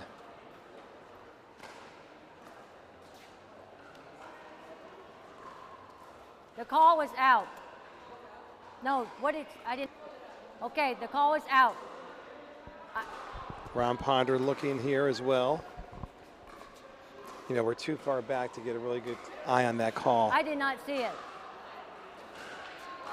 I don't think the ball hit Riley's foot. I think she made the call as she was trying to get out of the way of the ball. Side out. And I think it's been overruled Point. in favor of the Taiwanese Thank you. German team. You have 13. You have 15. So I think we're restarting at 13, 15. 13-15.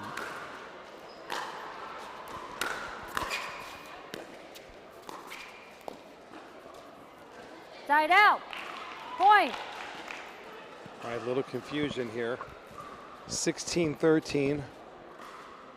Ava's got the serve now. You have 16. You have 13. Okay, 16-13.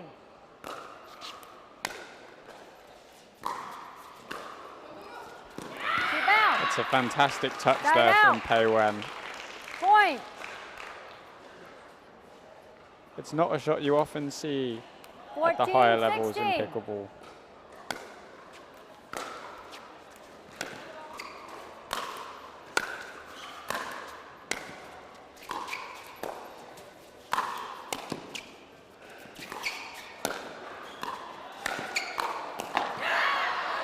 Side out.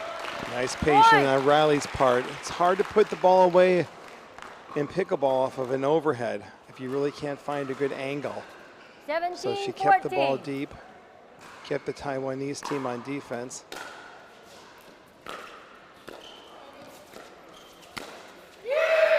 And again, Pei Wen going for that drop volley, creating a bit of space for Pei Chuan. I think the American team is doing some dropping and watching their shots versus 15, following the ball 17. in. And I think the Taiwanese team has sensed that and seeing that they're not moving forward as best as they could. Great lob. Point. And Pei Chuan puts another ball away.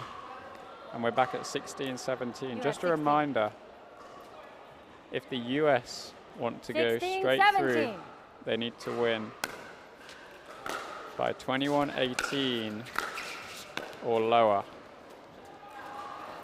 Side out. Point. If the overall result is 21-19, we'll be into 18, a shootout 16. to 5.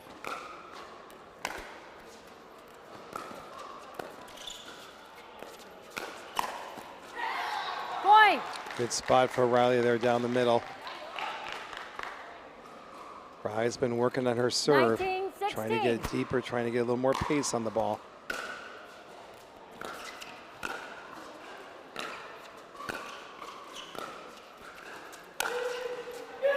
It's such a good Side angle out. from Pei Chuan. Point. Terrific angle.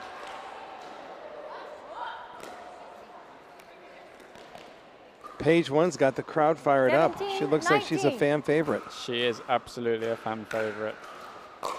2-point game. Americans attacking. Point.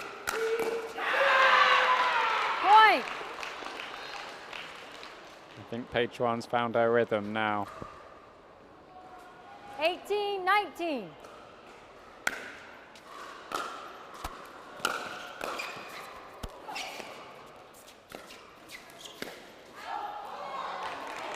Side out. Point. Good eye there by Riley. Ava yelled at her, let it bounce. 20, 18. Game point.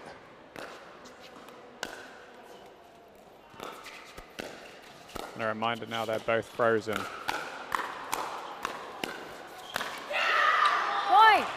Game. And the game Match. goes to the American team, 21-18. 21, 18. Ava and Riley. Congratulations.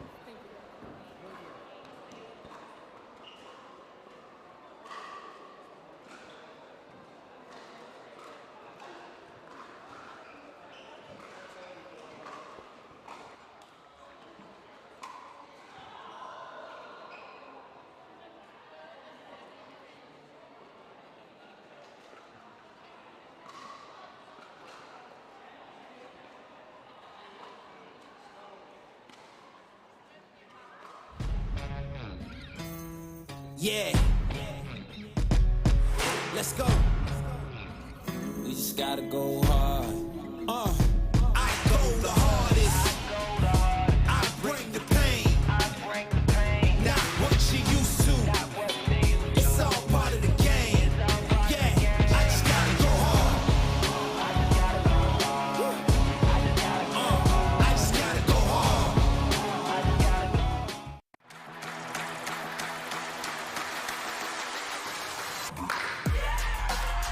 No matter the type of player you are, Junior, for now. No matter where you're from. אני מישראל, שלום. no matter your gender, no matter your age, No matter what tour you play on or who you play with. What matters is your love of the game. Celebrating the sport and knowing your level so that you can keep pickleball fun and fair for everyone. What matters is you.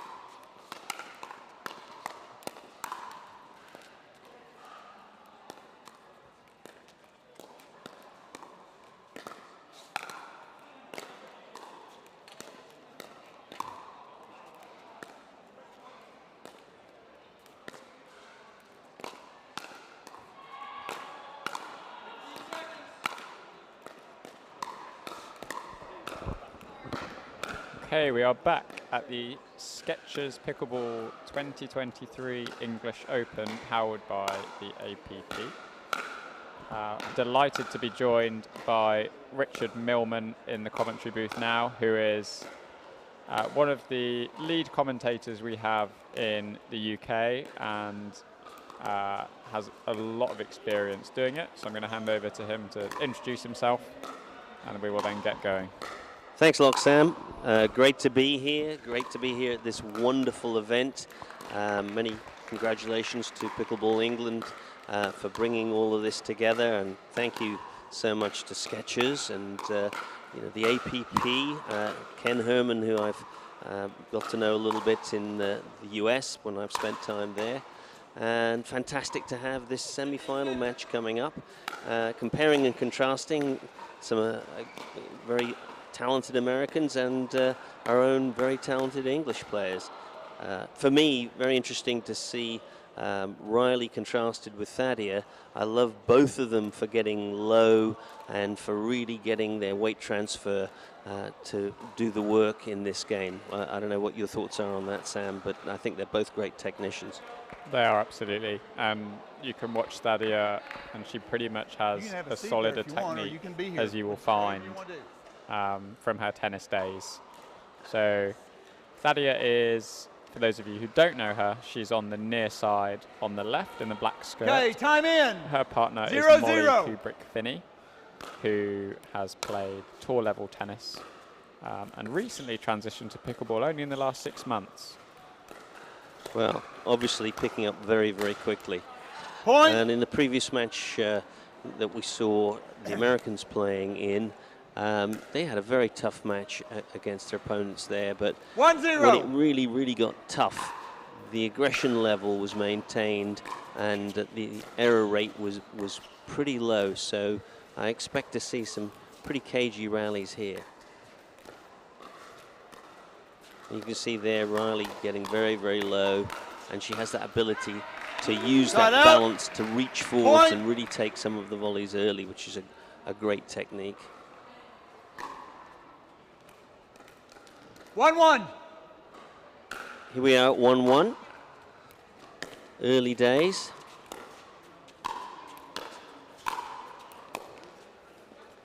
Side out. It looks like Richard Riley is going to be quite dominant in this game, coming over quite a lot, taking that forehand in the middle, and really trying to put pressure 2-1 on the Viking Athletic English team. So what's your expectation from Molly, considering she has such limited experience? Is she going to be the player the Americans are aiming at? Point. I think it'll be a bit of both, actually. I think they are very, very happy to dink to Thadia on her backhand. She doesn't tend to change it up too much on her backhand, so once you get into a rally, if you can then secure a slightly higher dink from Thadia, it's then a lot more maneuverable around the court. Molly will have some, as all players do new into pickleball, some interesting shot choices. However, her ability to hit the ball at the pace and power she does is pretty much second to none, having played against her. It's just that soft game that she's starting to develop a little bit more, getting a bit lower, moving her feet a little bit more. There is a tendency, if you've come from another sport, for instance, tennis, the ball tends to come onto your racket much earlier, and it's very easy in pickleball, if you're not used to it, to slightly play too early. And you saw a couple of rallies ago there, her just pushing the ball higher than she expected. The ability to let that ball come onto your paddle in pickleball is so essential for control and reset under pressure. The APP American team just out to a quick lead here, 5-1. 5-1. What do you think that's, how do you think that's happened, Richard? For me, it looks like they've just started off that little bit quicker. They look a bit more into it. They have just played a match on this court, so they were nice and warm to begin with. Point. Yeah, definitely they're bringing the game to the English team. And the English team, to me, just looked a little uncertain as to what their strategy was going to be. They were sort of a little tentative, and they've really got to find a system that works for them and try and open up some holes here. It was interesting in the earlier match. Who was that against, Sam, that Riley and Ava played against? It was against the German-Taiwanese team, Pei Chuan and Pei Wen. Well, Pei Chuan and Pei Wen. Pan Wen were getting a lot of results down Riley's backhand side. If you notice here, the English team haven't really tried to attack to her left. They've really put the ball on her forehand, and she's very, very powerful down the middle on the forehand side. So I'd like to see something happening, attacking down the line to Riley's left. And at the moment, as you say, it's sort of dink-dink. Well, there's some success there, but haven't seen much line ball so far from the English. 4-6.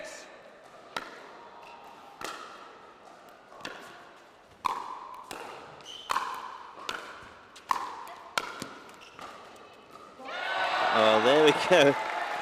I hate to be the predictor of disaster, but down the line, and that's where success has been found there by Molly.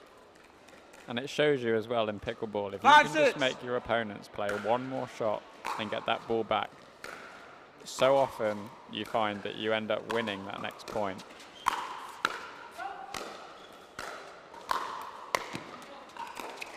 A lot of mid... there's more to the backhand there. Well, that rally had the beginnings for the English pair of some success, but then they drew the ball back into the middle, and I do feel that the APP American team are very, very strong in the center. How do you feel about that? I agree. I mean, Ken Herman was telling me that they've been working, they had a trip to Park City last week, and they were working at the Olympic Center on their strength and conditioning and fitness, but also how they're working together as a pair. And I think it's quite clear to see that Riley and Ava did a little bit of work last week on how they're going to play together. And you can see that they're so comfortable making those decisions as to who's going to take the ball, what they're going to do. And there's a really nice intuition between them. Now, you're a very strong player, Sam. You've been playing this game for a long time. To me, I would like to see the English pair playing a bit more line ball, not just in terms of immediate success, but to actually put the idea in the mind of the Americans that they need to cover wider. How do you feel about that? Yep, it sounds like a really basic tactic, right? Moving the ball around, keeping your opponents moving. But at the moment, you're exactly right. We keep seeing those balls going back pretty much to the middle of the court.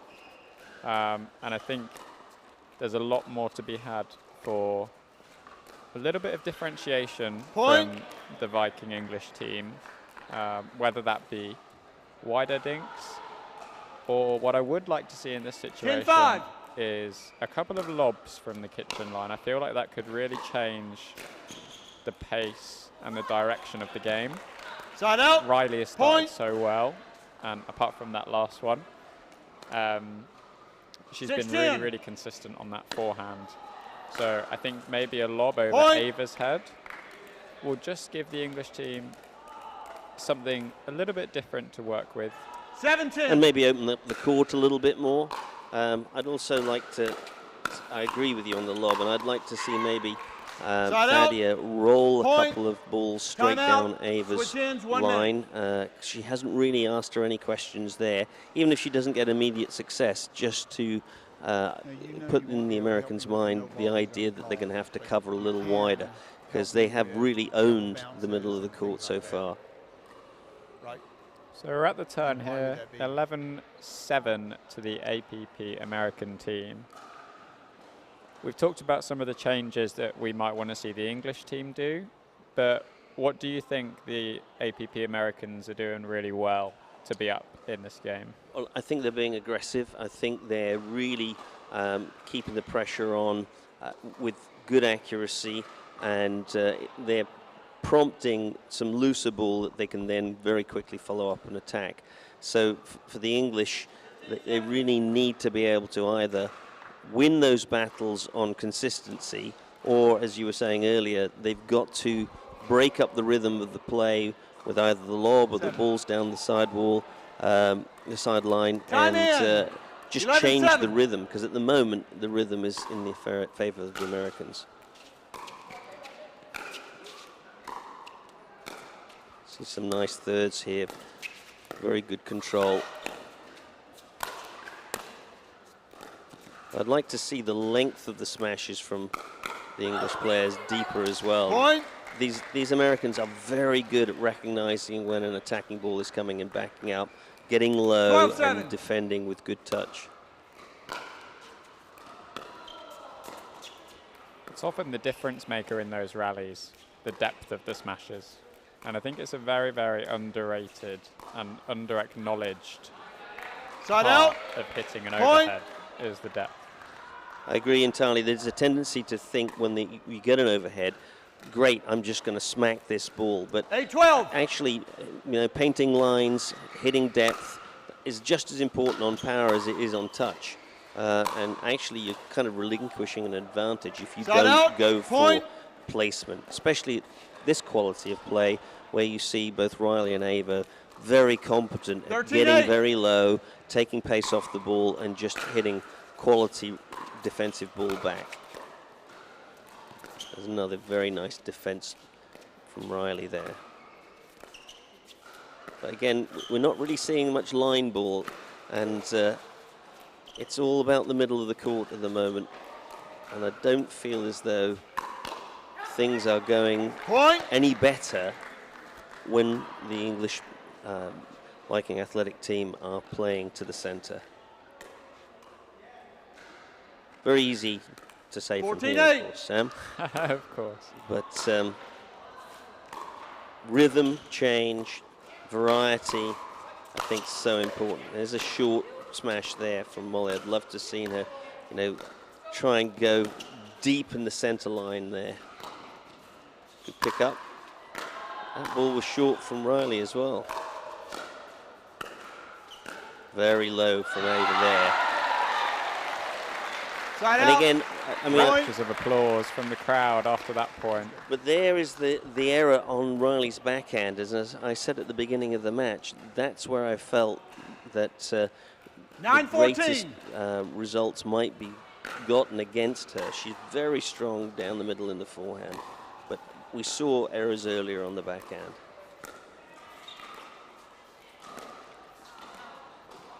How do you feel about the frequency of deceptive fast speed-ups from the English? I'm not really seeing them really aggressively taking some of the ball at the body that they might do, in my view. Am I wrong? And I was just going to say, I completely agree. That last rally where Thadia had that inside-out forehand, I was really hoping that she'd go a little bit harder straight down the line at Ava. Right. And just test her hands. Because we've seen some hands battles, but majority have been with Riley. And, it's still a 5-point differential. They're still in the game. But they also still have got to think about how they're going to win all of these points.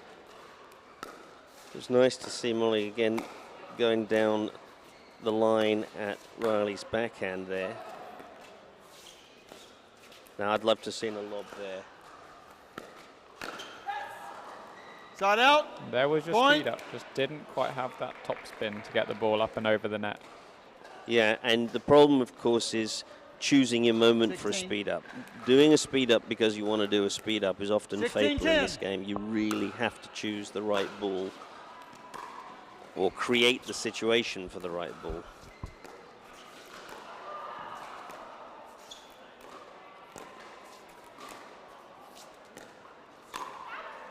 That's a much better dink from Thadia, doing exactly what you told her to do. So, very happy on that dink rally also that she varied the direction a little bit more. And she actually got movement out of Riley, which I think put Riley slightly off balance. But here we are, playing to the middle again. Yeah, a lot of pressure. A lot of pressure to the middle. I think what I'd love to see after that smash, and I really like Molly's first drive back, and then I would really like to see her drop that next ball and regain that net position. I feel like that's going to be really important for her. And don't forget, she's only been playing for 6 months, so she's still a complete newbie into pickleball.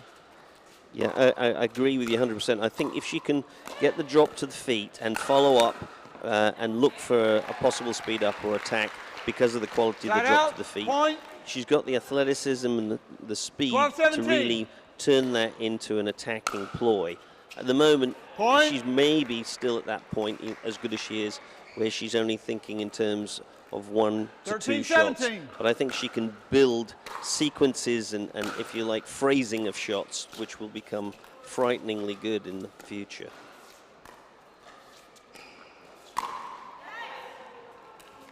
Still a little bit high from Talia there, but the English team made up a couple of points in that last run. So see if they can get this serve back and use it. 18-13. Crunch time now, an error right now, it's good night nurse, but a couple of points back in it, and who knows, maybe a little bit of fear comes into the Americans.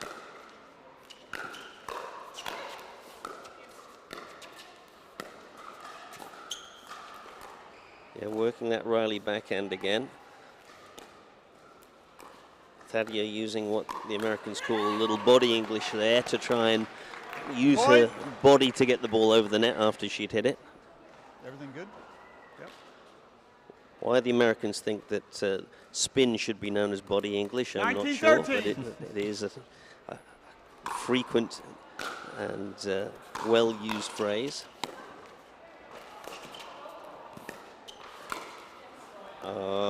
So there you can see where Molly missed that.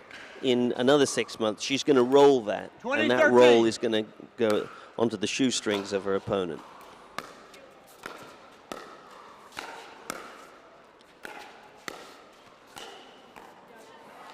And Ava has been doing a fantastic job of that reset. Like we said, she's not had too many battles in terms of hand speed, but her ability just to drop that ball back into the non-volley zone, I think has maybe been one of the main differences in this game. Yeah, she is rock-like in her resistance, it has to be said. 15-20. Here we are, game ball. Oh, there we go. A very, very unusual unforced error there from Riley for this match. And just a reminder that the APP American team, now they're at 20, they need to score that last point on their own serve. So a time for the English team to make good advantage of the situation if they can really keep their focus here. And you can see they've already taken a couple back. But this is match ball.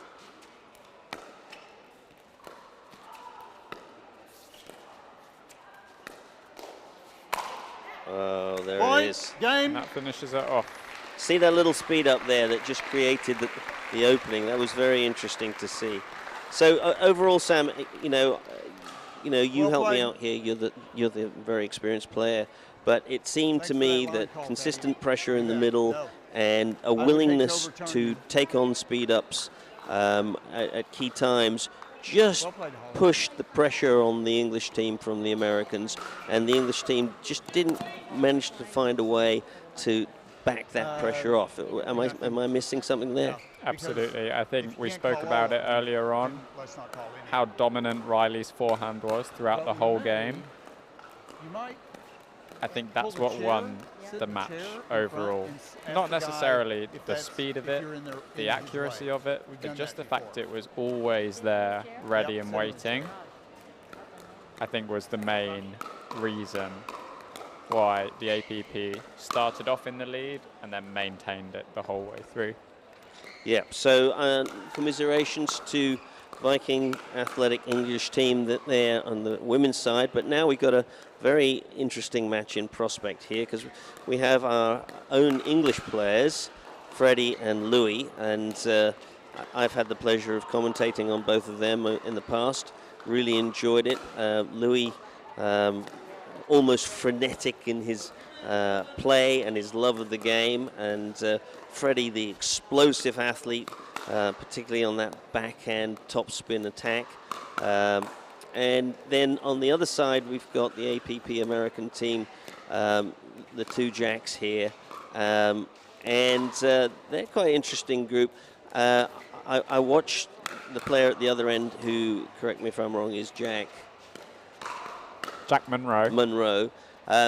Very consistent, very spectacular, can use both his left hand and his right hand, particularly good with a double-handed left-handed backhand. I really like that. And also his ability to change the face of the paddle as he strikes the ball to get a variety of angles.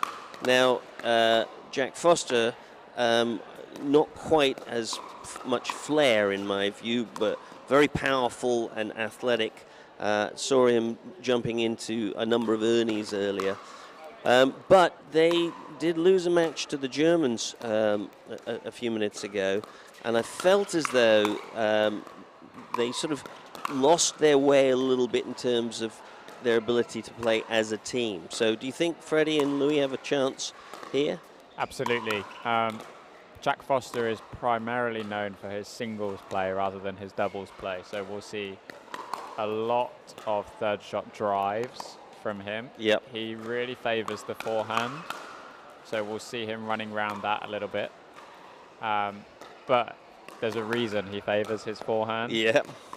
His preparation and his take back really set him up for a consistent, pretty powerful and loaded with topspin forehand. So I would give Louis and Freddie a pretty strong chance in this one. I'm feeling like they might come out on top. But remember, these points are now super important because that first decider is on points difference if it's a draw. So they've got to make sure, as much as they've got to win the game, they've also got to keep the points down of the APP American team. So a 21-15 win for Viking Athletic English team would put them through. A 21-17 win would not. And a 21-16 win would lead us to a rally shootout to 5 points, which is what we really want to see, if we're being honest. So just give us your take on the scoring system, and you know, what you've seen over the last year with things like MLP and the Dream Breakers and stuff like that. How do you feel about these new scoring systems? I have two different opinions. So as a player, I prefer traditional scoring over rally scoring. As a spectator, I would always want to be watching rally scoring rather than traditional scoring. Right. I was at MLP in June, and the excitement from it was unlike any other pickleball I've ever seen. And, you know, not only was the level of play ridiculously high, but the main thing, you know, and I've played in MLP scoring before, but just watching it and all the pros participating in it, I'd rather watch pickleball that way than any other way now. What about you? You know, I'm exactly where you are as a player. I feel more comfortable with traditional scoring, but the more I see the MLP system and particularly Dream Breakers, I love to see it. It's very exciting. I love to see the disproportional matchups that sometimes come in team games. I mean, last year watching Thadia take points off Louis was just fantastic. But here we go, and exciting match in prospect. I'm hoping to see some really dramatic shots from Freddie on the backhand side, and I'm hoping they stay in. Because sometimes the explosions are amazing, but occasionally they do go a little bit dramatically long. Starting out with a great cagey piece of dinking here, and both teams waiting their chance, but they're jumping across there and taking that early and keeping his balance. And we did see him doing that earlier as well. So he's going to be looking for that all the time. And I think we'll see Jack Foster going for that shot quite a lot. Jack Monroe is so consistent on that cross-court dink. And I think, not that Louis will struggle with getting it back, but I think he will have more of an initiative to change the direction than Jack Monroe. 1-1. So just while we're in the early stages, just for those people that are new to pickleball, explain the differences between ATPs, Ernies, and other sort of exciting professional shots that we see in the game. Absolutely. So the shot we just saw Jack Foster play, where he jumped down the side of the kitchen, is called an Ernie. It was named after a man called Ernie Perry. I believe he first did it in the 1980s, and then it's caught on more and more and more with the rise of pro pickleball. There's an exciting shot from Freddie. Go ahead. That's the angle you wanted earlier. Yeah, exactly. Directed rather than just smashed, yeah. I'm sure we might see an around the post shot as well. That's commonly known as an ATP. And if we see one, I'm sure we'll talk about it as an ATP. 2-2. The ball, it's a common misconception the ball has to go over the net and into the court. If the ball is wide enough, the players can actually go around the side of the net, as long as they are hitting the ball still on their side. But provided that happens, if you go around the net and you hit it into the court, it's a perfectly legal shot. And what about a Burt? A Burt, you're testing me now. A Burt is a little bit like an Ernie, but it's where you jump all the way across in front of your partner to effectively hit an Ernie on the opposite side and that's of your court. Very, very disconcerting because it completely changes the rhythm, the expected rhythm of the game. Side out, point. And so sometimes people think that maybe somebody's poaching, but actually this ability to change up rhythm and break a sequence of play is very important at this level of the game. Point. And as predicted, we're seeing a fair few third shot drives from the APP American team. What do you think the Viking Athletic English team need to do to counteract that? Well, I think it's really important that they, when they're responding and resetting on those third shot drives, don't just respond with pace. They've got to redirect all the time, because the whole purpose of a lot of those third shot drives is to look for product that can be then taken advantage of.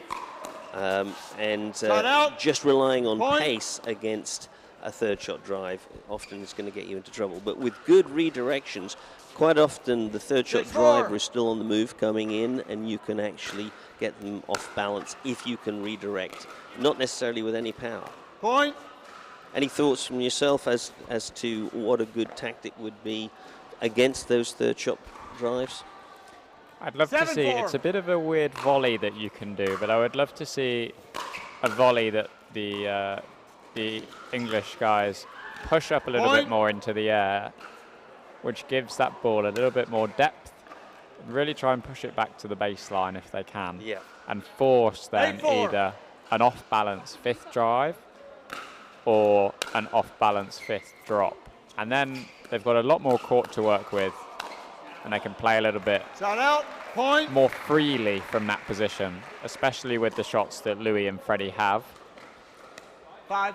They always want a little bit more space. 5-8. At the moment, we seem to be seeing a little bit of a sequence. There's a good dinking rally comes on, and then Louis is occasionally just popping the ball up too high and making an error. Louis, is that characteristic of Louis at this level of the game? After a sequence of dinks, maybe being vulnerable to popping the ball up?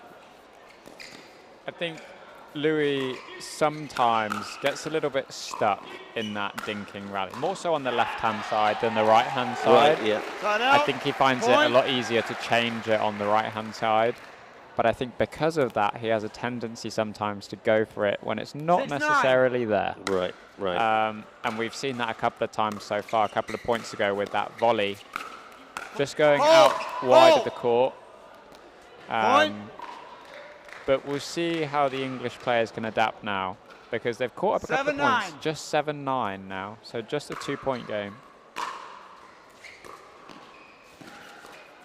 And I'm not sure if Jack Monroe got himself in the kitchen there. Is that why he lost that last point? There was a kitchen goal, yeah. And again, for those not that familiar with the game but excited to see this fantastic sport that's rapidly growing, if you put your foot on or on the line or into the zone, the blue zone there, or indeed if you fall into it or even touch it with your paddle after you've hit the shot, it's going to be a foot fault, and so you have to be very careful. So, Richard, we've got to 11-7 at the turn now. We're obviously cognizant of the points differential situation as well.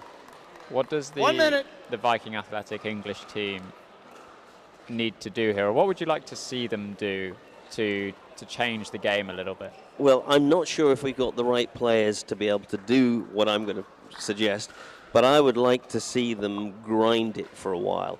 I'd like to see them simply make the APP American team's life miserable and say, you know, we're going to just stay in this, we're not going to do anything loose, we're going to make you have to make the mistakes or take the chances for at least the next few points. I just feel as though there's a little bit too much opportunity for the Americans at the moment, and I'd like to get to the point where they start questioning themselves because they're not getting opportunities. 11-7.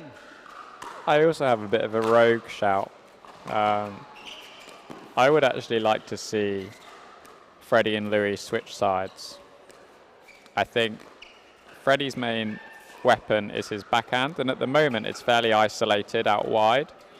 And I think Louis plays better with his forehand in the middle, because he goes for a lot of those shots we were talking about, especially the Berts, where he's running across the court and taking a poach. So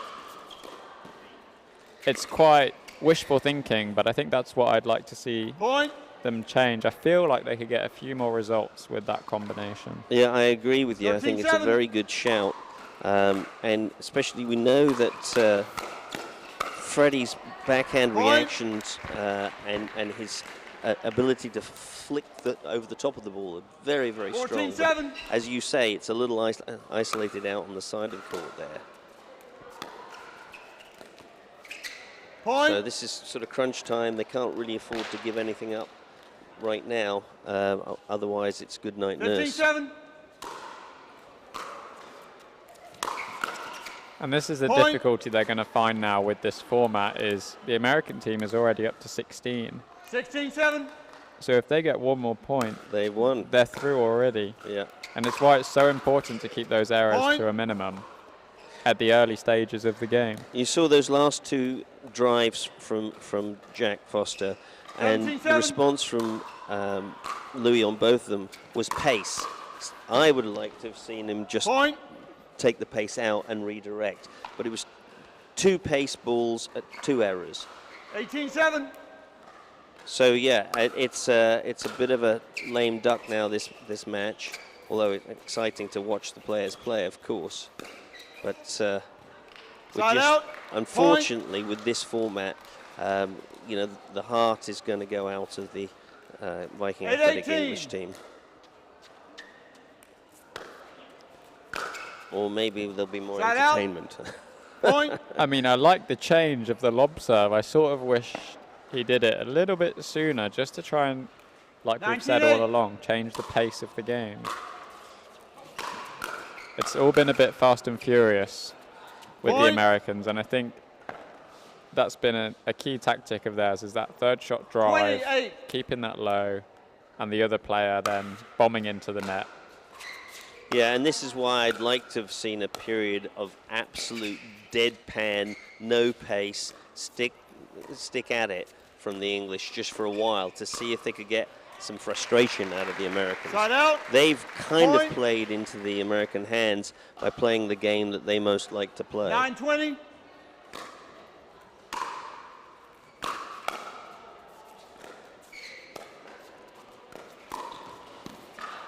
They've had a couple of points in a row, and there's a big English crowd here who are still cheering them on. So we'll see if Louis and Freddie can give them a little bit more to cheer about before the end of this match. Oh, there's an attempt at a classic Freddie backhand topspin drive. When he gets them right, they are fearsome. I once had one fly over my head and still land in the back of the court.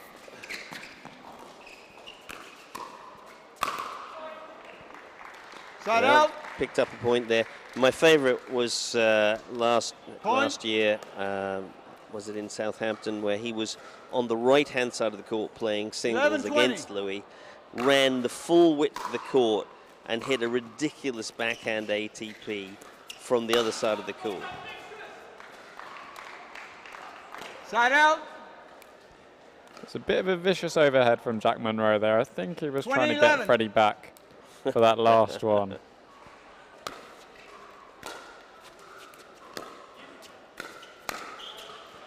Yeah, so there's a good example there from Jack Monroe of playing a quality third and following it up, knowing that the ball from the feet is likely to present an opportunity and then capitalizing. So a great overall fixture, I think, for the APP American team. They showed their solidity, but also their experience in these situations. And I think, you know, this is a grand centre court. It's the biggest one we've had in Europe before. And it will take some time for the European players, the Asian players, to get used to the occasion that the English Open now is. Yeah, I thought on that line, I thought that the German players did a fantastic job, and they were definitely up for it. And, you know, just for us as participants in the sport, this is really, really exciting. You know, I first played in English tournaments 3 or 4 years ago, and at that point we were sort of lucky to be getting 200, 250 players. But also lucky trying to find a venue. Yeah, exactly. And now we have, 1,053 players in this tournament. You know, I've been playing in the US, and we've been regularly getting that number of player in some of the Florida tournaments. But of course we got 49 million pickleball players in the United States now, according to the USTA.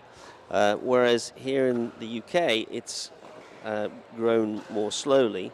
So having 1,053 players in our English Open, it's just tremendously exciting, and pulling people from all over the world.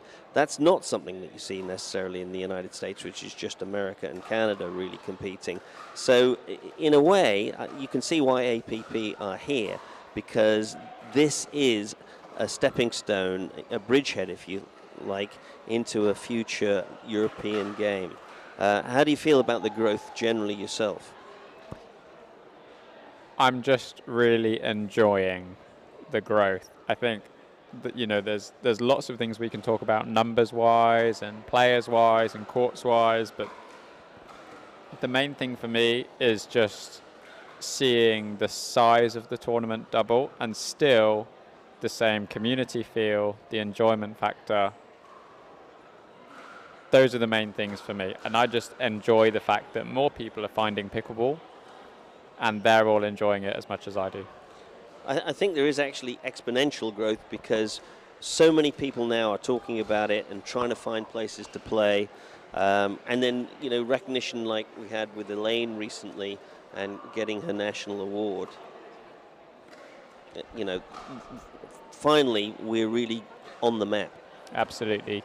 So we will be taking a short break, probably around 5 or 10 minutes. And then we will be seeing, I believe, the final of the DUPR team trophy. So stay tuned. It won't be long, we promise. And we're really excited to see what the final is going to hold. Introducing Skechers Pickleball, the official footwear of the US Open Pickleball Championships. They're ultra lightweight and responsive for incredible speed. They have Goodyear rubber outsoles with a specialized pickleball design for increased side-to-side stability and agility. Plus, they feature shock-absorbing foam and Skechers' famous Relaxed Fit design for incredible comfort game after game. Conquer the court in comfort. Skechers Pickleball, the official footwear of the U.S. Open Pickleball Championships. Innovation is our specialty. Winning is his. Zane Navratil has won more than 40 pro gold medals in back-to-back Major League Pickleball titles. One of pickleball's most iconic and decorated athletes teamed up with our world-class engineers with one goal in mind: build a paddle that can dominate. The Zane Navratil Signature Paddle, designed for champions by champions. Available now. Pro XR Pickleball. Innovation you can handle.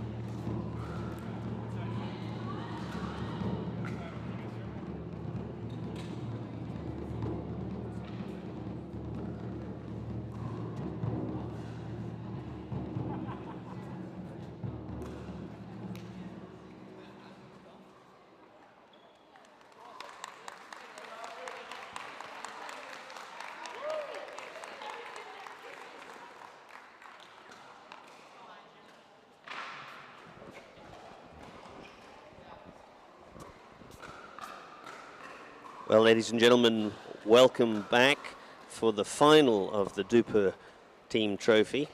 And it's Richard Millman here for Pickleball England. And beside me is one of the great stars of English pickleball, Sam Basford. Sam, what are we looking at here, and what are you expecting to see? This end? Yeah? Okay. Well, Richard, first of all, I'm just really excited. I think this is just the second game today where we've seen two of these APP Next Gen teams play against each other. So I'm hoping all round we'll have a variety of styles, some interesting shots. Point. And I'm still praying for that 5-point playoff at the end. Yes, the almost dream breaker excitement. So one of these teams is APP Next Gen. The other one is an APP Franklin team.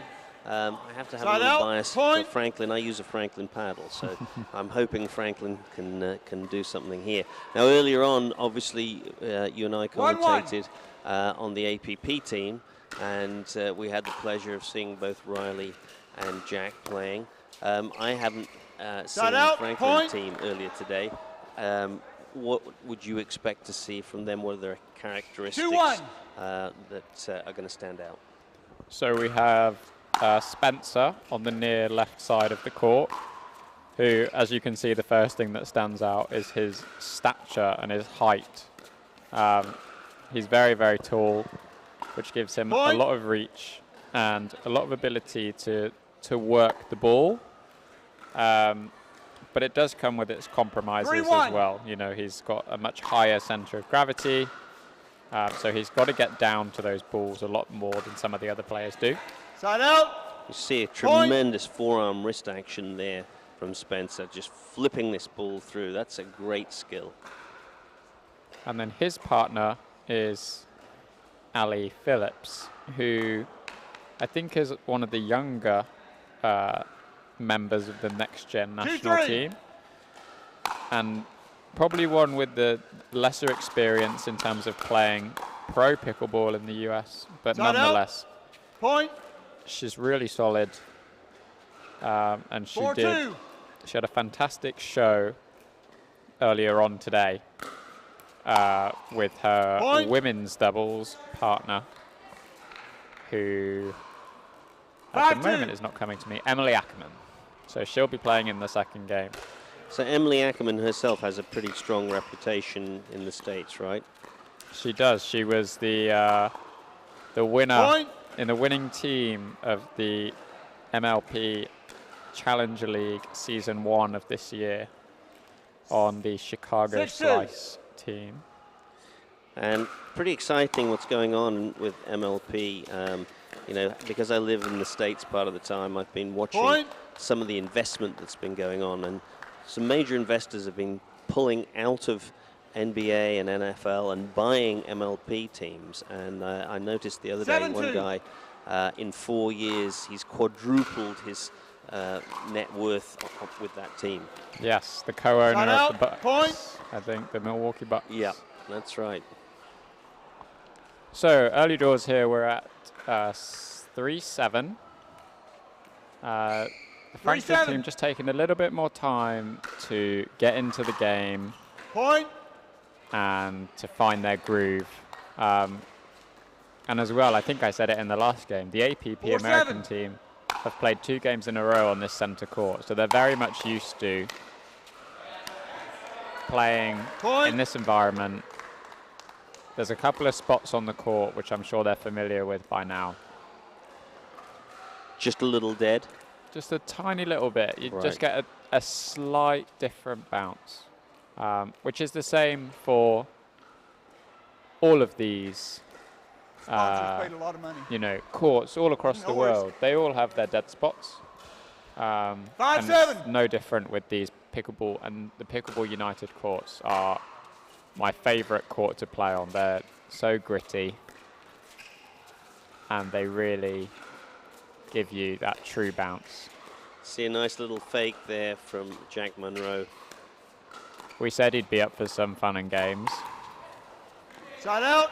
And there again, Riley's forehand just so low, center of gravity, we're able to transfer the weight through the ball. Very difficult to cope with.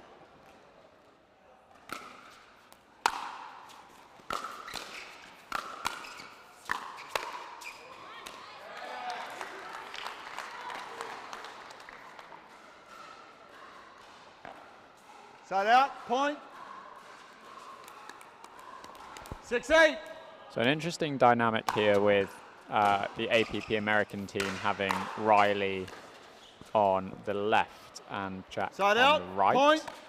Jack can obviously use both of his hands, or either of his hands, I should say, 9-6. at any time. But I think more dominantly towards the back of the court, he favours the left.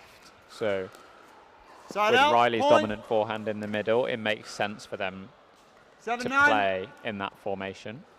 Yeah, and as we said earlier, if there was an area maybe that a team could try and capitalize on with Riley, it was her backhand. And in this formation, the middle of the court, which she's so strong with, is going to favor her forehand. Point. And you can see her there running round that backhand, trying to get onto that forehand, and just making an enforced error there on her third.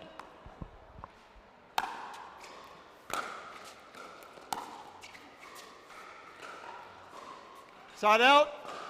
So yeah, ends. maybe a little Time pressure out, 1 minute. bearing there with the Franklin team, an unforced error.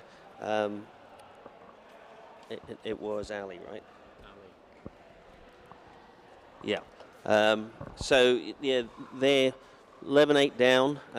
Good start by the APP American team. Error rate maybe a tad higher than Franklin would want.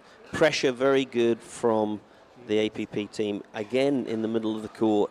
And I wonder if our conversation earlier has a similar relevance here.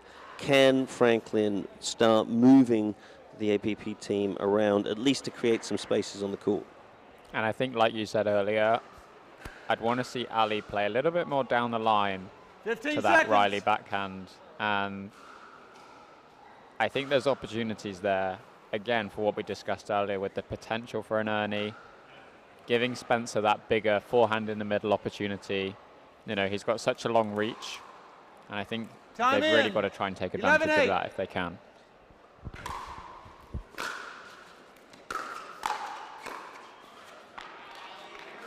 Side out, point.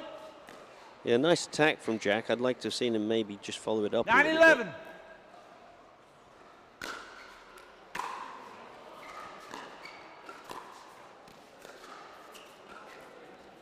Side out, point.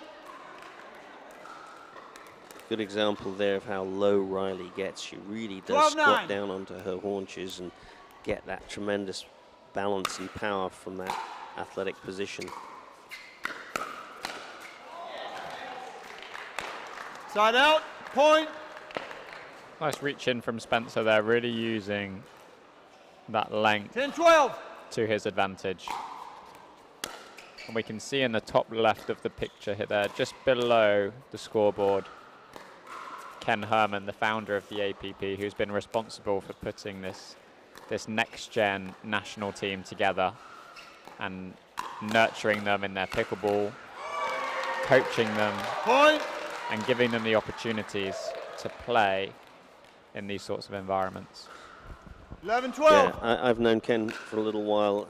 I've been in the States, played in a number of the tournaments as an amateur, and also being a vendor at a number of his tournaments. He really is a pioneer in the sport and just tremendous supporter of the game overall. Point. I like that play more from Ali, going right to left, just on Riley, not switching the direction too much, but just going left foot, right foot. 12-12. Making Riley think a little bit more about the shots and not letting her get into too much of a rhythm. That's exactly the point, is just breaking up the rhythm, making sure the opponent isn't sure which side it's going to come to, and that in itself can affect your technical skills.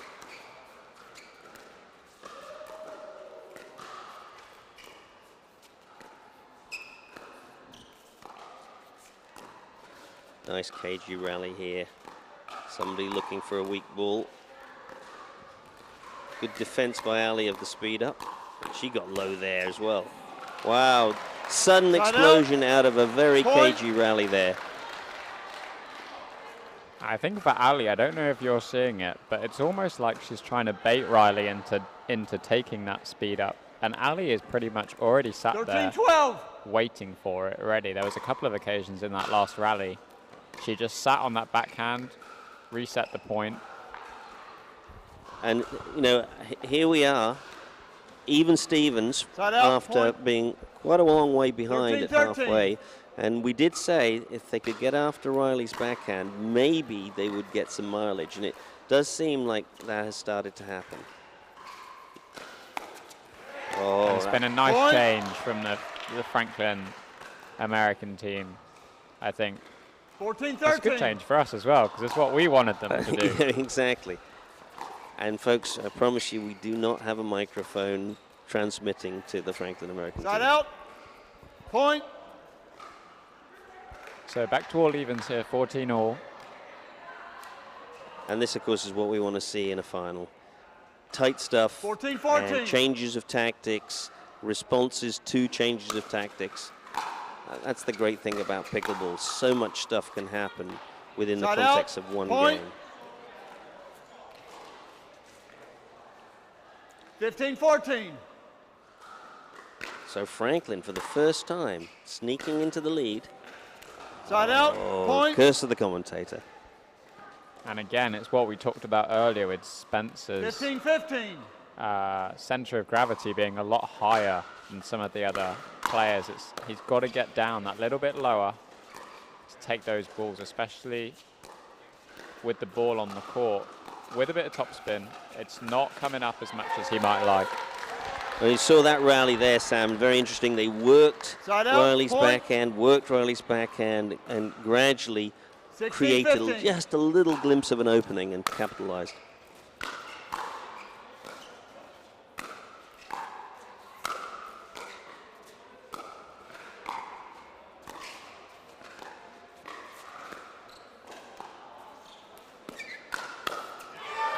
Point. That's interesting. So, you know, it's the gradual start, and the pressure is actually bearing a little bit on Jack Monroe at this point. Do you think he's a little bit frustrated with those balls going to Riley's backhand, that he's maybe trying a bit too much, a bit too soon when he does get hold of the ball? Well, it would be very tempting to do so, and added to that, the pressure from Spencer in those situations with his extra height makes it very difficult to counter. 16-17. Lovely little chip from Ali. Oh, that was very good. Point. We saw that earlier in one of the women's matches. Riley does have this 17-17. great capacity for a speed up, unexpected speed up sometimes.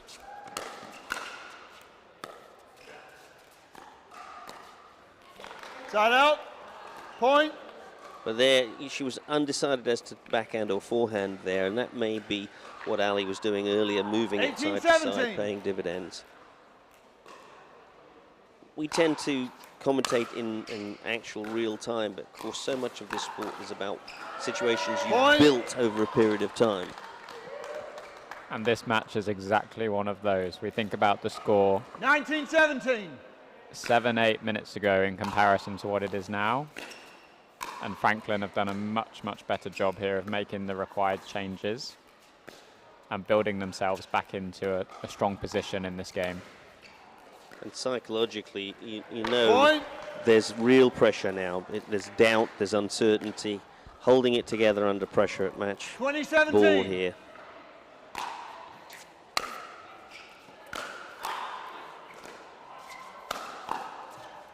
Great defense from Ali. Jack coming across to cover that ball. Oh, great forehand. What a tremendous comeback win that was from the Franklin team, Sam. It was, and just those last few points, I think Jack just slightly overplayed. And it's what ended up losing them those last couple of pivotal points that they needed. But fantastic changes from Franklin, as we've said.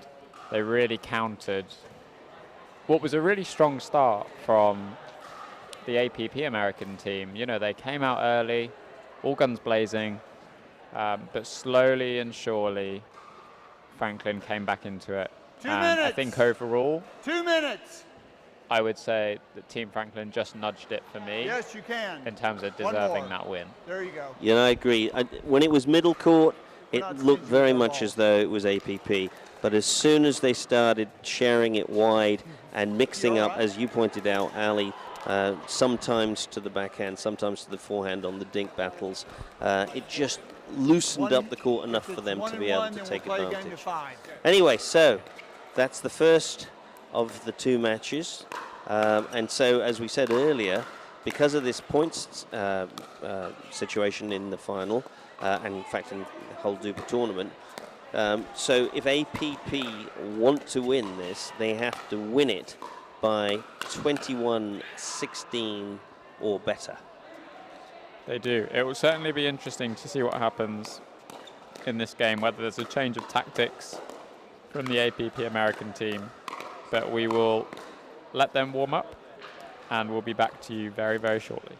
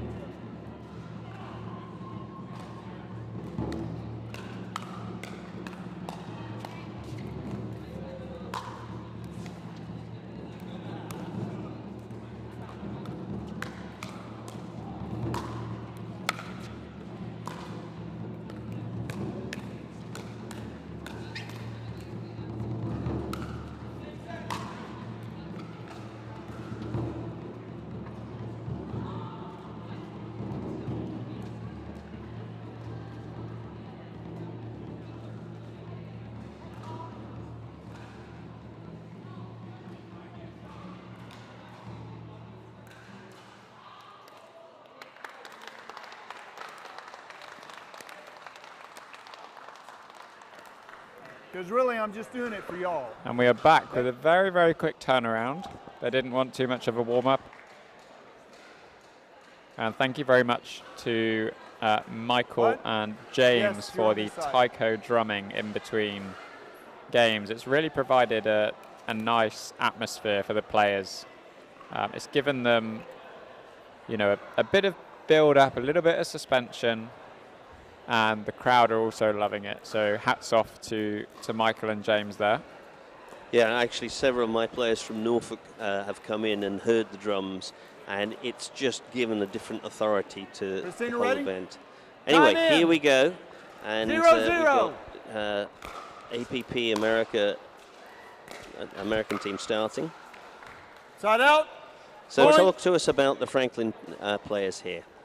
So, Franklin players, we have Emily Ackerman, who we spoke about earlier. 1-0. Very well established pro now. She played on the Chicago Slice team in Major League Pickleball and did a fantastic job. Side out. And her partner is Richard Livanese Jr. And Richard, alongside Spencer, who was just playing a minute ago, won their first medal, pro medal in an APP tournament a few weeks ago. So Side they're out. coming into the English Point. Open fresh off of their first pro medal. And to be honest, I think they've performed like they've had no break whatsoever. And they've just run head first. And they've carried it straight through. And they're both playing really, really well. Well, that's Side out. exciting Point. to have players in form coming to show us what's going on in the 2-2. rising game in the United States, because we are a rising game here in Europe and particularly in England. So Side out. to Point. gather that energy from these players is such a great opportunity for us. Absolutely. And then for the for the APP American team, we have Ava Kalist, who showed us really earlier how much of a steady Eddie she can be on the court and just provide those opportunities for her partner. And her partner for this game is Jack Foster, who obviously we spoke a lot about in the men's doubles earlier. Very, very good singles player in pickleball. I think he has a top 10 rating. Point. But less established in doubles. So I'd probably say the Franklin team are the overall favourites for this fixture, and obviously the APP American team have to pull out a win. They have no other option. That net cord certainly won't help their cause. And so far we've seen that Richard Levanese Jr. Has been really taking the ball early, coming across, taking the forehands on both his side of the court in the middle and on his partner's side, and by doing so has really shaken up the rhythm. And I think that's contributed a lot to this 5-point lead that they've got, because the opposition are just not quite ready for this pace. And that's something, interestingly, that we've spoken about throughout the whole day of commentary when I was speaking to Rob, when I've been speaking to Elaine. The most consistent thing across the whole day has been how people deal with the pace of the game and or change the pace of the game. Yeah, I think it's important to point out that when I talk about the pace of the game, I'm not necessarily talking about the pace of the ball. The rate of interchange of shots is really the pace of the game. You know, you can whack a ball hard and it can go to the back of the court and be whacked to the back of the court, and it can be a slow pace to the game. But very quick, short, sharp interchanges, that's what makes people's reactions so pressurized.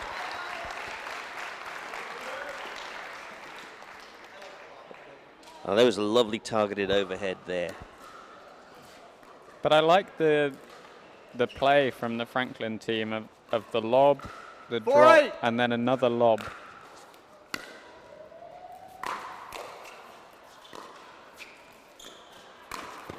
And there's that Bert you were talking about. For those of you who have been listening for about half an hour, there's the visual for my attempt at a description of what the Bert shot looks like. We can see Jack's now. I've jinxed him again. That's 3 times I've jinxed him. We can see he's starting to get more into his groove. He realizes the importance of these early points. And you can see him really going for it now.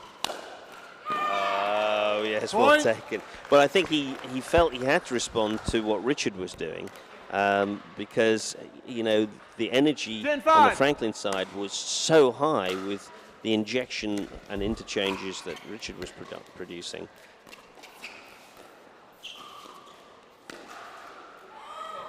Side out. Point. Emily Ackman just not quite believing she put that ball out. She's always very interesting to watch. She's always smiling. She's enjoying it. And she's got some amazing shots to go with it as well. Great athleticism. Pick that up from Jack. And there's a lot of stuff going on in this rally. Nobody knows where they are. Oh, very exciting.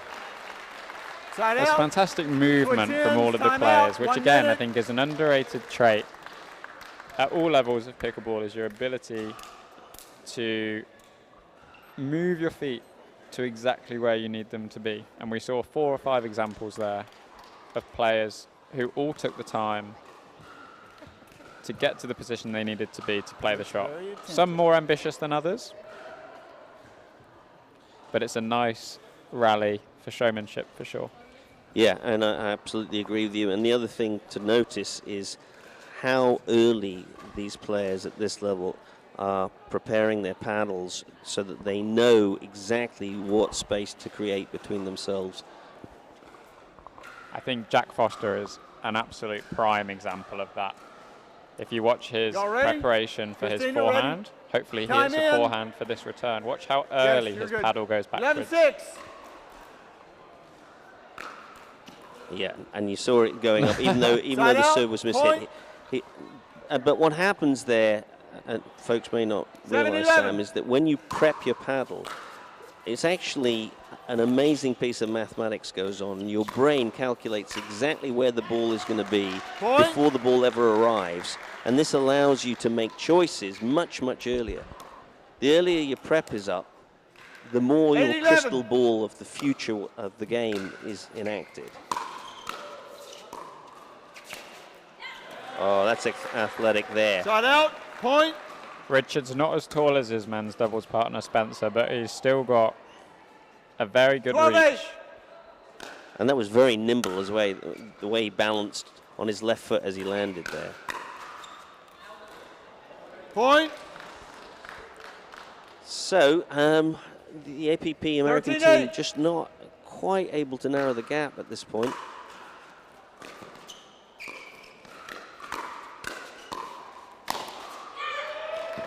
Point. Amazingly quick read of the game also by Richard Livanese. You saw him there as the ball went over the net to Ava. He realized that it was going to be a slow shot coming back, and he immediately came across to intercept. Point. And he's continuing to do a great job of that, and I think he's doing it well without overdoing it, which is potentially what we saw a little bit with Jack Monroe in the first game towards that end. Just slightly overplaying. I think Richard's got a great balance at the moment. Side out. Point. Beautiful ball there from Jack Foster, right down at the left foot. 9-15. So 9-15. This is crunch time right now. Ball's left too loose. Side out. Point. And Emily showing her experience there, I think, from MLP. She recognized that just because the ball was in the air doesn't mean she has to hit it really hard straight ahead. And it was a really cute angle from her. What a great width there. Oh. And there's the final shot we've been missing, the ATP, the around the post. Side out. Point. And we saw the ATP, but also a very good attempt to defend from Emily there. And it's not always easy to defend against the ATP. There's a middle court ball, which maybe Ava would like to have seen that go back. Yes, sir. 17-10.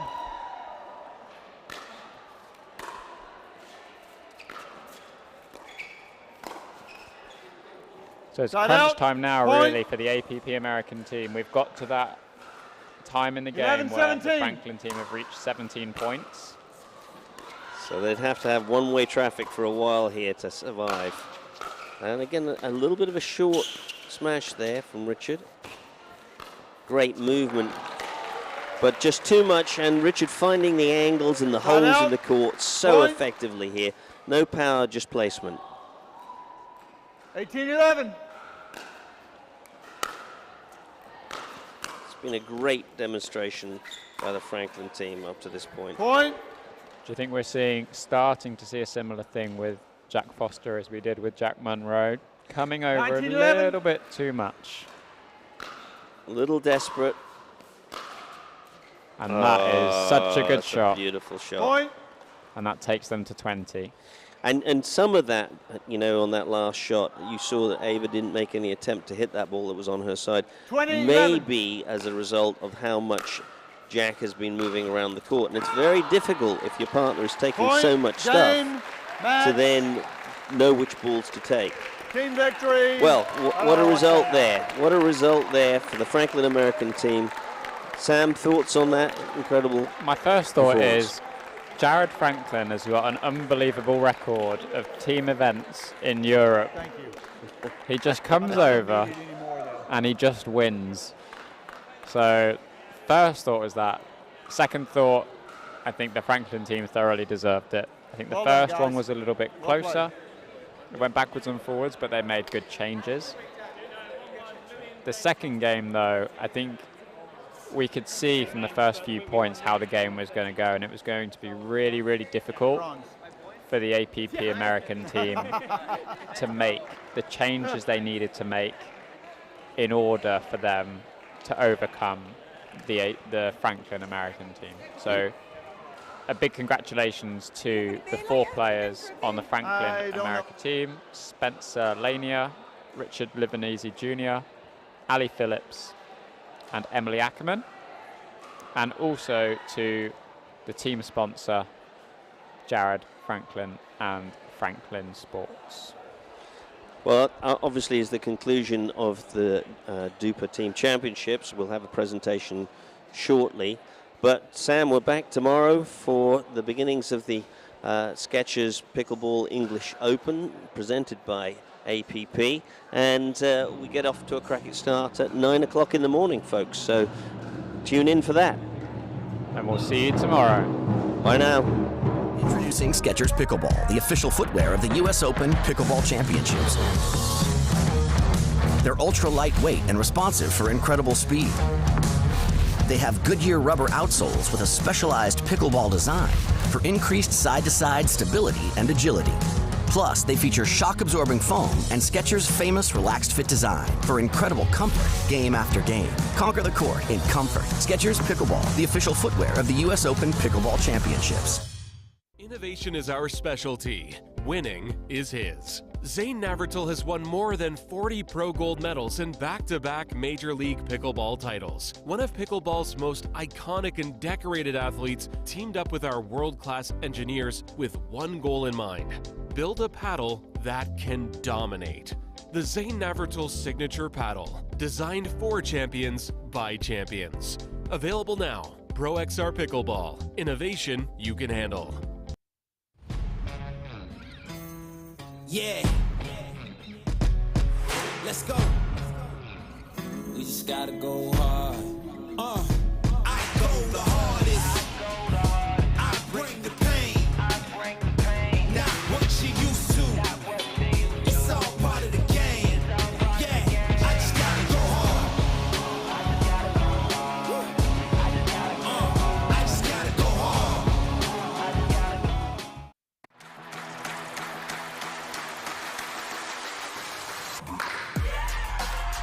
No matter the type of player you are. Junior, for now. No matter where you're from. אני מישראל, shalom. No matter your gender. No matter your age. No matter what tour you play on or who you play with. What matters is your love of the game. Celebrating the sport. And knowing your level so that you can keep pickleball fun and fair for everyone. What matters is you.